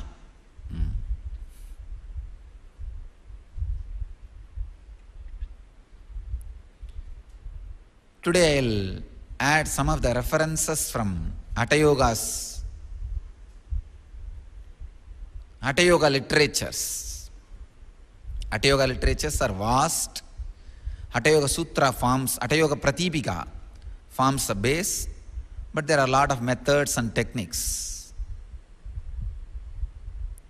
talking on the different process to unclutch from the body. One of the unique contribution of Hatha Yoga to the humanities, they infuse right ideas into your system about your body. When the right ideas are infused, handling all your diseases, creating health, maintaining the health, and awakening extraordinary powers of your body becomes very easy. Please understand, having right idea really means a lot. Just few days before, Sam wrote an abusive email to us saying, "You are a Swami, an enlightened person. Why are you talking about wealth? You are not supposed to conduct programs on wealth." We have a research study I wanted to present to you, maybe on the N-Wealth program. In the N-Wealth program, I will present in a very detailed way. The research and study done in US, your religion and wealth is very closely associated. So many studies. But finally, they end with a question mark. Still, we are not able to demystify exact reasons and ideas why this community continuously creates and maintains wealth. I thought that is where I am coming. I will demystify in this N-Wealth program.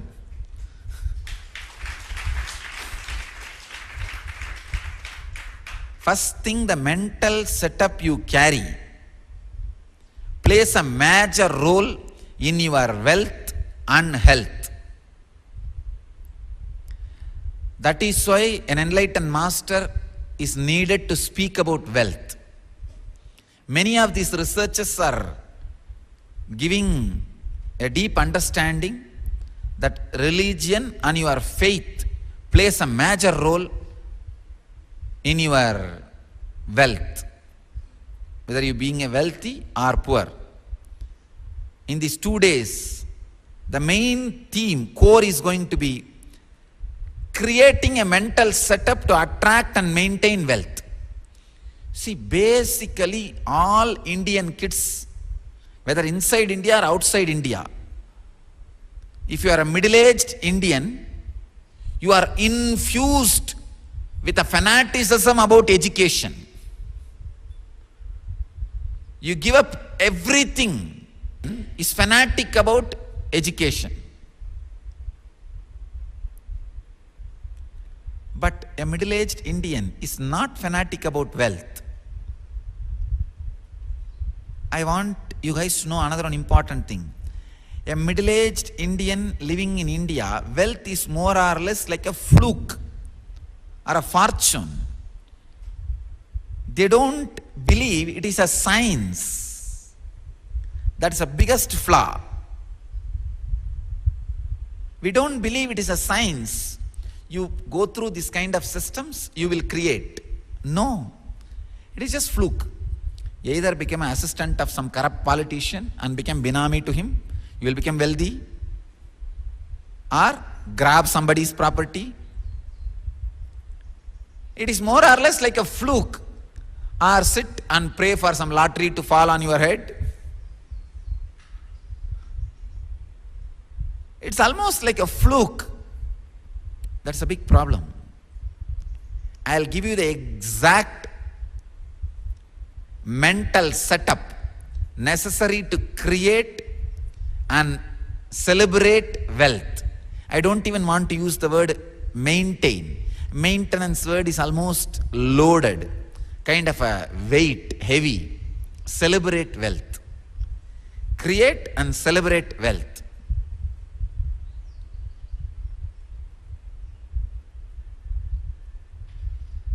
Anyhow, let us understand the mental setup for wealth in an N-Wealth program. Now let me come to the N-Health. You need to know your body is a mechanism which you can make it alive. You can increase the speed, reduce the speed, even switch it off, but keep your body alive. You have the freedom to increase the speed, decrease the speed, maintain the speed, or switch it off, means switch off the vehicle, but body will be alive. You have the tremendous freedom.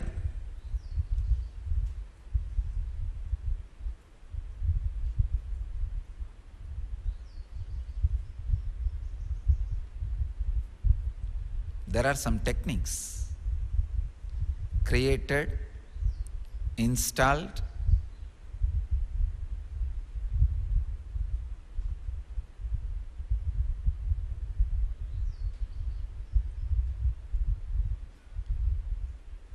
when I use the word installed, kind of a belief system or understanding need to be installed in your system before these techniques work on you. See, yesterday I was talking about how to completely unclutch from your nervous system and use it. When Raghupati Yogi taught this to me, just like that it brought results in me. But when I am teaching you, it takes time, days. Why? The problem is the basic ideas about the body and mind is installed into me by Raghupati Yogi. It's almost like giving a satellite connection, set-top box and everything. After that, opening certain channels and closing certain channels is an easy job. So Hatha Yoga is able to do the job of installing right understanding about your body in you.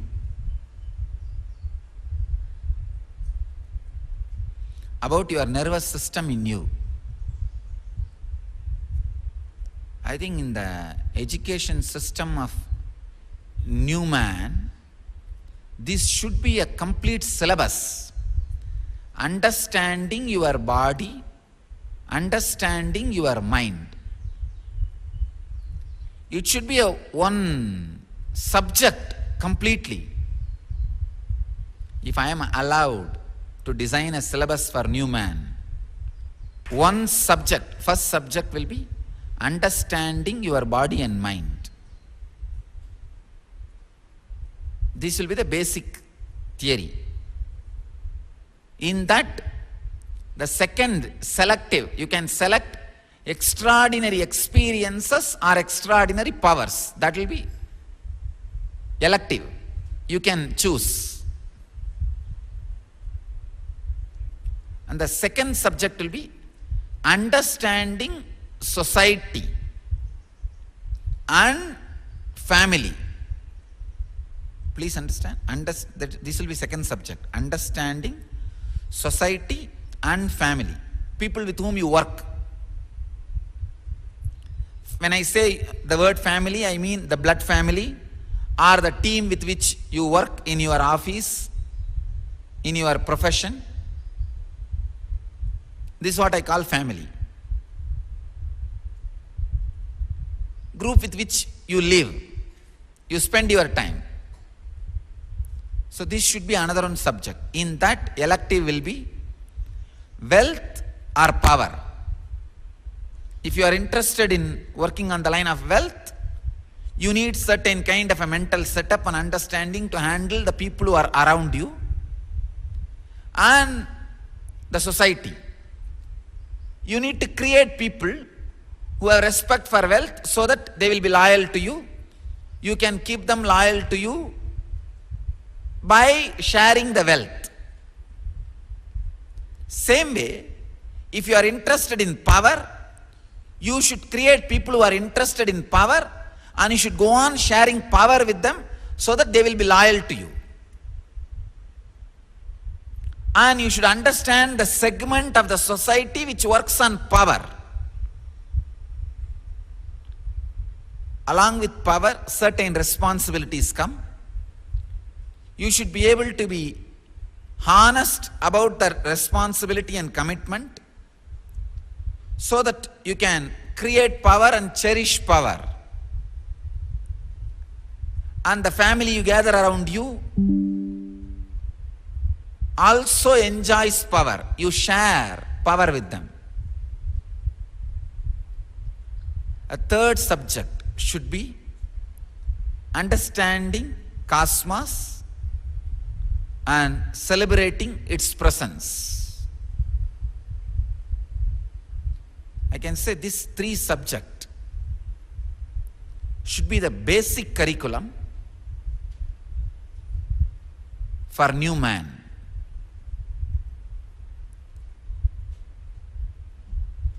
Fortunately, the right ideas have been put inside me.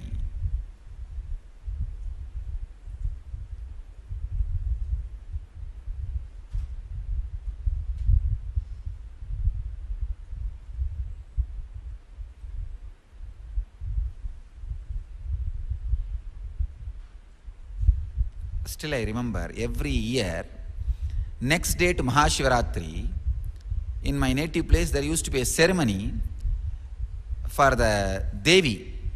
They call it Angalamman, incarnation of Devi, Annapurani.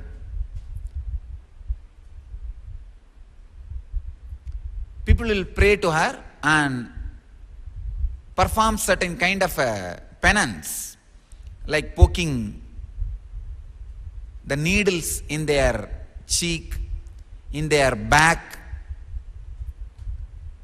I used to wonder how they don't have any pain. I asked Raghupati Yogi. He taught me very beautifully the whole science. He was explaining which points of your body will have sensitive pain experiences? Which points of your body does not have pains? Understand? You never remember your back whole day. Only rarely you remember your back. You always remember your face. So the back becomes insensitive to all your pains. It is there.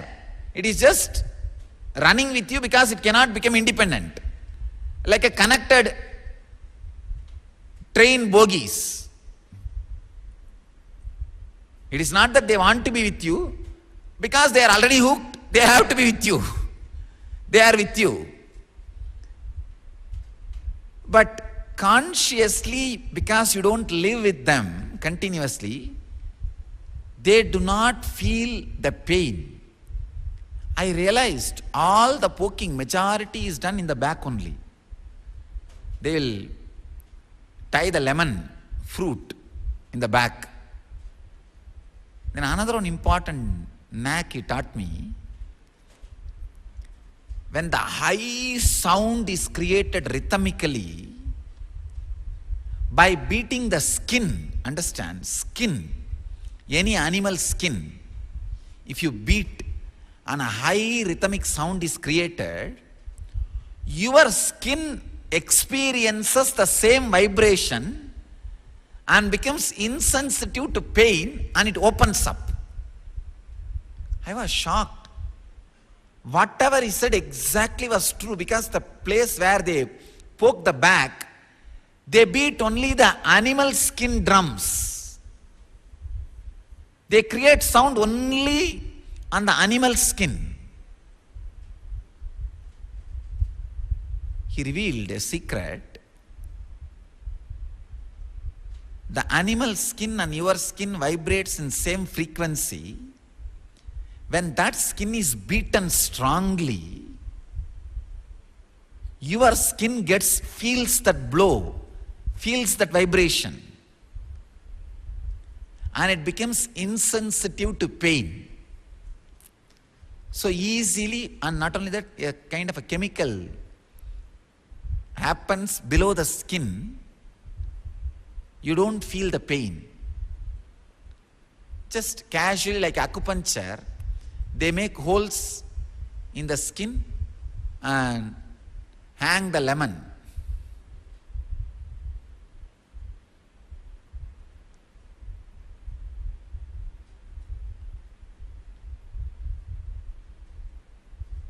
And one more important thing, when you are doing this kind of penance for some purpose, your whole system gets centered to that purpose. Not only you don't experience pain and suffering, you achieve that purpose for which you are doing the penance. Because your Kundalini gets awakened for the self-protection, to protect yourself from the pain, but because your mind is centered on that one subject, the whole Kundalini rushes towards that subject, that purpose. For example, if you are doing this penance for you to get well from a disease, your whole Kundalini rushes towards healing the disease and you get healed. If you are doing it for the sake of wealth, your whole Kundalini rushes towards that idea of wealth and you get wealth.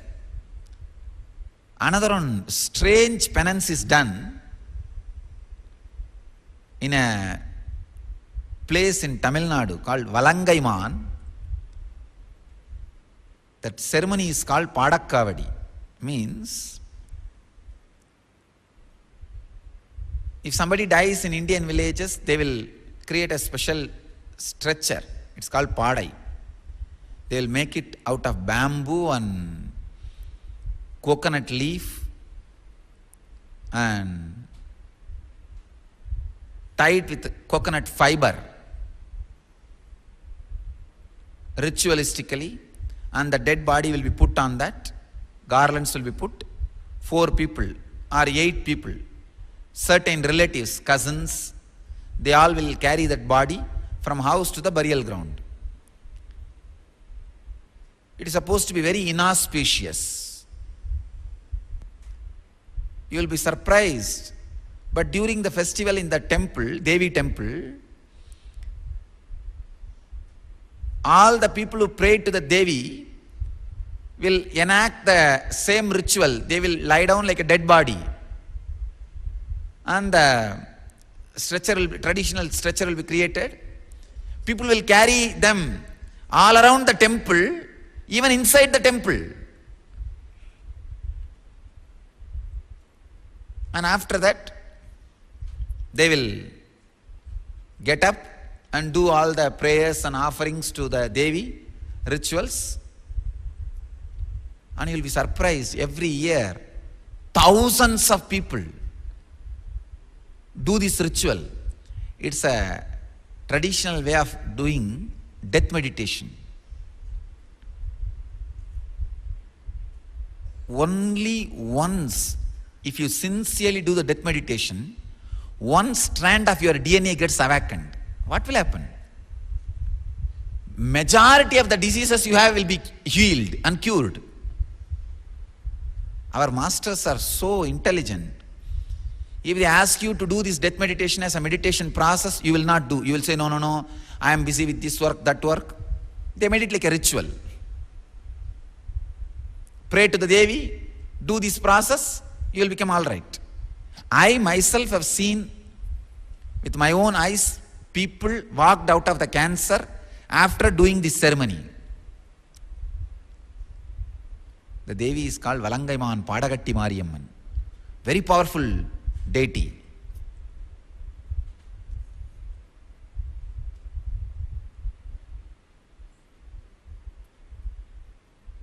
If you unclutch from your body once completely and connect again, it is almost like a rebooting. Many things which did not open will open up. In computer, if it is stuck or hung, how you do? Just switch off and reboot. The same thing. If you unclutch and connect with the body again, the whole nervous system, suddenly in that half an hour, so many diseases which you had will disappear, will be cured, healed. This is the basic science on which this sutra is functioning. That's the same science in Valangaman they use. Even I suggest to many people who come to me with cancer, I tell them, do this Padagatti ritual. You will come out. And I have seen people getting healed, coming out. But the big problem is the so-called cultured people are afraid. They think, it is such a cheap ritual. It is not cheap. It is a high intelligent penance.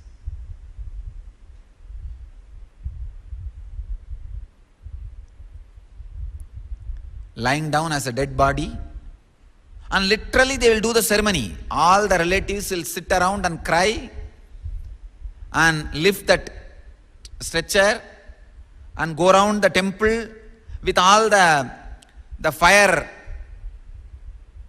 pot and the traditional village death drums.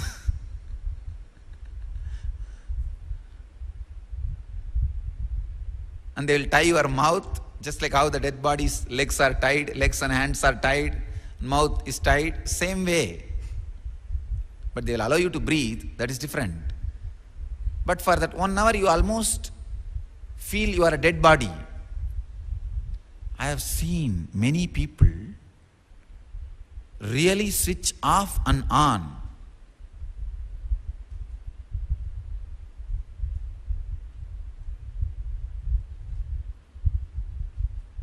Experience outer body experience and recover from many diseases, become healthy. This inner awakening I am going to prove. Just only one process of death meditation. One process of death meditation. One strand of DNA will be awakened in them. Just one process.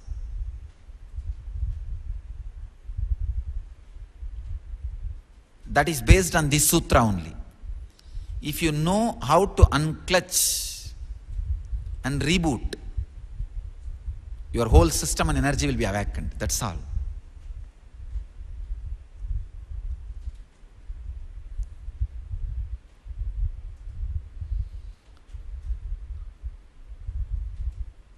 I wanted to give you a technique based on Hatha Yoga Sutras, but you have to be very careful while you perform this technique. Take the needle, the edge of your finger, where the skin is very thick. Please understand, it's a very sensitive technique. I'll at least put it in record. Maybe I'm warning you, don't do it without my direct attention. See, edge of your fingers, the skin will be thick. Poke the needle in that skin without bleeding. Very slowly, not inside the nail. Please understand, not inside the nail, not between nail and the skin.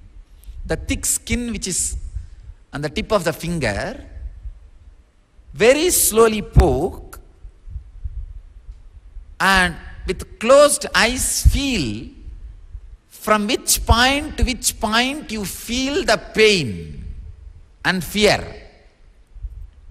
Please understand, there will be two experiences. One, pain because of poking. Fear, you may have bleeding or other problems. Please understand, I am putting it on record. I want you to know, don't practice unless there is a direct supervision by me. I don't want you guys to go and poke your hands and legs here and there and come up with some bleeding and lawsuits. Relax. No. I am putting it on the record so that the technology is preserved. When you poke on each fingertip, certain part of your body will feel pain and the fear. For example, when you poke on the index finger, you will have pain and fear in the shoulder region. When you poke on the middle finger, you will have the fear and pain in the stomach region. Each finger will create pain and fear in different parts of your body. Do samyama on that, where it is creating fear, where it is creating pain. And with each finger poking, you will have a strange emotions. That is why this massage therapy works so much. Because each part of the body, if you relax, that emotion, that engram will be relaxed. This is the science of acupuncture also. You needed to study this with deep samyama and awareness.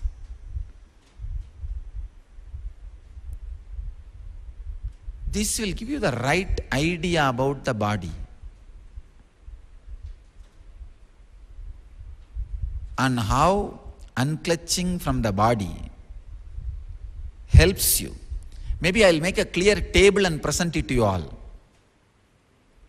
With each finger and the emotion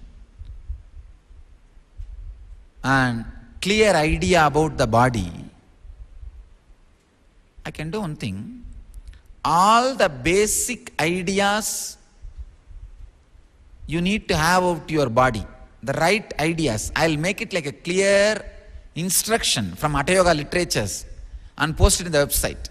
There are some 50 ideas. What is skin? What is blood?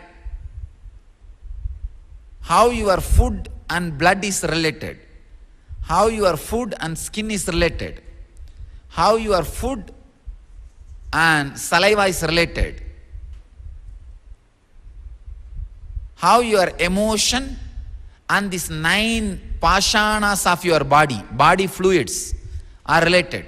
Because each emotion will secrete one body fluid. I'll make this as a list and post it to you all so that you can understand this mental setup helps you to unclutch and reboot. Let me complete the technique. While you poke, just do samyama on the spot where you feel the pain and the fear, and unclutch from that emotions. You will unclutch from that nerve.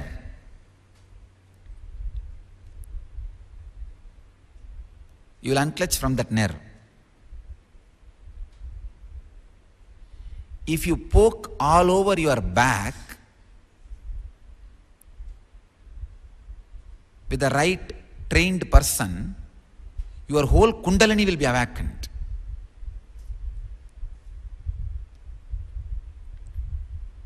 I can tell you, if somebody with the ideas of enlightenment, for the sake of enlightenment, does the ritual of that poking lemon fruits, means they will actually poke with a needle, and in that needle there will be thread and lemon fruit.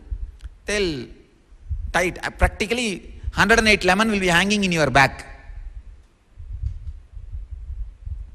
108 times they will poke. If somebody does this ritual for health, they will have health. If they do it for enlightenment, I can promise your kundalini will be reaching towards enlightenment. Because it awakens a very powerful experience in you.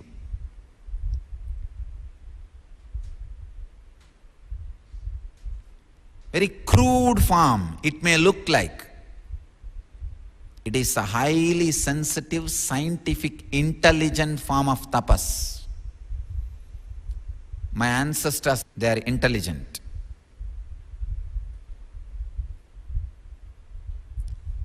Every year, even now, I can say at least 25,000 people in Tiruvannamalai alone go through this ceremony. Every Shivaratri. Next day to Shivaratri, they will do this ritual. 25,000 people go through this ritual. But they all go through for health, for wealth, for different reasons. But they get it. Understand, they get it. That is why next year again, another 25,000 people go through. They get it. Maybe I'll bring those people who do that ritual and train some of these guys to go through that for enlightenment. Once I went through, not 108 lemon, but 21 veil, which the weapon of Subramanya, Muruga, Raghupati Yogi did it for me. He did it on my Kurma Nadi and all other different nadis. Just 25, I think. He did it to awaken certain nadis, to make me free from normal pain and to teach unclutching to me.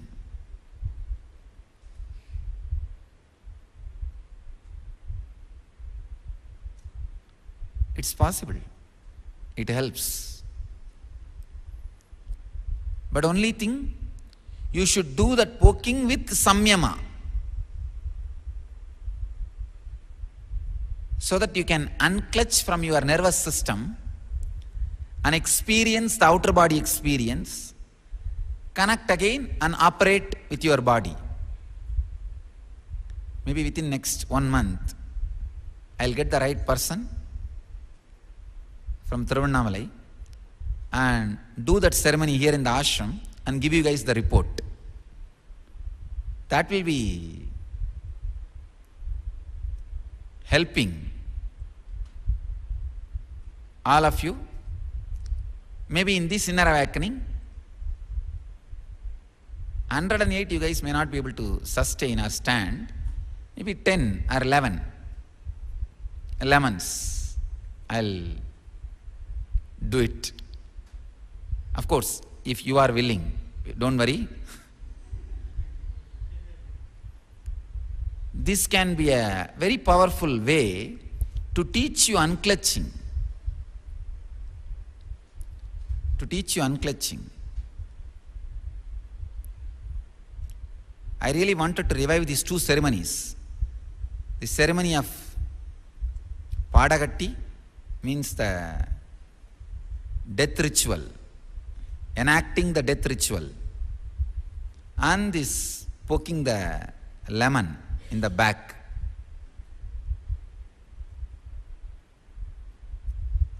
These two will teach you guys the science of the sutra, make you experience the sutra, how the unclutching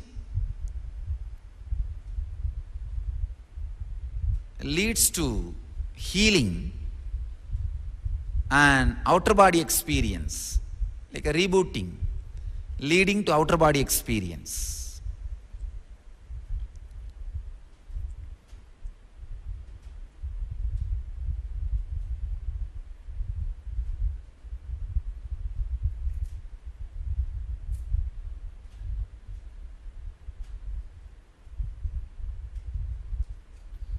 So the essence of the technique I want to share with you is, poke the thick part of your fingertip with a small needle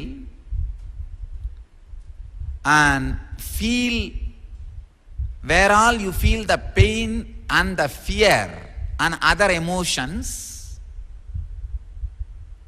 like anxiety or any other emotions. Do samyama on that emotions and feelings and unclutch from that emotions and feelings on that area. You will be unclutching from many nervous system. You will just learn the technique of how to unclutch from those nervous systems. This is the method to experience outer body experience as well as learning to unclutch from certain nervous systems and loosening your attachment to the nervous systems.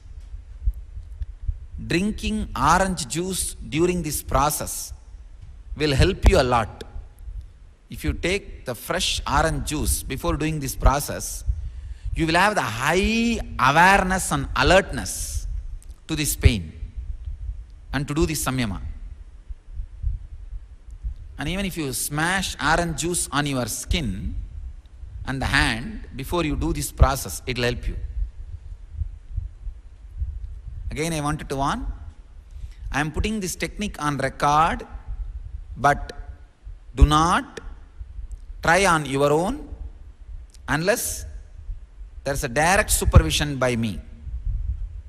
If you are trying it on your own, it's your risk. You are taking the risk on your own. Just wanted to put it on record.